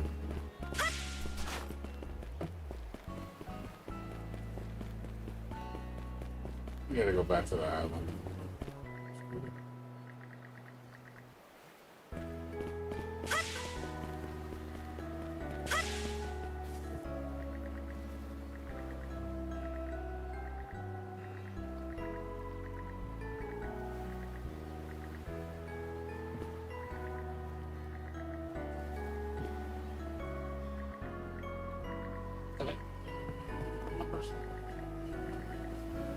私が手がけた武器を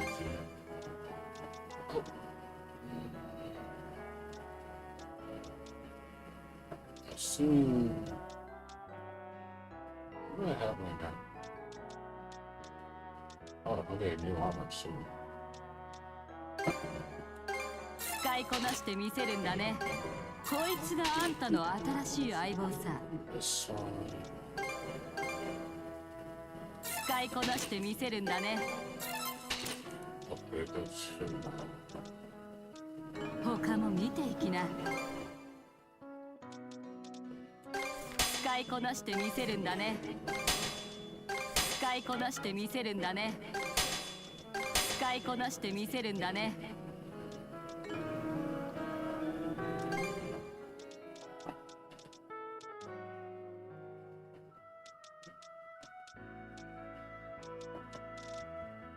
他も見ていきお互い How popular he is in Japan? Not as popular as Sora no Kiseki. Let me show you the ship system. So, got your standard, you know, standard traversal. You got slip strings right here that make your ship go faster. Have a boost button to go quicker.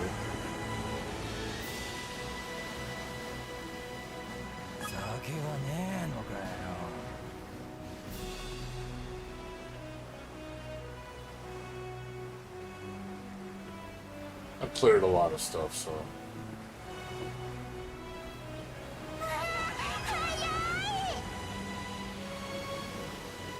So you'll see like pillars.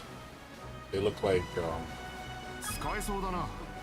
you see them in Eve 9. They look like ethereal pillars. Ethereal pillars are like purple. Those are like ship encounters, so I have to find one. There's red ones and there's purple ones. Red ones are just normal ship battles. Purple ones are ones that you board the ship.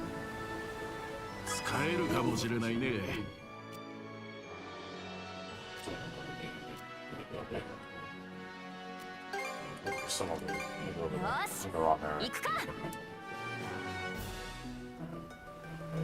See those right there? That thing right there?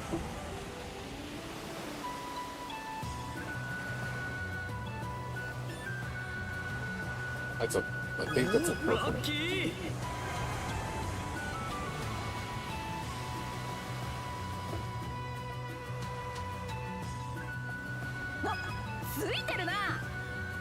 I think that's purple.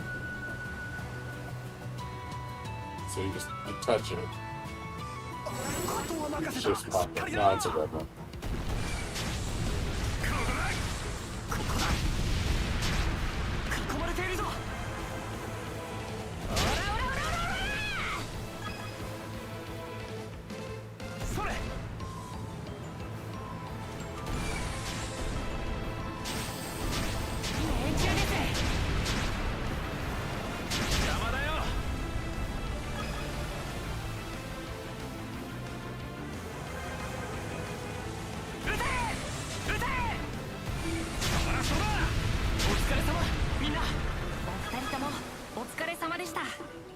That was a red one.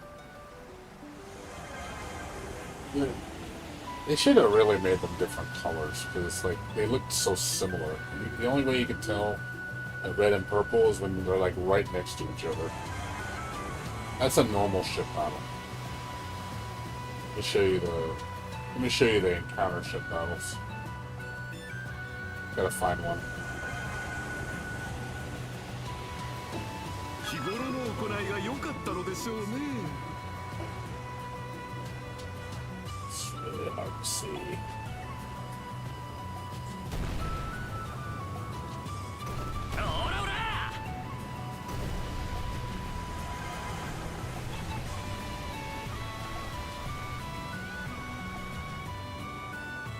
It has more of a purple color to it. It's slightly different.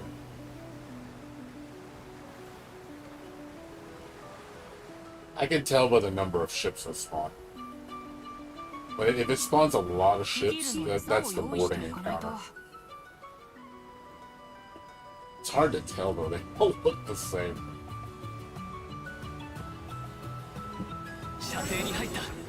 Yeah, if it's only like 3 ships, that's just normal ship battles.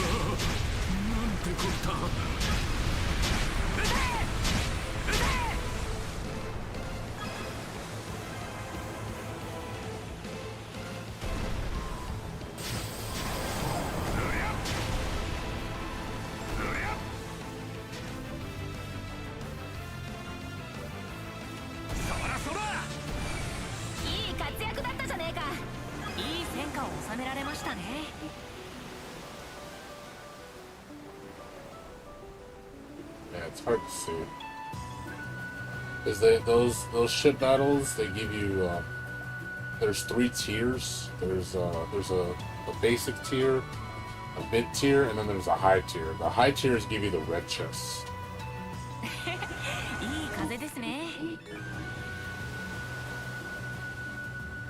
Wait, there's one. I think that one's purple. On the back.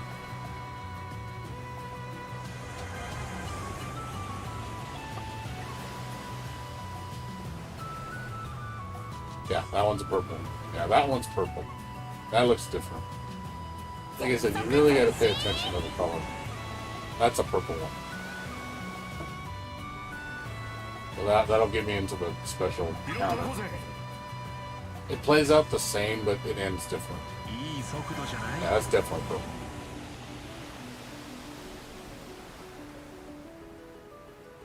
Oh no, is it screwed up? It might be one of those special ones. I had this happen before. Like, certain ones don't activate.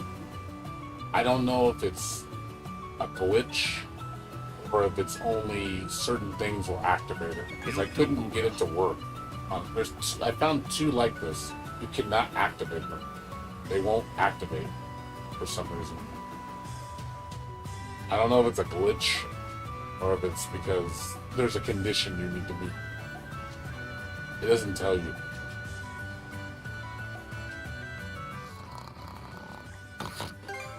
It could be a glitch. And you have these special fishing things. You get rare fish. You have to use special fish to capture them.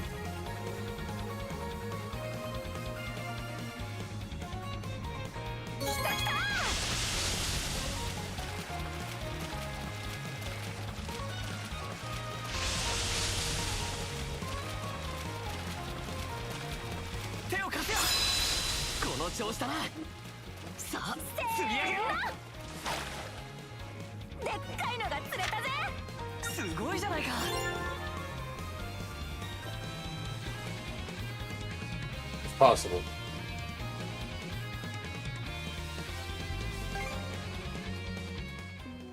See, it disappeared. See? I think it's a glitch. Because now it's just gone. It just left. I'm like, where'd it go? Where did it go?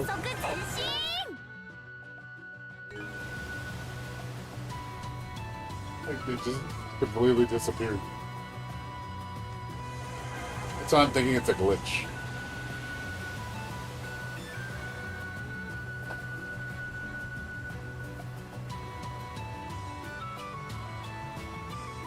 Let's see if I can find another one. That's not there. That might be it right there.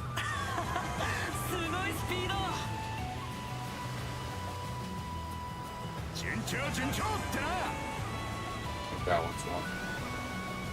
I'll know when it pops. Is it usually it'll spawn like 8 ships.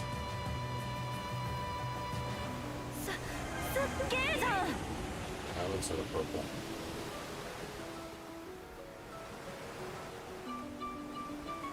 That's definitely purple.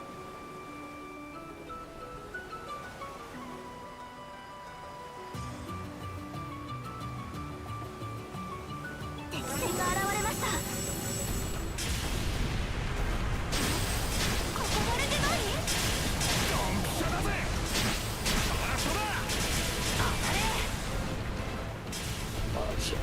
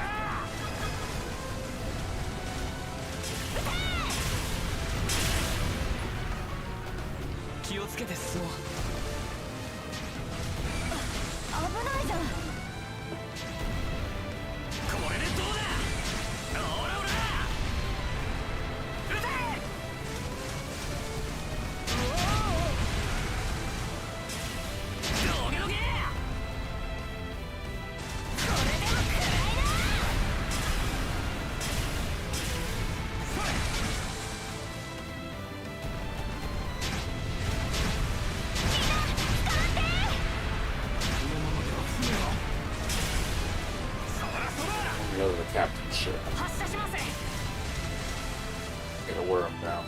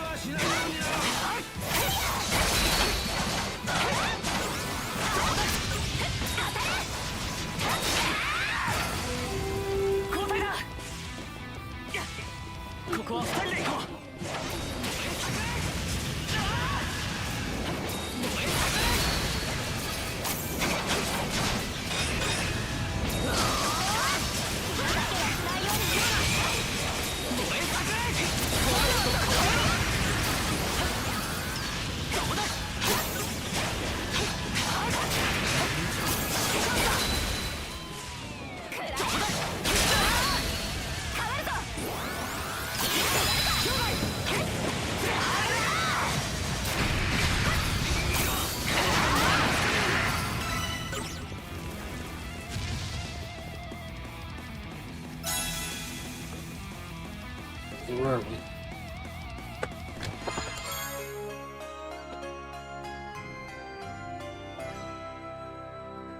That's the one you want to get, is the red. The red contains rare stuff.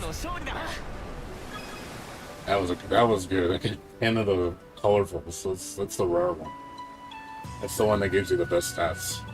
So, but those are rare.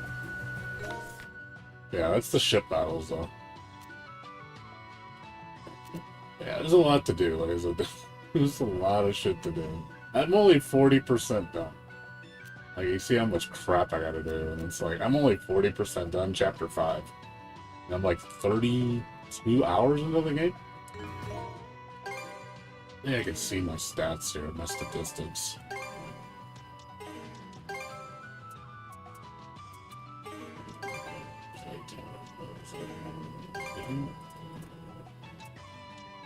I'm trying to find my playtime.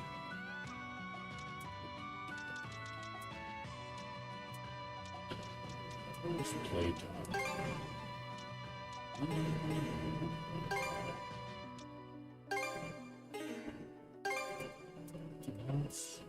I thought it was one of these.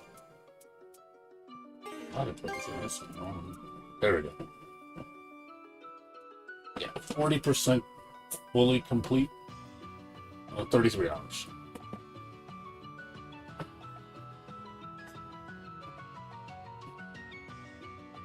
No, there's a lot of shit to do.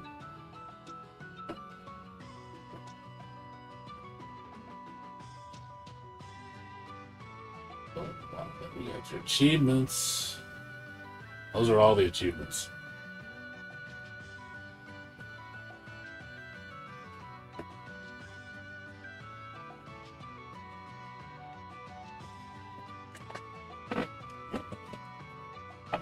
Yeah, I told you the naval battles are fun. I'll just battle. I'll look for purple things and I'll just try to farm the rare drops. Yeah, there's a lot of things to do, and there's another thing you want to see. So now you have your deck, your barracks. I'll show you that. There's a whole system in this too. Once this cutscene plays, I'll show you the barracks. But yeah, you maintain your ship, so you as you gain crew members, you expand your living quarters, and they provide services just like in Easy. When you make your town bigger, each character does like different things for your town. Same thing here, it's just with a ship.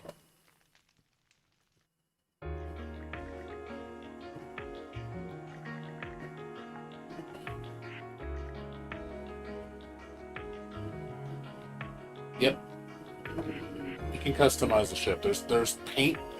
You can give different paint jobs, different sails, different wheels. You do have to find them. I don't know how you obtain them. I found a couple, but I'll show you. You can see all the. Let me get through this, and I can show you everything you can do inside the golden borders.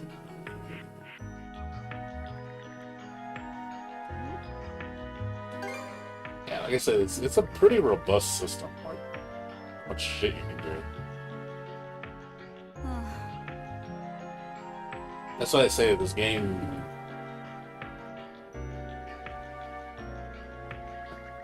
That's why I say this game has a lot going for it, because they introduced a lot of new elements. I really like the ship system. I really think that's a nice touch. It's one thing, like I said, the exploration in the game feels nice. It makes up for the lack of variety in islands, because you're always on islands. So it's definitely a dynamic I like in the game that really adds to it.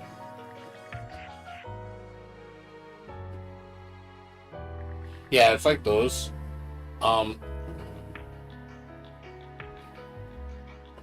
Yes, the crew does help you. Yes, there's also other battles. There's special raid battles where you have to. There's islands that are protected by enemy ships. You have to battle all the enemy ships, take down their. They're like I guess they're protective pillars. You have to destroy them. And once you kill all those, it lets you on. The island becomes undefended, and you raid the island. And then you have a raid battle inside the island, and then you fight a boss at the end.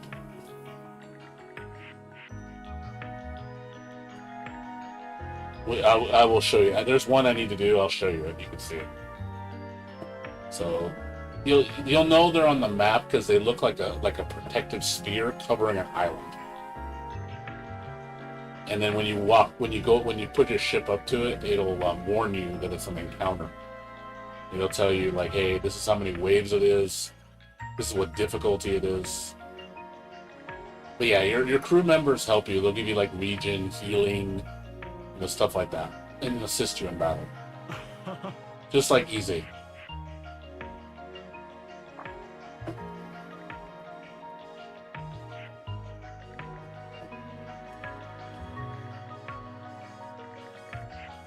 You can see where they adopted a lot of the previous games. Like Ys 8 and 9 have a lot of influence in this game, but it does its own little things too, which I like.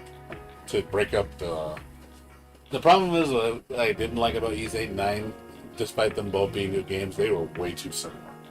Like you can tell Ys 9 was a template from Ys 8. They literally just copy and pasted the template from Ys 8 onto Ys 9. They hardly took any new approaches on that game. It was still good, but you can tell they saved a lot of time by literally just going, let's just copy Ys 8 and throw it into Ys 9. And just add a couple little things. This game, they actually had to reinvent a bunch of shit. They really had to change a lot of things. So I think this game, as a whole game, is definitely an evolution from previous games. Whereas Ys 9, you can see, was a copy-paste job. Again, still a good game, just you can tell it's basically Ys 8. This game feels like something new.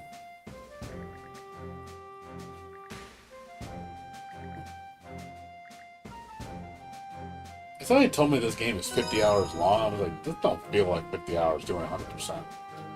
Okay, here we go. So, your standard crew stuff, talk to your crew members. You can go to the top, just like in the island. Get a bird's eye view, which looks nice. You go into your ship quarters, and there's all these different things. So, yeah, right here, the different merchants that board your ship, they can sell you different things.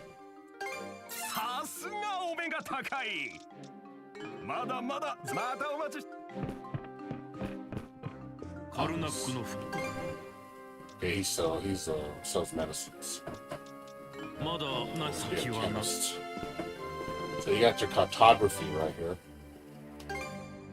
So this is how your discovery aspect, it's more expanded now. So depending on how much you do, how much you explore in different areas, obviously gives you rewards. Just like Ys 8, when you explore more of the island and then you report to the guy and he can say, hey, you've explored this much, here's your reward. It just expanded it a little bit more. But it functions the same.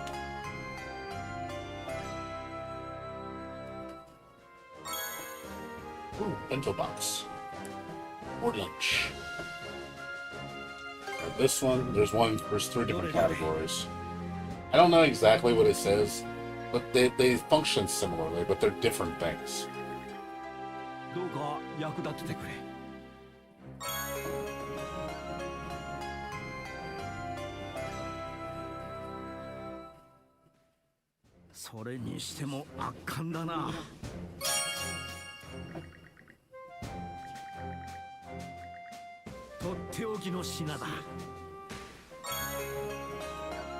Got a lot of stuff.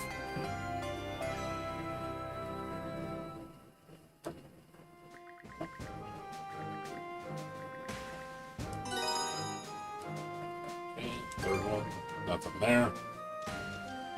Okay, you got the second one. This is tied to the main hero. I guess she's the character you're trying to rescue. But it deals with she's the girl that's talking you through the conch shell. So she deals with the synergy system. But it's basically a shortcut for this. So, you got the third one, which is your ship. Upgrading your ship. So every crew member you can boost. And with battle plans, you get, different abilities for the ship. Gotta pay money and resources to do it. こんなところかな。 So you do have to farm materials. 次はどうする？ This tells you what your stats are, and your equipment, different bullets, different special attacks.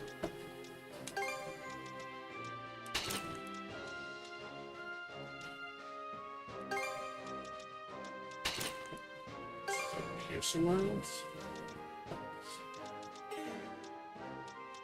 You got your ship. You know, change the color of your ship with different paint jobs. Change the sail. Change the wheel. You have to find these materials. I've only found 3 of them. I don't know. One of them I beat from an enemy ship, like a rare enemy ship. I beat him, and he gave me. I think he gave me the color to change the color of the ship. So there's probably multiple ways to change your ship.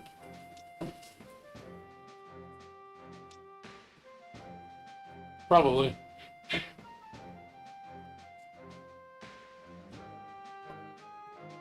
Yeah, it's gonna be at least 2 years, dude. Just being honest. Then you got the bottom one, which is your weapon temper. Oh no, I'm sorry. This is the raid battles. So you have these in Ease 8 with your raids. You know, you get S rank. I got an A. I got to redo this one. So it tells you the difficulty, number of waves, and how many floors are in the area where that you fight enemies. So I'll show you how this looks.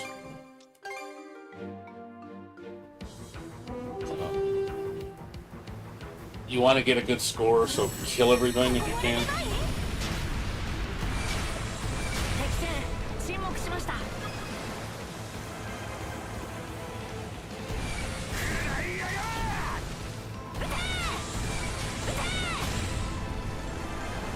Yeah, trying to take these out, basically.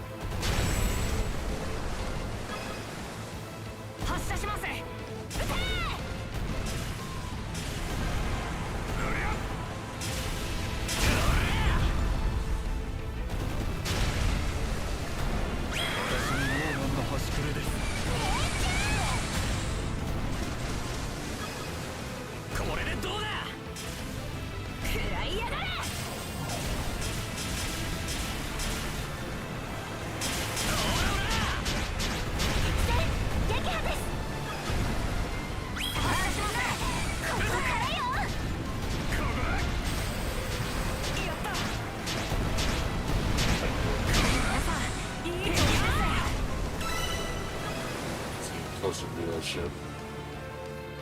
After that, the island goes away, then the barrier goes down, then you raid. 切り込むぞ兄弟。ああ、ハールもしょうらんあれ。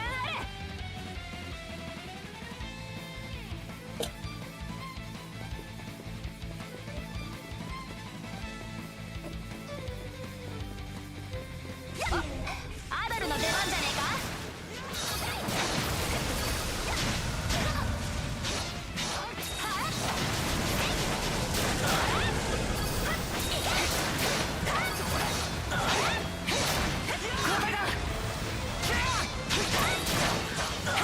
もらった。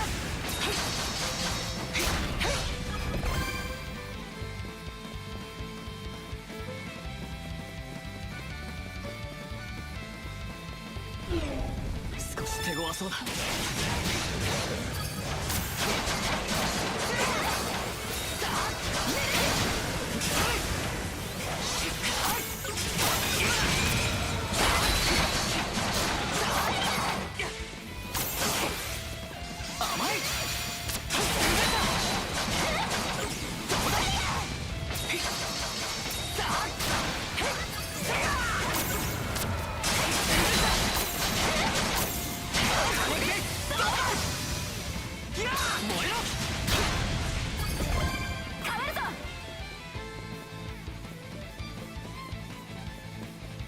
採用か。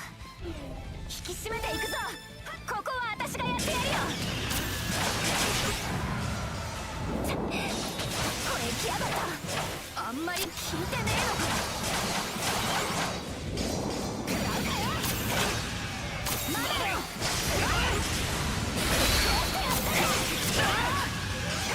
交代だ。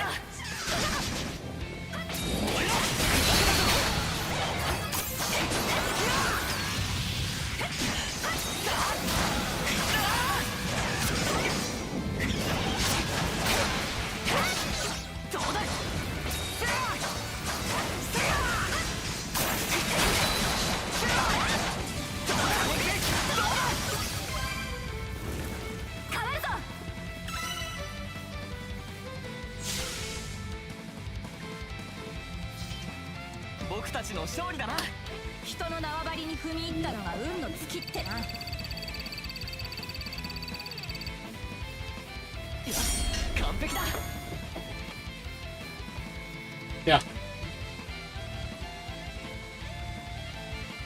That's the battle rates. So you get just like you do in E8. You get an S rank and you get like special stuff.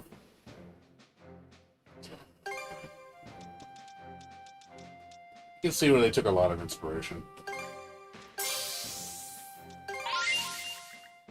That raises your battle multiplier. So my revenge meter now goes up to 3 for damage. I think it can go up to 5 max. Based on that description, it says plus 0.2 per book, and then max 5.0. They can get 10 more upgrades. Alright, let me show you, give you more of the tour. That's just some of the stuff. There's still more. So, go down here. So you got your forger right here. Just like you do in E's 8. Oh, he specializes. Okay. Yeah. He complements this, so it gives me more stuff out of it. So he helps you synth.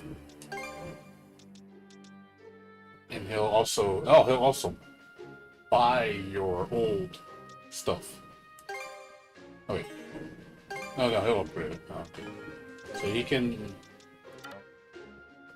upgrade your current gear, I think. I think that's what this does. And this one is... I'm trying to think what this does. They're not the same function. They do something different. But he gives you 2 functions as opposed to 1. I don't know exactly what it does, but you can grow stuff. Let it sit for a while. It grows. It's like your garden.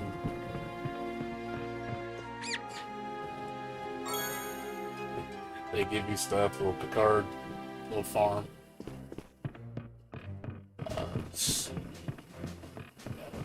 here. Got the medicine girl. お薬の調合ね。 She makes you all the medicines that you want. The potions or 他 whatever. の薬も必要かしら？あんまり無茶しないようにね。Uh, いら her, っしゃい。 another merchant. 他にも見 Again, you can pay in two different currencies, either money or 他にも見 resource. てみて。 They do the same thing, it's just how you want to pay for it. So if I want to pay for it in resources, I can pay for it in resources. If I want to pay in money, はい。 I can pay in これ money. ね。 So it gives you an option. また来てちょ。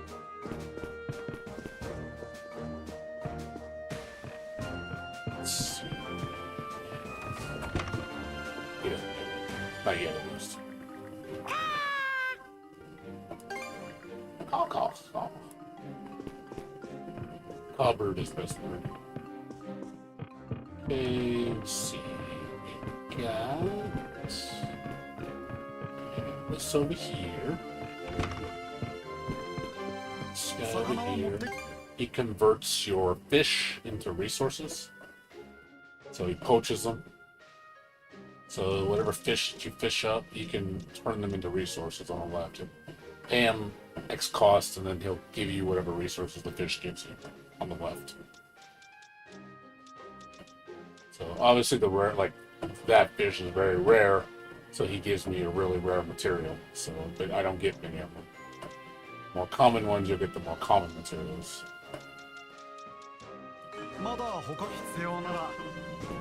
And over here, we got the cutest part. We got the chef. So, okay, so you make bento lunches. So you had these in each. You had meals. So they turned this into a box lunch. It's a little different. So same thing, you know, timed effect. If you want to make something. You can only hold X amount of lunches depending on how many bento boxes you have. I only have 5, I think I have 5 bento boxes. So you have to eat a lunch to free up a box to make another lunch. You can't just make a gabillion lunches anymore. So now you need the box to actually make the lunch. And then you have your meals. So the meals you have to cook in the deck, and then it gives you the status effect for a duration. And depending on how much you invest in the meal, like how much ingredients you put, it increases the quality of the meal. So if you put more of the resources, it raises the level. And then if your character exists for that level, they'll get a boost. So luckily that meal corresponds to those two characters, at level 2 and level 3, so they get a boost for those levels. So I make the meal, and then you get a cute little cutscene. So it's a 20-minute duration. It looks like increased money. That's what it looks like. And you get a cute little anime little cutscene. I thought this was really adorable. I was like, okay, this long was worth it.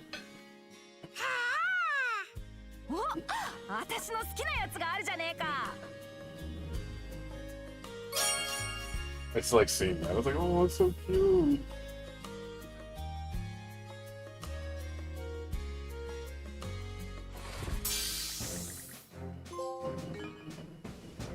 Yeah, that is all the ship stuff, and I'm sure I'm gonna get more, but that's the tour. You know, there's a lot to do in the barracks.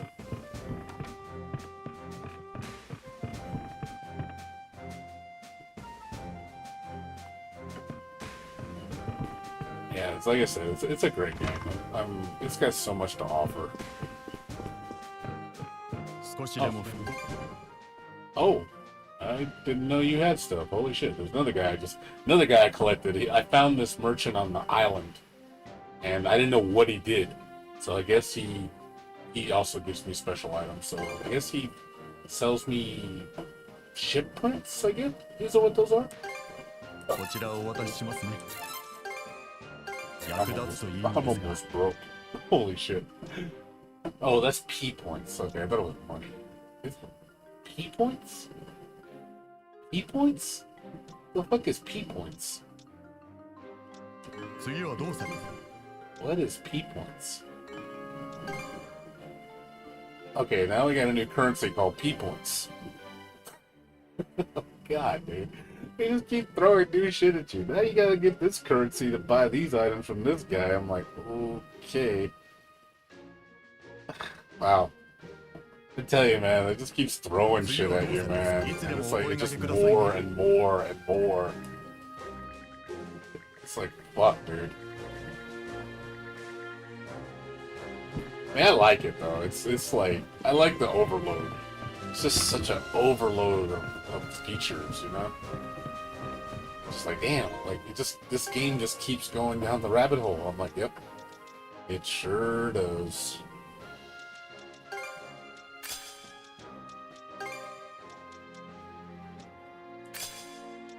Let's see what that is.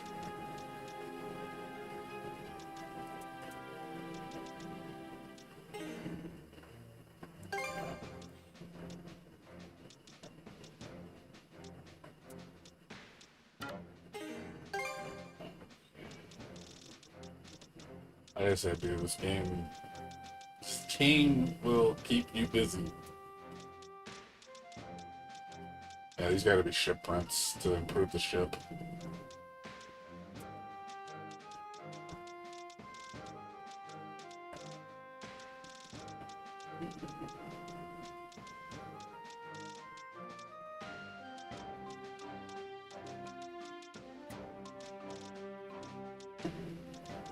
Still got the gift system.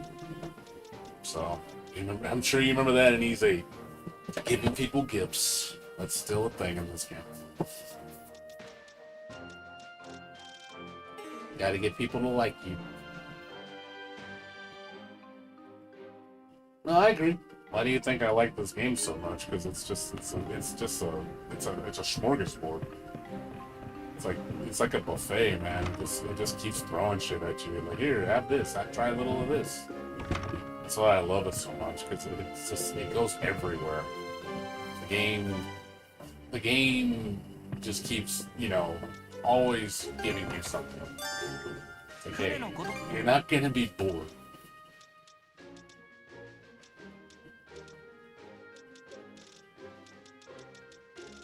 We're gonna find some of these materials. I have a hard time finding. Like the bones, I rarely see those. I don't know where I get those from. Coal seems really rare.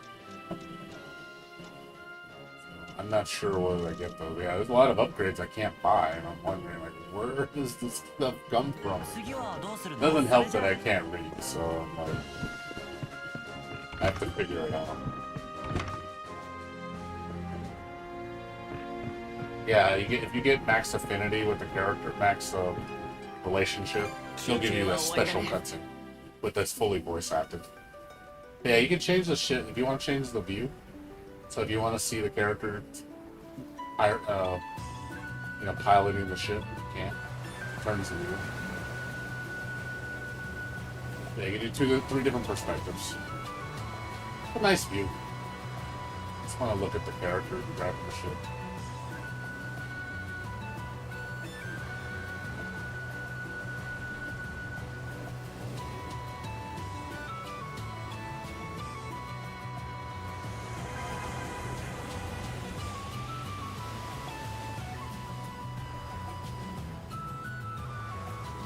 It depends who your first character is. If I make Adol, I'm always using Karja, so Karja is usually the one piloting the ship. But if you change it to Adol being lead, he'll be controlling the ship. So it just depends which character you pick. That's all. You can choose.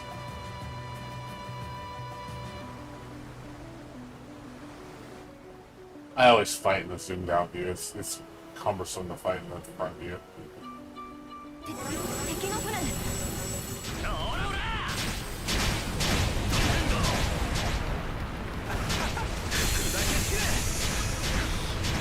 God, it's pretty good fun.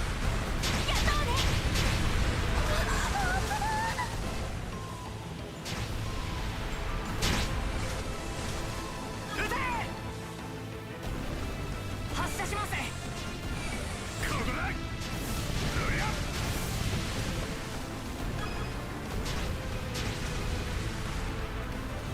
邪魔しないで。当たったわ。敵さん撃沈したよ。撃て命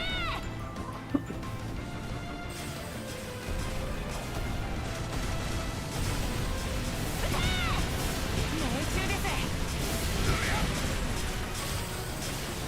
アロエダージを仕掛けるぞ。よし、ここからが本番だな。軽く蹴散らしてやろうじゃねえか。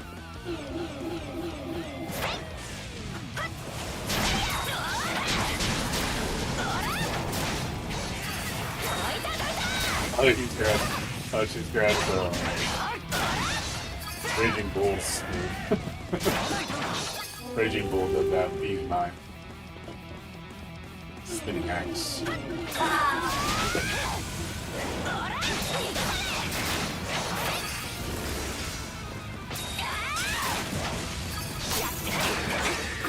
任せたから。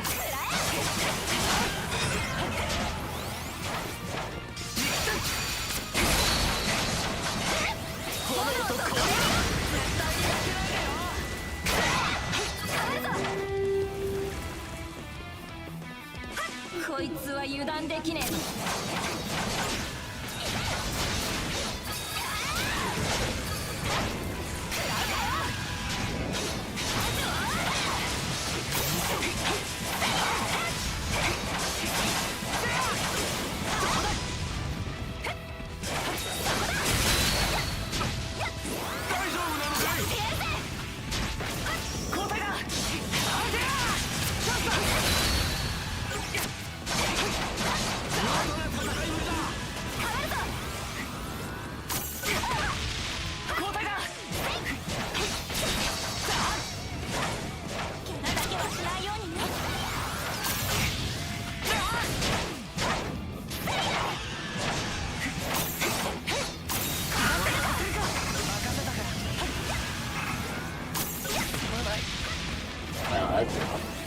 Ton of damage. I did a lot of damage.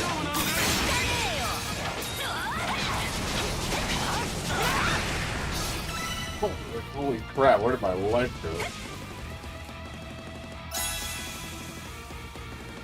そんじゃお宝はもらっていくぜ。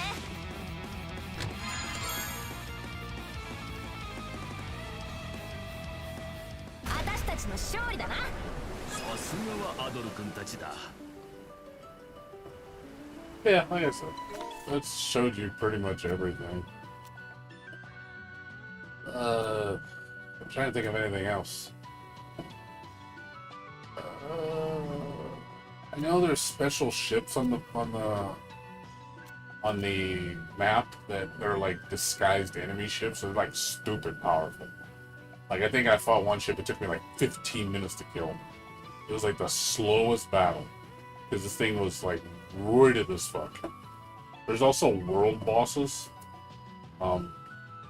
Really high level monsters. I fought 2 of them. They were like double my level. I think the first one I saw was level 15. I think it was 45. I came back when I was like 28 or so and I beat it. And then I went to a boss at 38. It was 72. So really long, tough fight. Like I was like, it took me like 20 minutes. Like, so there are special bosses. I'm pretty sure I only fought a couple. There's probably plenty more I haven't seen yet. I will probably run into another one. Those are fun because those you push you to the limit.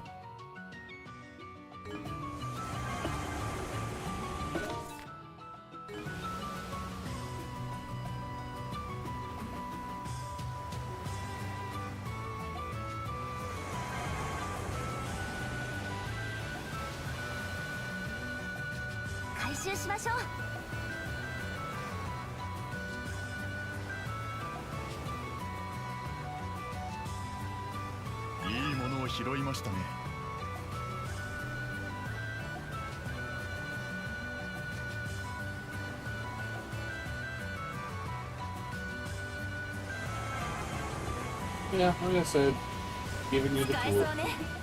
Now you know what this game is all about.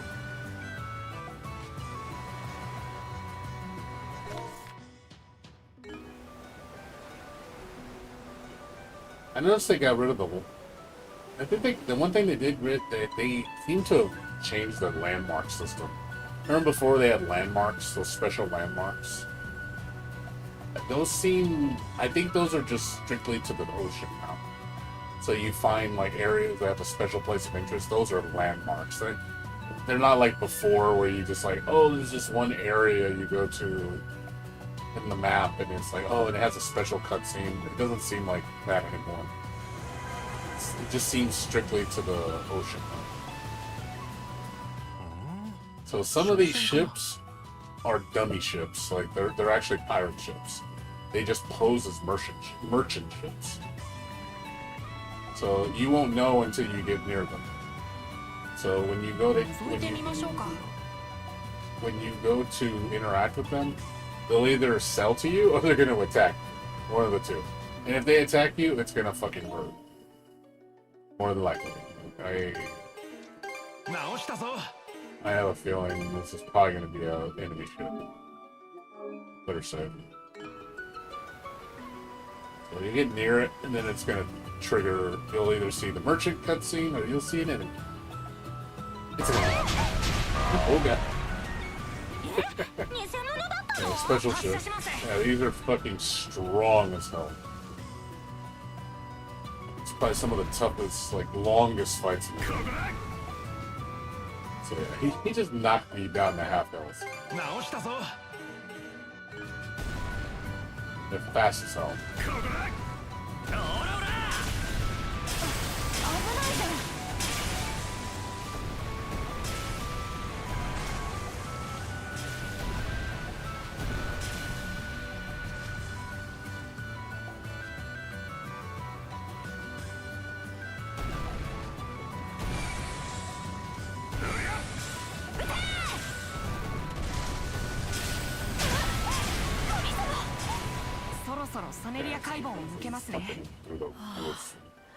次こそは何もないことを願いたいよ。同感。そううまくはいかないのが旅ってことなんだろうけど。分かってきたじゃねえか。次も気を引き締めていくぞ。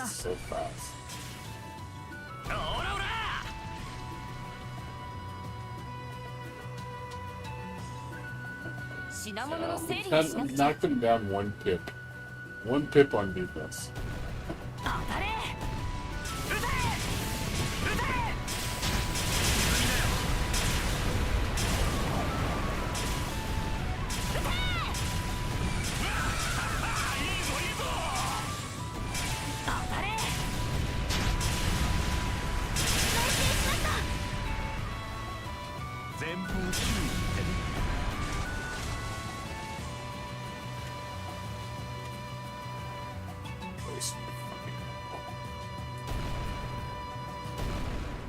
He's probably got something special.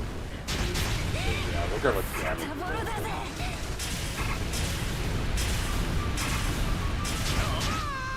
Yeah. Fucking tough, man. No, he's not even half health, man. That's his armor. That's his armor, not his health. There's a bar at the top and a bar at the bottom. So you have to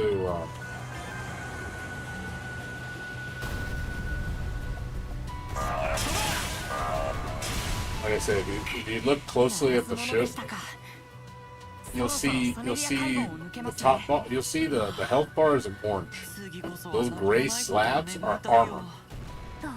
The armor's covering the health bar.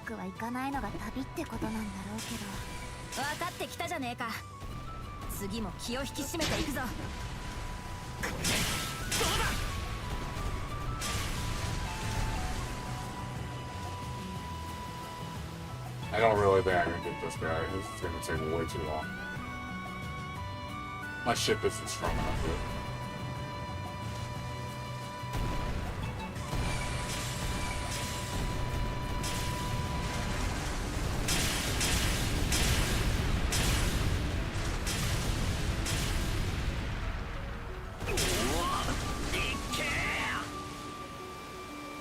Yeah, see, I got him down like 3 pips.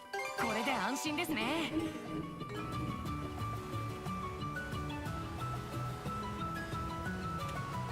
I'm using special ammo, it just it's so fast. ここだ。これでどうだ。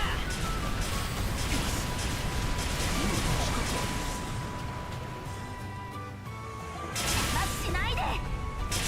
命中。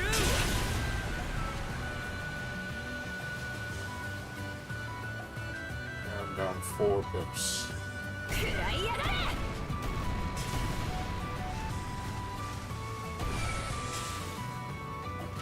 I have limited ammo. I can't like fire forever. I can fire normal bullets, but they don't do much damage.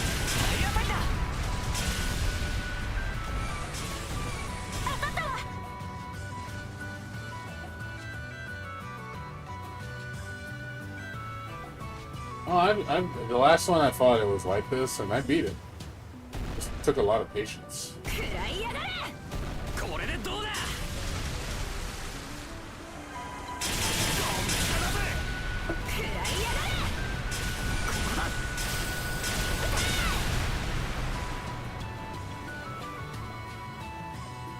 It's a lot of patience, dude.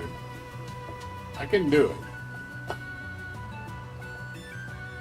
Once the armor goes down, it'll start. The health will start.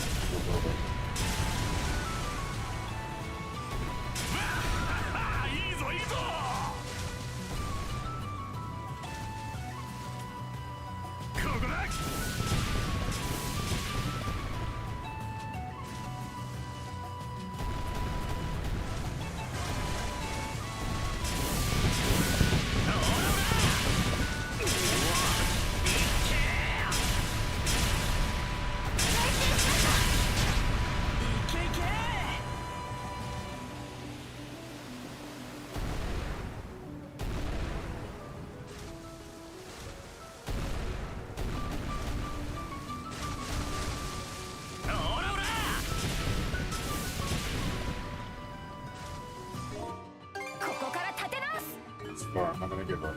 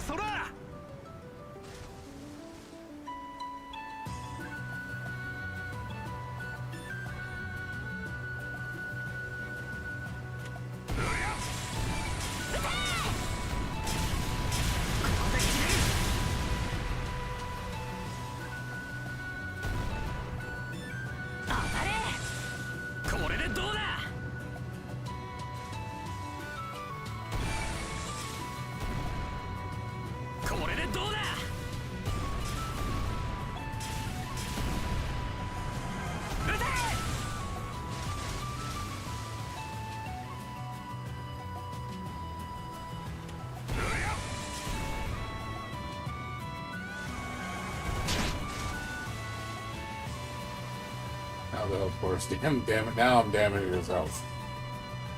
The defense is finally all ripped.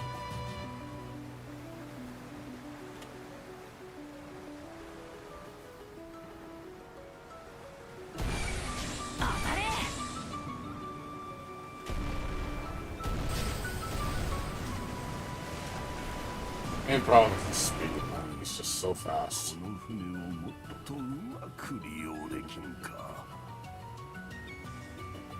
I gotta save my speed boost for dodging.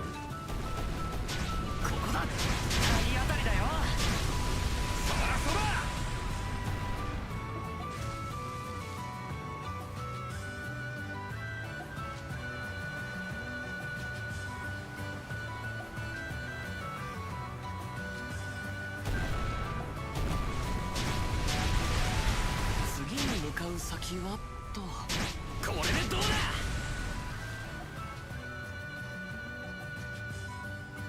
ここだ。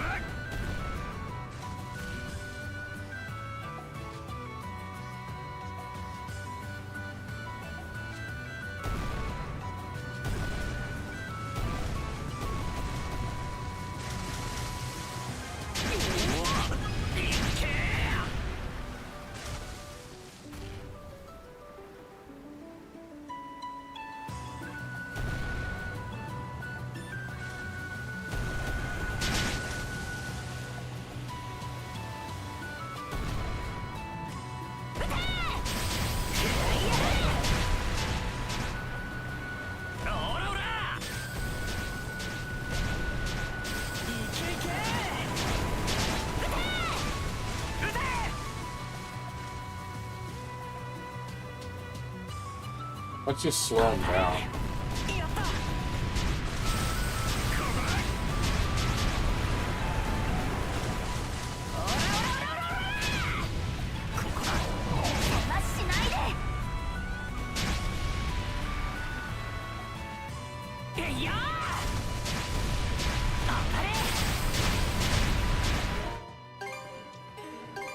Yes, まだまだいけるぜ。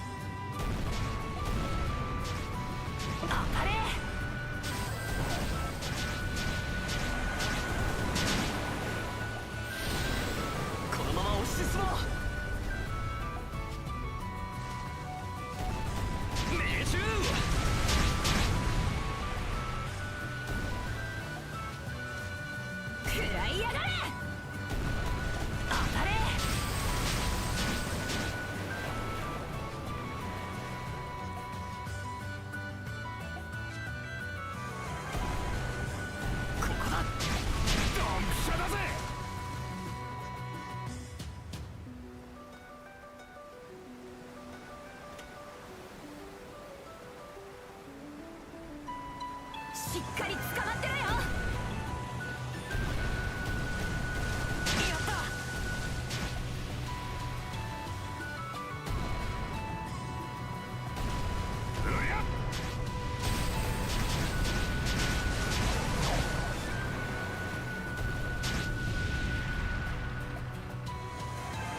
体当たりだよ。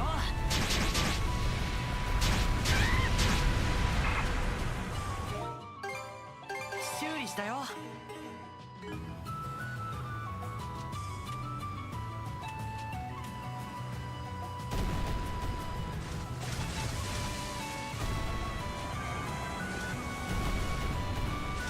食らいやがれ。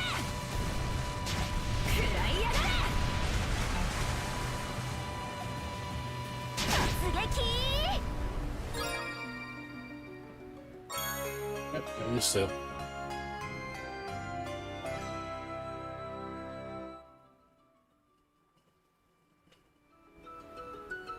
That's what it gives you. That's what that one gives you. 休憩にしよう。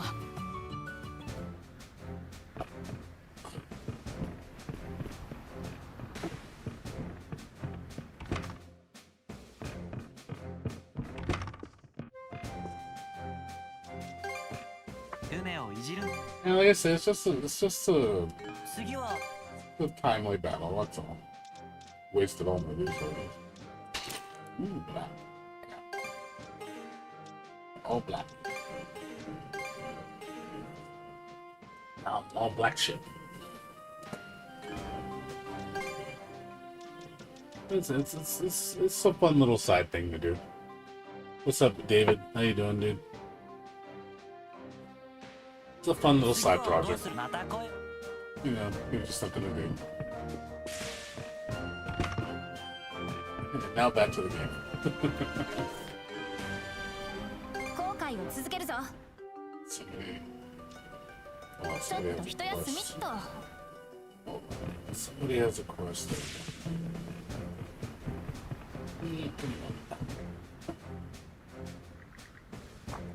Well, what's up, David? How you doing? What's going on with you? Yes, I'm still playing this game. 35 hours in, and I'm 40% done. Alright, man. Take care, Navandero. You have a good day, okay? See you later, dude. I'm probably on for like another hour or so, and then I'm gonna go to bed. And I'm still enjoying the game, dude. I'm not giving up on it. Just gets better and better.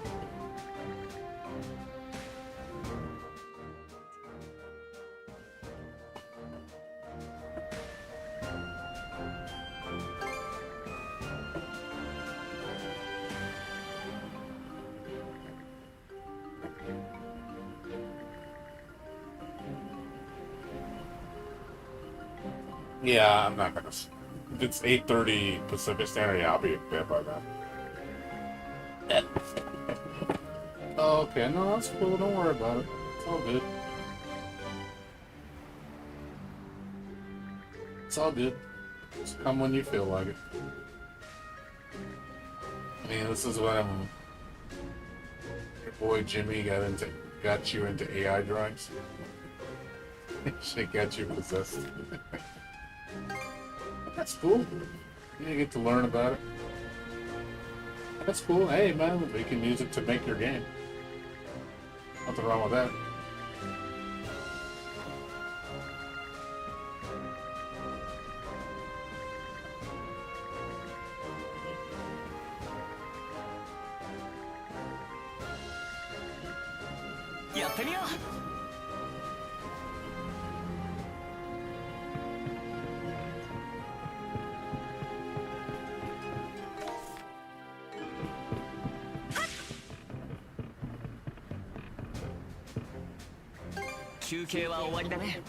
Oh, comic book style? Hey, that's cool. What's wrong with that?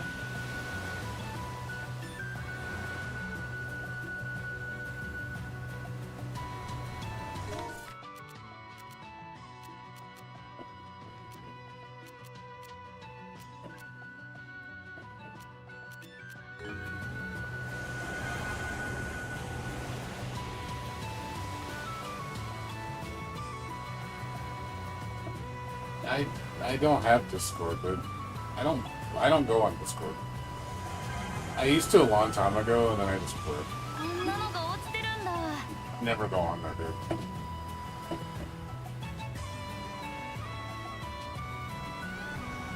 I went there like years ago. I only went for one person, and I just quit. I've had no interest.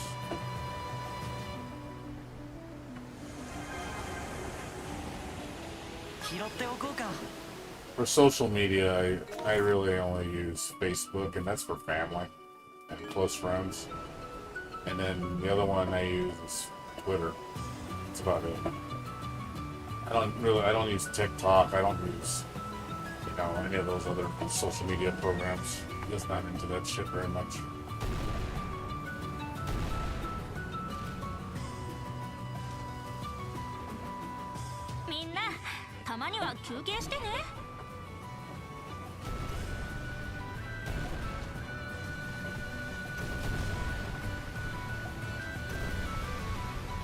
Nothing personal.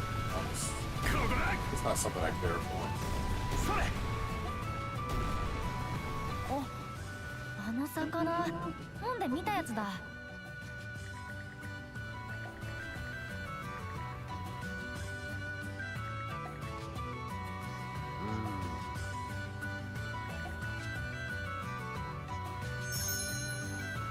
Pretty fish.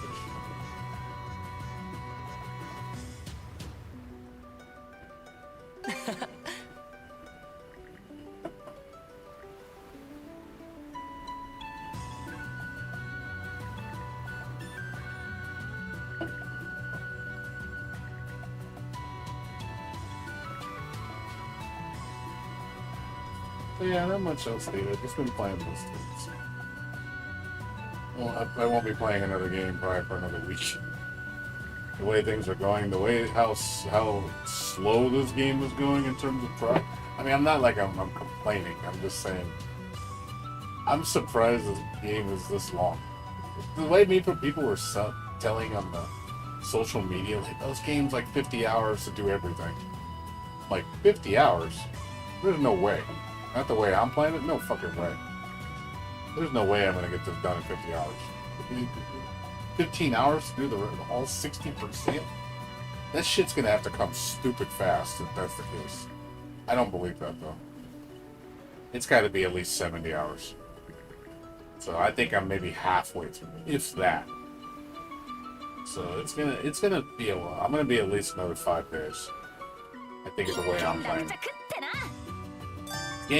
The game. If you play it the way I'm playing, this game is long. The game is not short.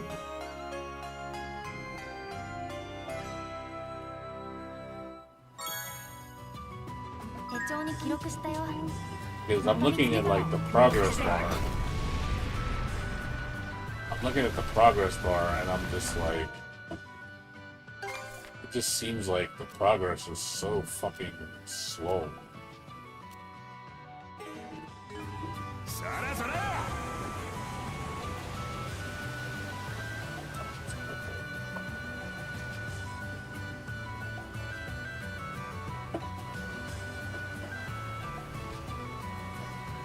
I don't mind it though. Like I said, I'm not complaining, believe me, I'm very happy. Like I said, I'm glad the game has given me a lot of stuff to do. I'm not bored.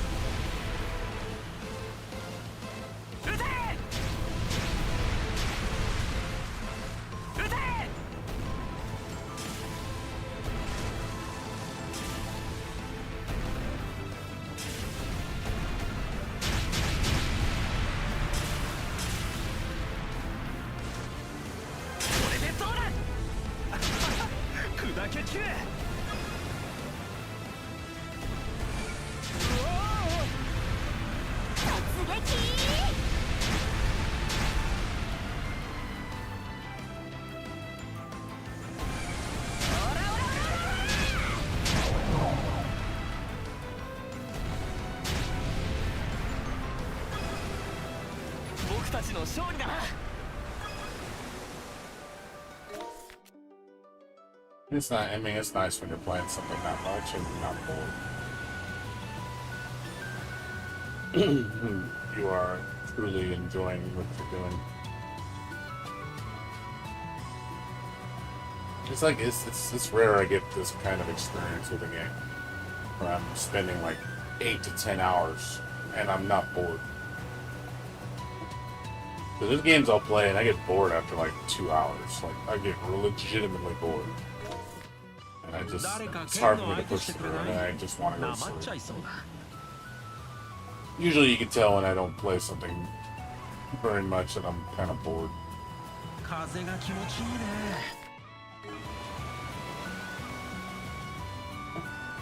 It's pretty easy to tell. Especially if it's a new experience, that's when I get the most excited, because I don't know what to expect.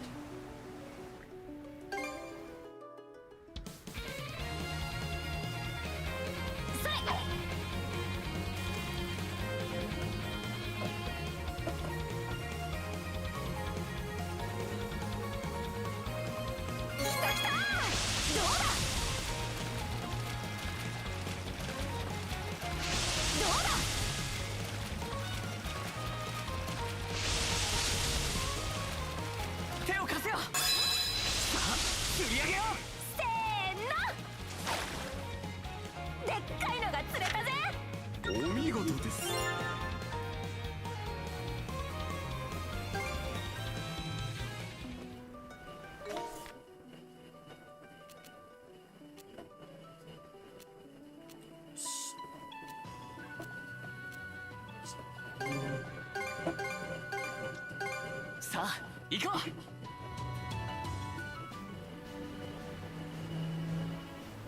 う。よし上陸しよう。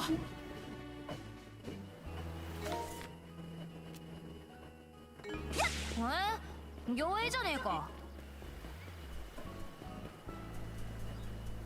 この辺りで休んでいくか。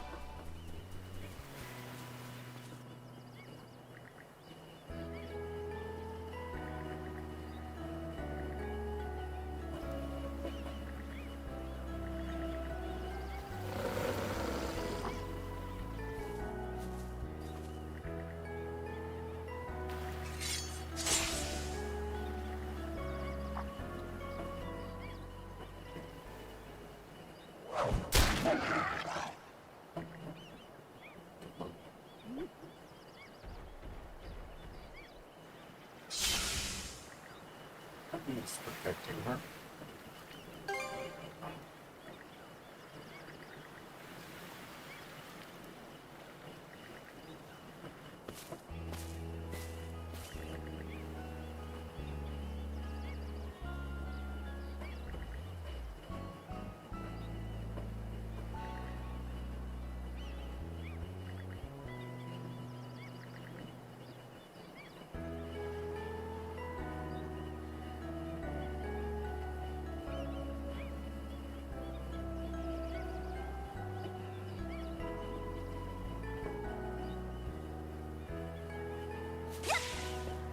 何か見てく。もうちょっとこれ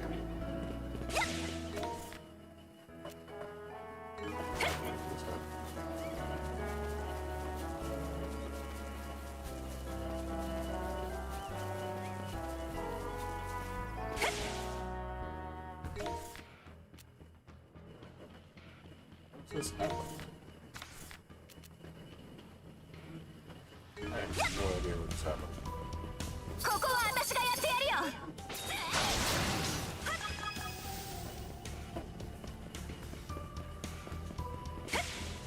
どいたどいた。くらえ。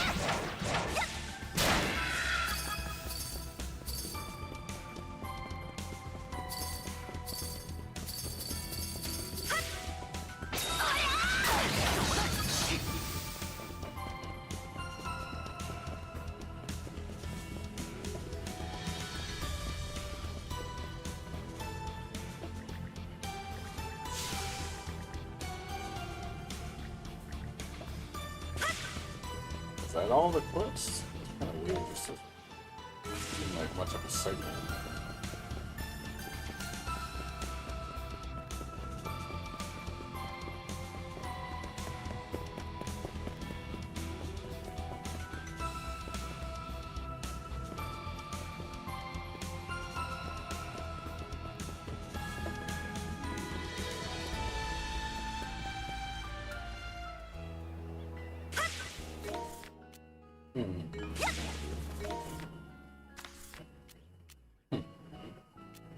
That's short.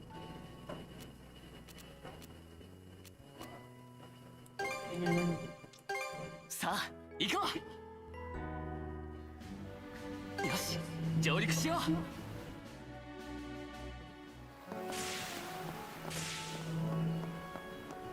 少しでも復興に。 I guess he's just, 次はどうされいつでも起こる。 I guess he's on my ship and he's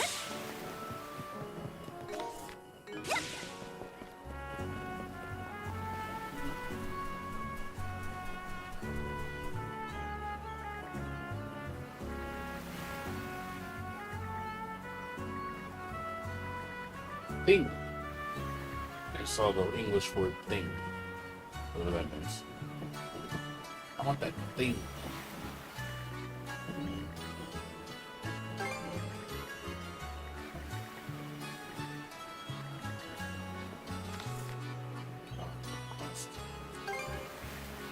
Quest. Check out.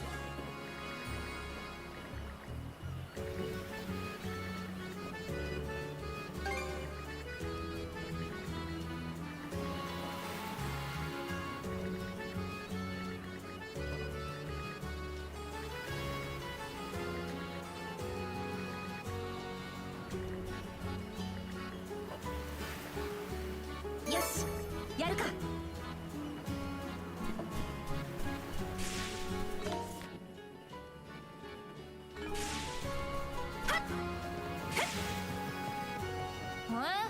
魚影じゃねえか。釣りでもするか。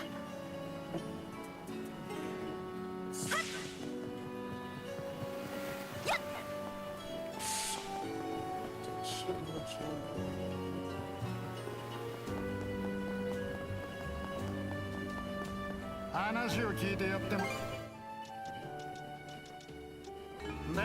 次。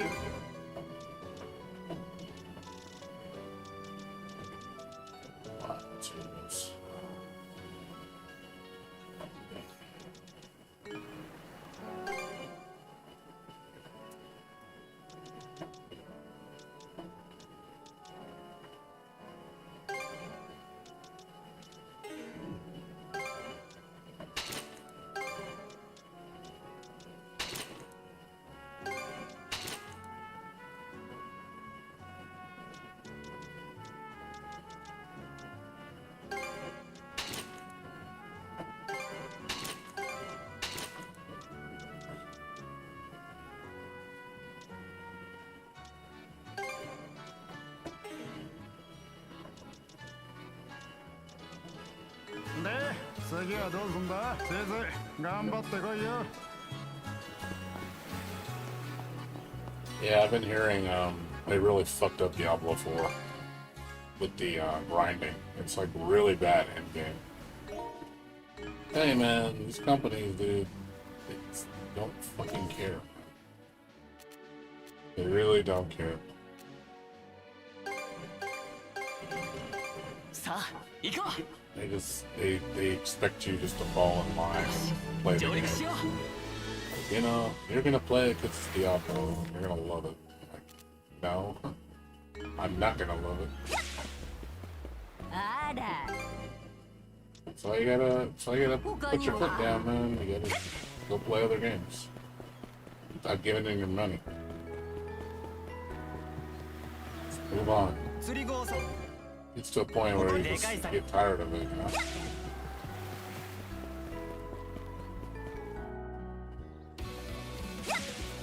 この辺りで休んでいくか。ここは私がやってやるよ。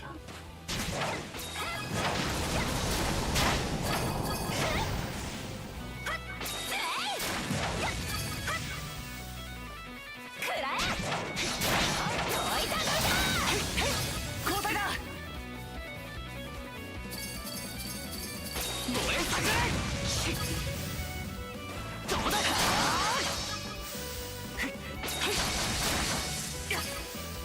What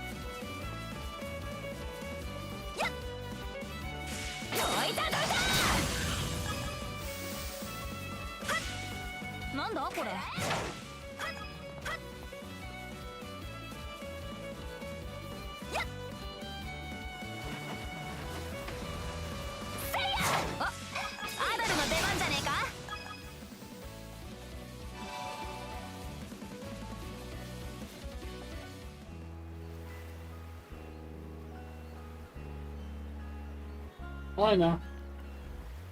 Because, you know, corporate makes the calls, and they, in their eyes, they never make any mistakes. Don't worry, and if they get fired, they get that golden parachute. No, don't you kid yourself. They will always get that golden parachute. So they're always protected. They're always, they never can do wrong, you know. さてと、ここら辺で地図の確認でもしとくか。ここは私がやってやるよ。はっ。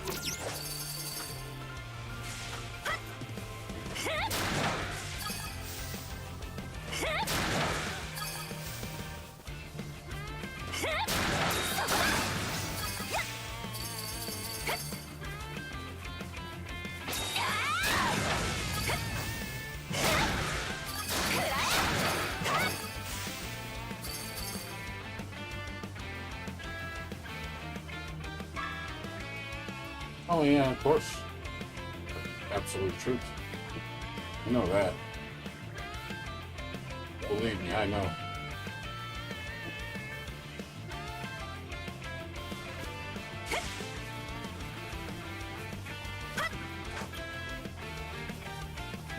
You do not need to tell me that.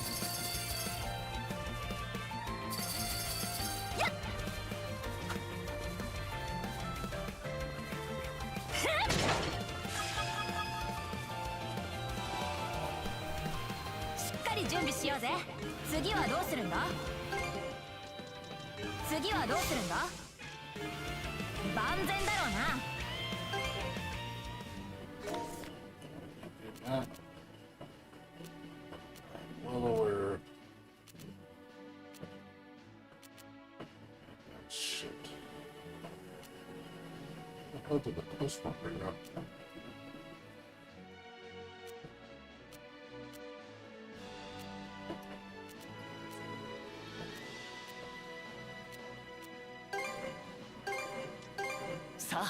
Go!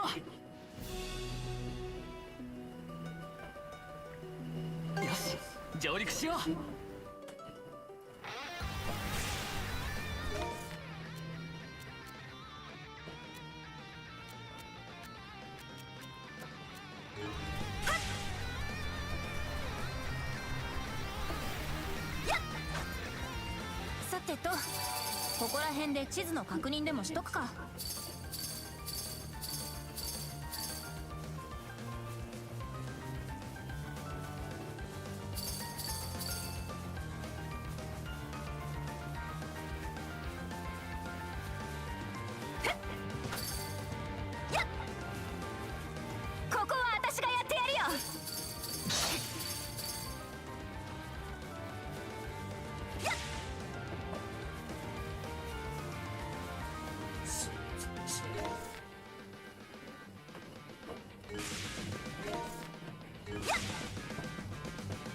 In the right area? ここは私がやってやるよ。Oh, I'm supposed to go.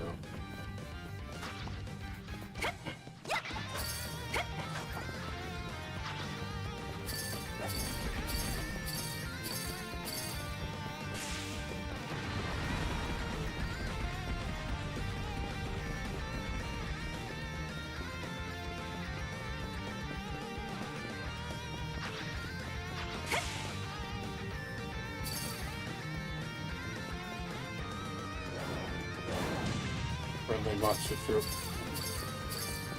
I thought you left already, Bia.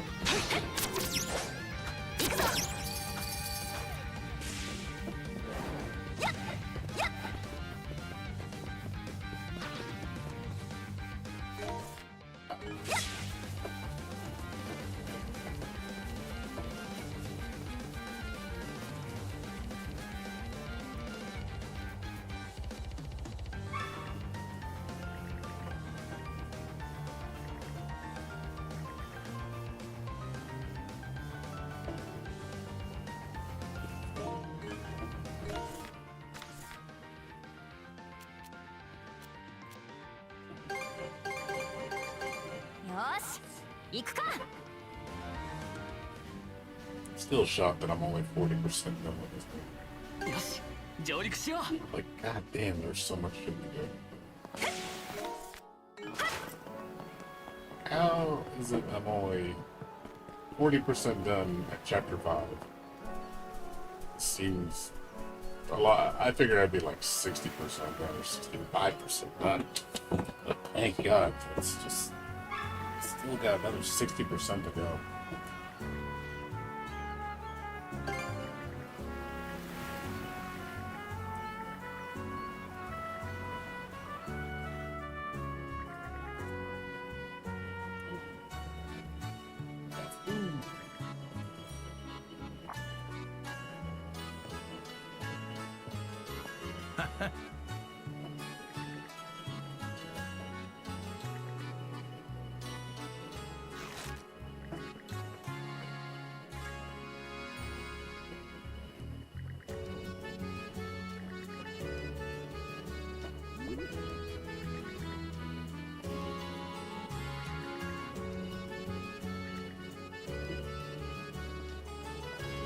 Yes, I'll probably play for another 50 minutes. I'm gonna go to sleep.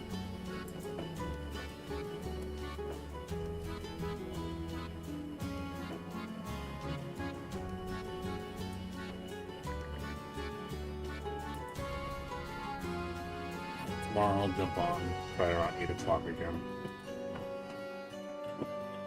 Cooking, gonna be barbecuing tomorrow and make some ribeye steaks. I'll probably come on like around 8, depending on how the internet is. Because the internet was running bad earlier today. That's why I had to stream like at 10:30. This upload speed was complete garbage. I couldn't stream. I was starting around 7 and it was like really bad. I had to cancel this. I had to say I'll come back later. It's a Saturday, so I expect the internet usually to run bad on Saturdays. That's cool, man. I appreciate you coming by, dude. You know you come by if you want to.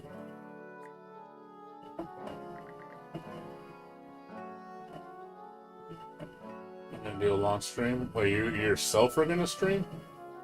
You mean watching people stream?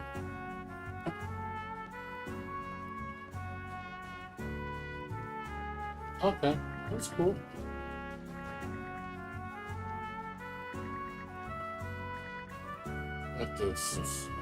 Okay, you're stream. Okay. Well, if I'm on when I see you, I'll just stop by. Depends what time. Like I said, I gotta see what time you stream. If it's anywhere from now to like 12, I ain't gonna be on. I'll be asleep.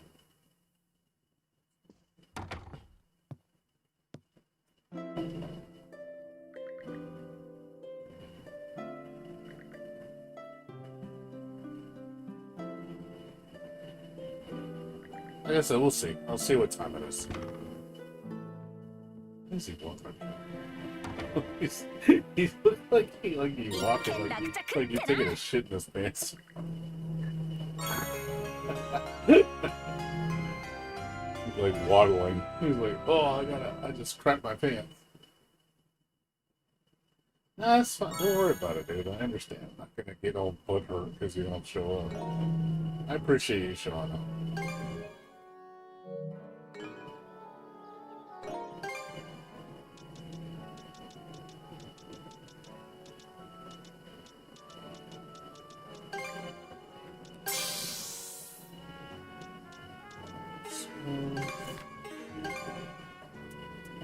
She keeps getting me skills.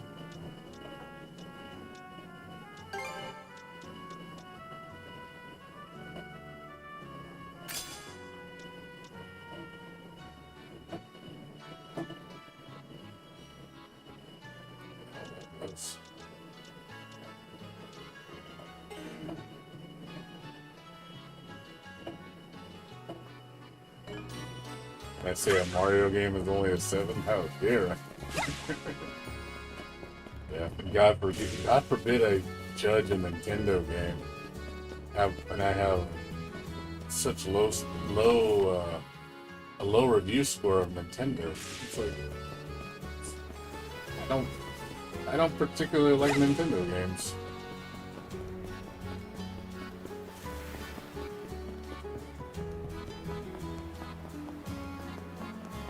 I live in Bizarro world and everything's backwards. 魚影じゃねえか。 Good games are shit in my world, and shitty games are good games in my world. Everything's backwards.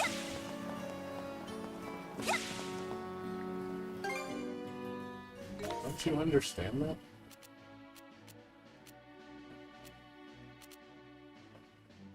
Do you not see? Do you not understand?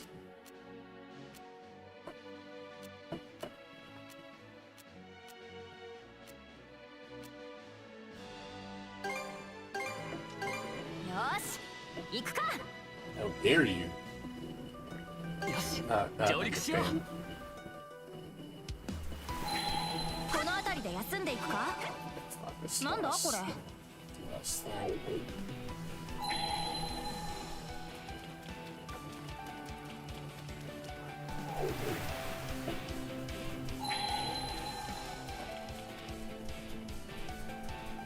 ここは私がやってやるよ。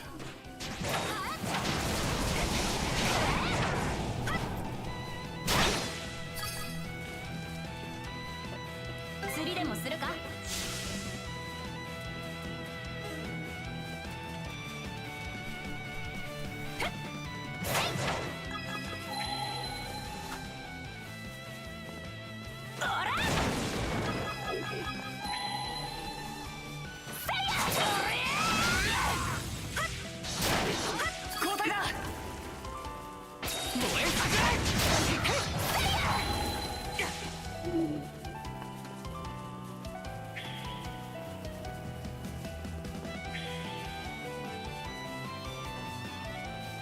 マナよ。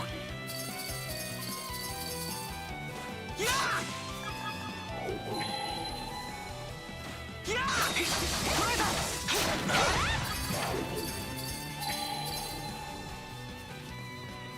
さあ。もらった。どこだ。変わるぞ。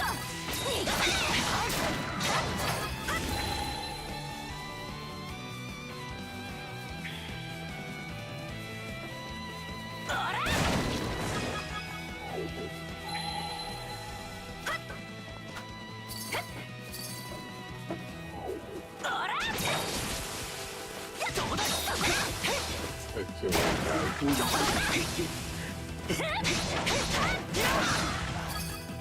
Slides for everybody.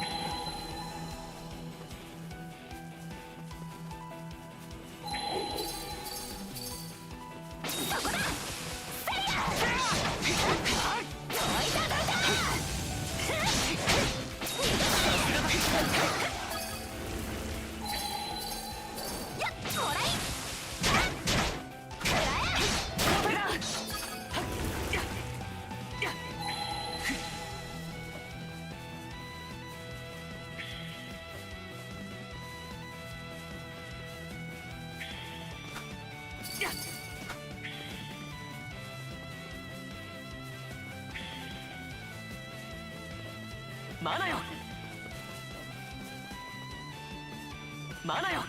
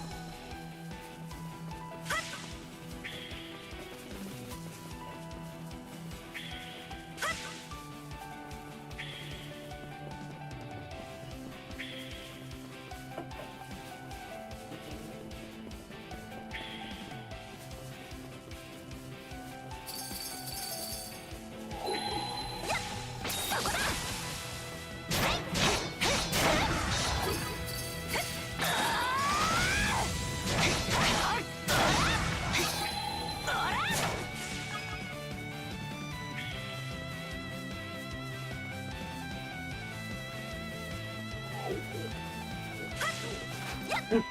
まだよ。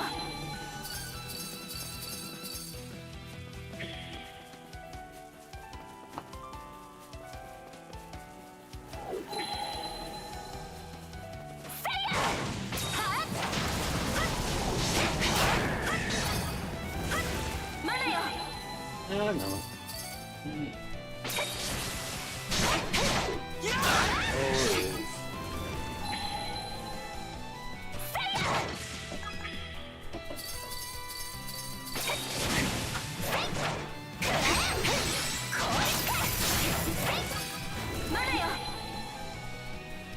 Oh, it is.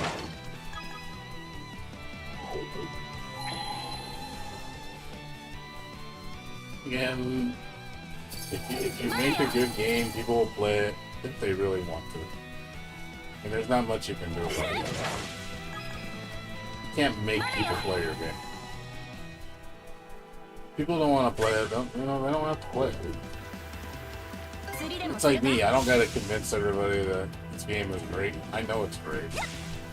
But there's a lot of people that would never agree with it because it's like, oh, it's not mainstream. Or it's something I'm not aware of, so it must not be that good. You get companies like IGN giving it low scores because it's not, well known. Well, because your game is not well known, means it doesn't deserve a good score. It's like yeah, because that makes perfect sense. Let's downplay the game just because it's not popular.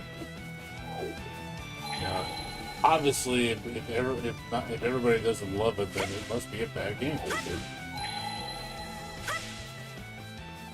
Just like obviously, it must be a bad game if you didn't, you weren't on their channel being promoted on IGN. God forbid you weren't on IGN's channel.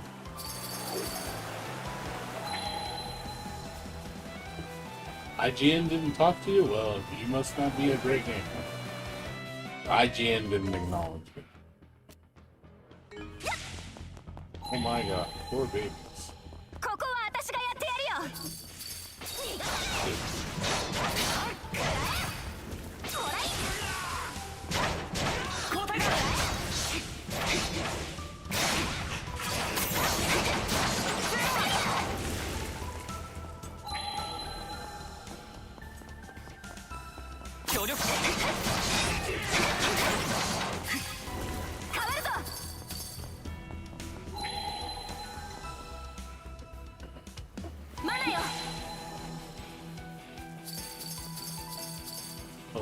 Some people believe IGN like their gospel. Think anything they say is, the word of God. They're famous. Yeah, understand. People will discredit you because you're not well known. Status. A famous person has more weight to their words. Famous company has more weight to their words than Joe Blow. Even though Joe Blow might be saying what's truthful or has validity, it doesn't matter because you're nobody. So your word means shit.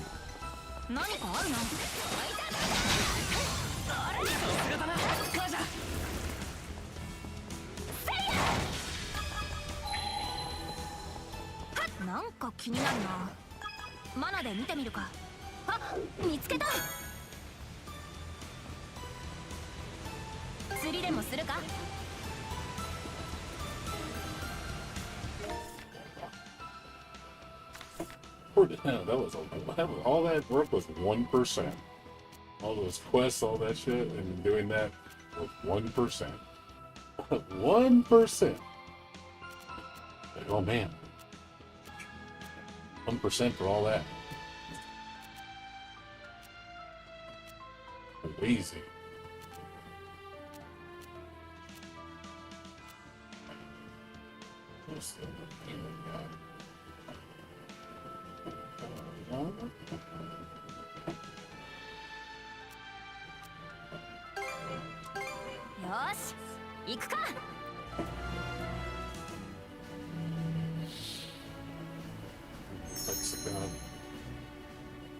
Yep.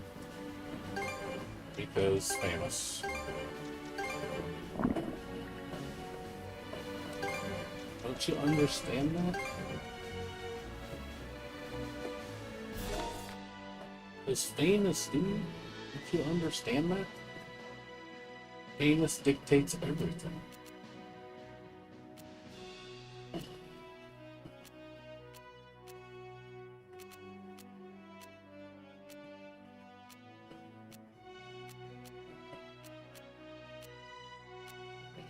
Seeing all those 100%. I'm such a good list. 最短ルートで向かいましょう。I don't even know what it is, to be honest. It's some overhyped game. Again, a lot of people would say games they're amazing or whatever. I'm very skeptical.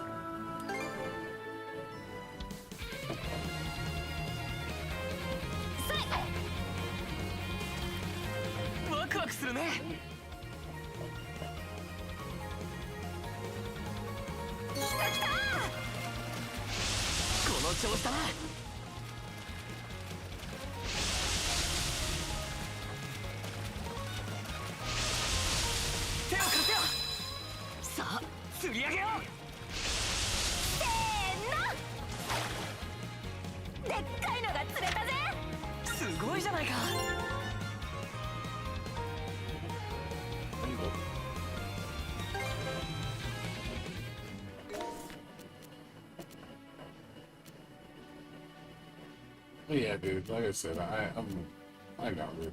It's dumb. It's dumb. That's why you don't listen to people like that. You just don't listen to people like that. It's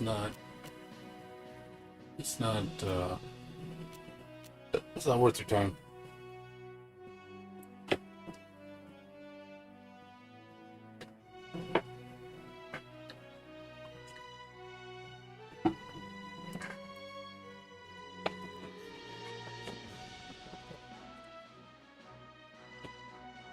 I mean, don't get me wrong, I'll try new things. I'll try different games to give them a chance. But look, believe me, there's a lot of shit out there and people overrate motherfuckers. Like, they were swearing, Christ, it's the best game ever made, and then you look at it and you go, this game is whatever, dude. Like, I play games 20 times better than this. And it's just, you gotta understand this is coming from people that don't play video games. Where they're very basic with their video games, so...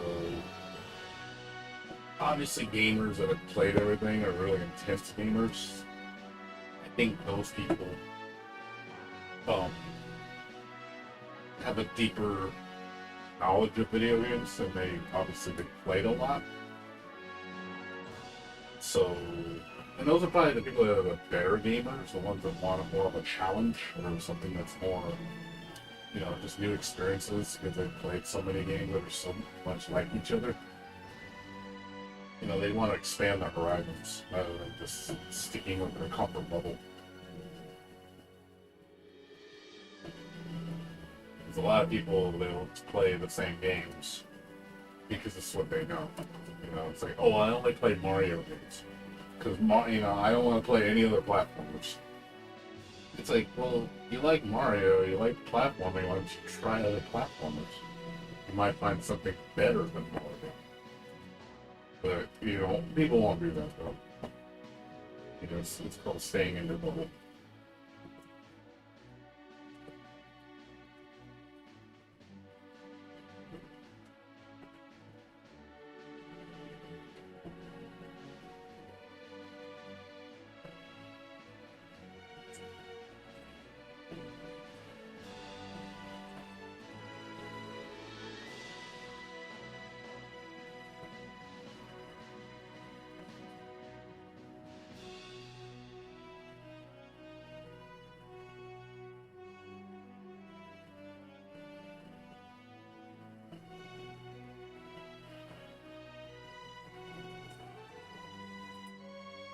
refresh.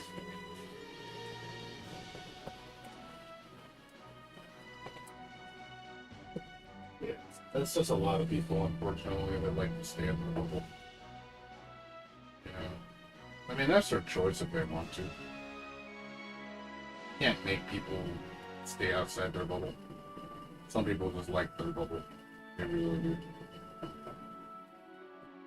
That's fine. With me in games, I mean, there's certain genres I won't play. There's certain genres that just I have no interest in. Because I just, you know, like I don't play sports games. You will never catch me playing a sports game. It doesn't matter what it is. I'm just not into sports. No football, no basketball, none of that shit.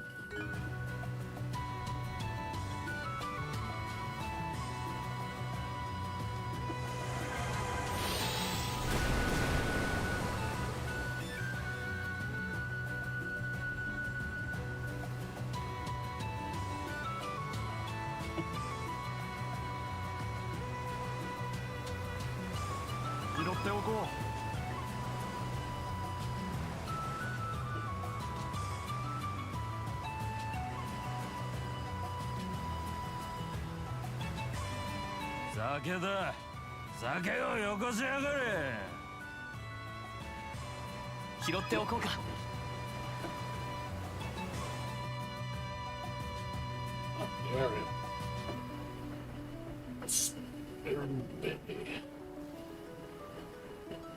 レイフはお父さんのことをすごく尊敬していたよ。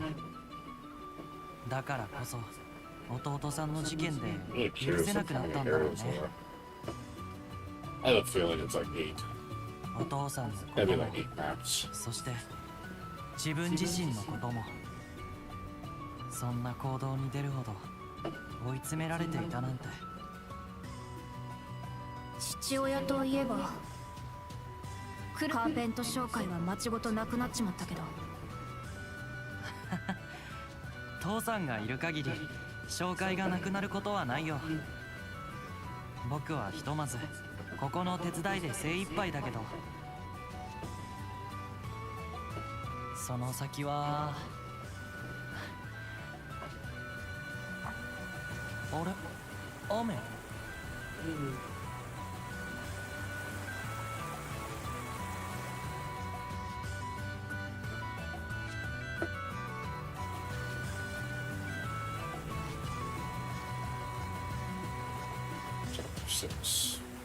雲行きが怪しいと思ったけど、こ On れ chapter は 6 now. ひどい雨だな。ああ、 There's 9 chapters. スペクルム湾の景色を楽しみにしてたのにな。I'm guessing the final 2 chapters are really long. えへん、それが大 And あり then なん all だ the よね。 in-game stuff's gonna hit at the same time, and then you're gonna get, that's gonna take a while. スペクルム湾は砂が堆積しやすく広大な浅瀬が大半を占めているんだ。だから干潮時に風がないと海面に青い空をきれいに映すらしいよ。天空の鏡って呼ばれるほどにね。そいつは無理な相談だな。この雲の様子じゃ雨は当分止みそうにない。晴れるまで待ってたら時間がもったいねえだろ。そうか、残念だな。なんだよ兄弟、ダメなの。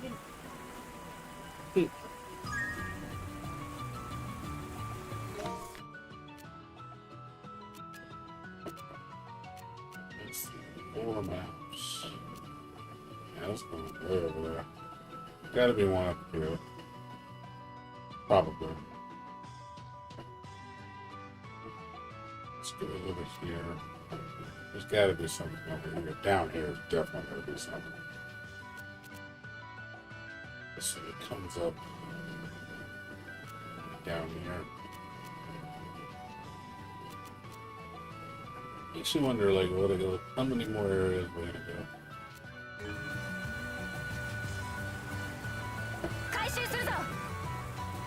タイラントに白い闇、白ゲート来て、今度は浅瀬だらけの海域か。オベリア湾ちょっと厳しすぎない？実際他しかしよく降るね。フギルもしっとりしちまってるぜ。あら大変。風邪ひかないうちに拭いちゃいましょうね。こう視界が悪いとフギルも偵察は難しいですね。そうじゃなくても難所だ。アドル、舵取りは慎重にな。That is all. Yeah, that thing was huge. Like, way bigger than normal.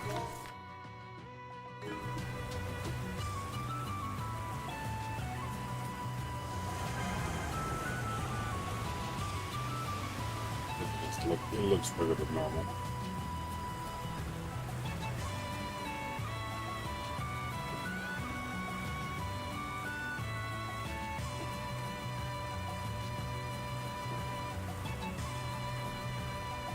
Yeah, I don't know, I feel like a lot of people, with games, like I said, it's subjective, so I mean, you can't get mad at people for liking something, or not liking something.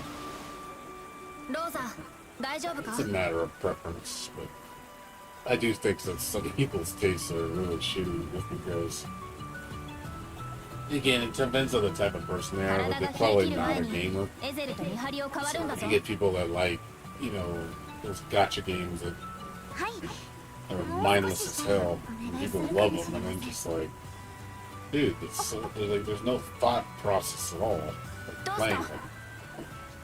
So you know, just let it autopilot itself and it'll do the job. 何？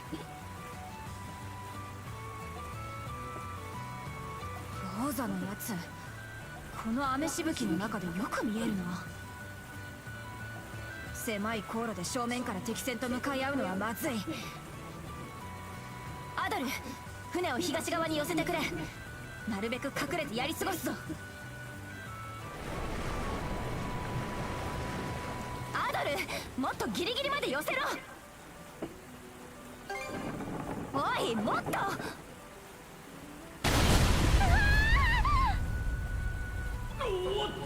なんだ暗礁に乗り上げたみたい。船底の一部が浸水してるよ。どんな状況だ？すぐに沈みはしないと思う。でも船を一度止めてちゃんと修理しないと。アドル、お前ももう少し周りを見てくれ。God, her eyes got red.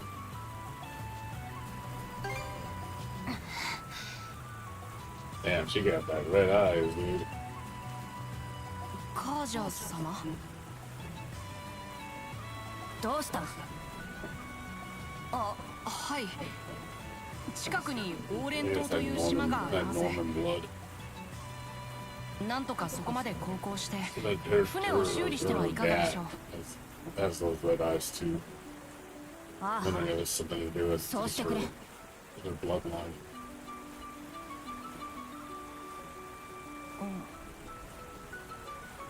Oh, God, why are you so upset? Jeez. I just getting all in a mood.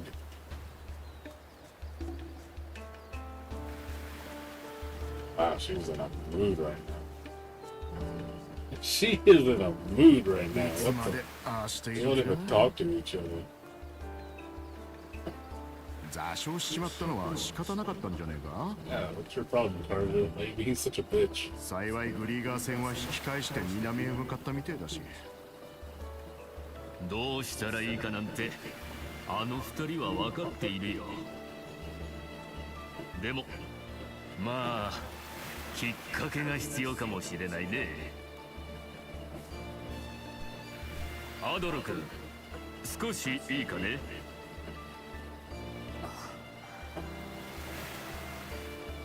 私、船を手伝ってくれ。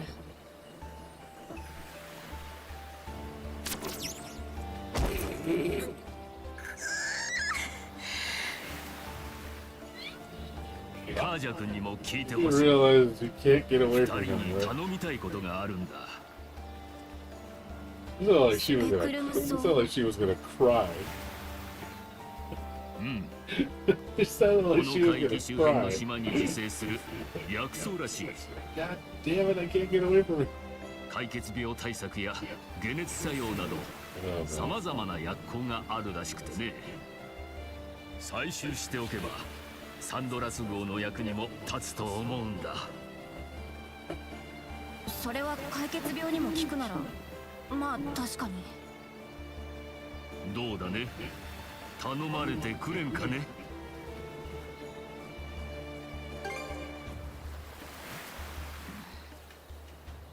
分かったよ。どんな場所に生えてるんだ？ありがとう、助かるよ。日当たりのいい丘の上に群生していることが多いらしい。雨は上がったが雲行きはまだ怪しい。くれぐれも無理のないようにね。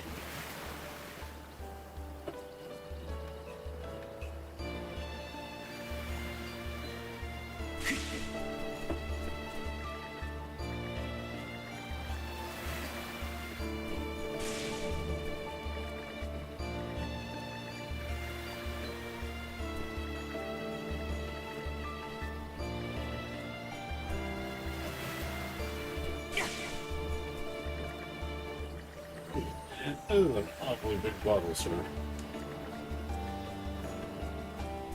Yep, booze hound.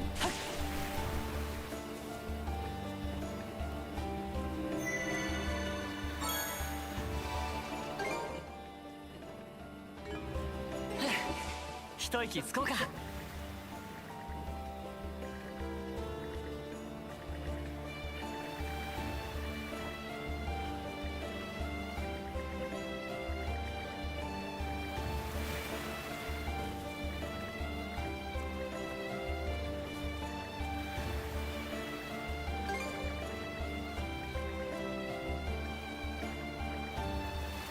いらっしゃい。他また来てちょうだいね。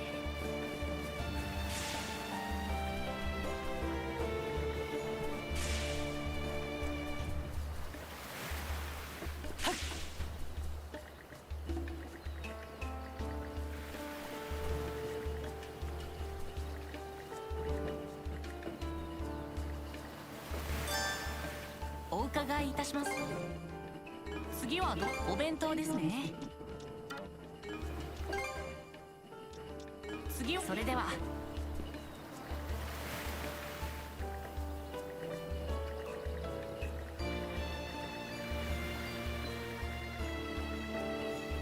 少しでも復興にこう。次はどうする？いつでも。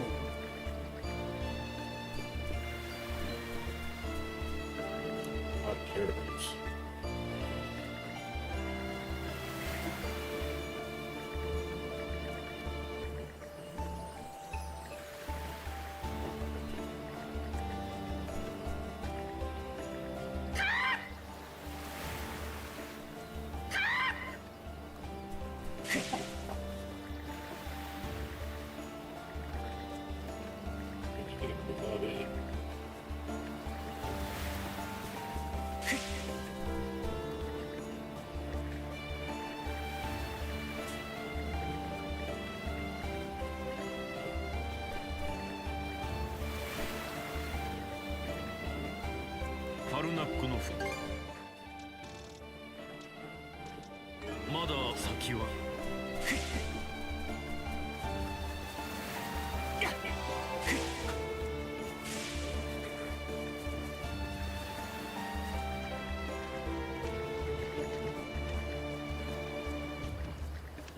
魚をさばく。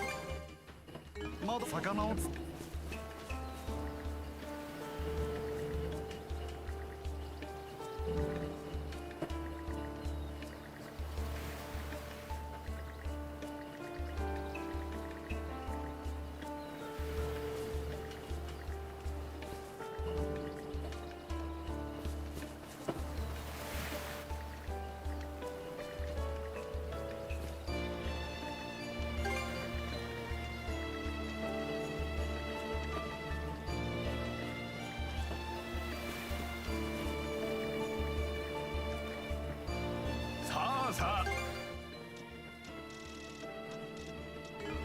まだ在庫はありますぞ。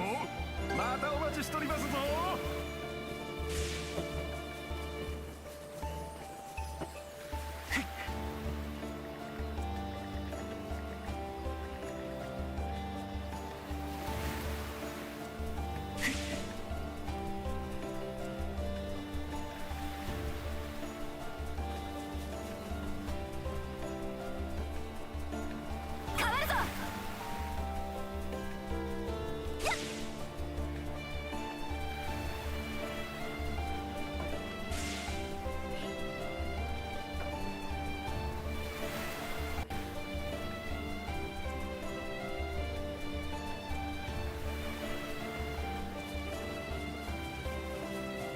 ここは私がやってやるよ。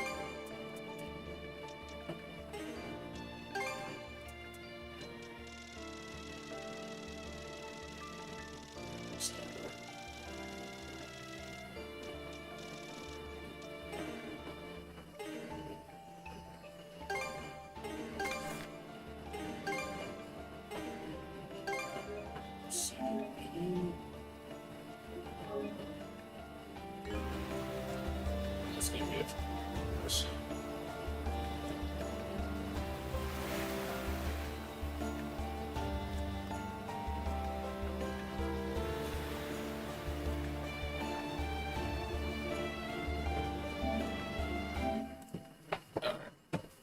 That's it for me, guys. I'm gonna go to sleep. It's 5. I gotta get to bed. Make sure to get a nice rest. So, that was fun. Yeah, like I said, I'll probably stick to like 7-8 hour streams on this because 10 hours is a bit much. So I'll probably like get on like around 8 or 9 and play till like 4. I'll probably do like 7-8 hours a day. Yeah, I can't be doing like 11-12 hour streams. It's just a long time. I get really tired. So I think 7-8 is a good number. I did about 7.5 hours today. Yeah, when I get to 11-12 hour mark, I start to get really sleepy. So at that point, I'm like, yeah, I'm just wearing myself out. So it's best to call it. 8 hours is a good amount of streaming time. Like I said, if I get like 8 to 4, that's good.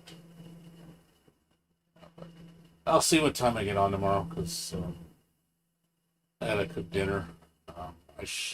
I should be done by like 7. I'll probably chill for a little bit. Jump on at 8 at earliest, maybe 9.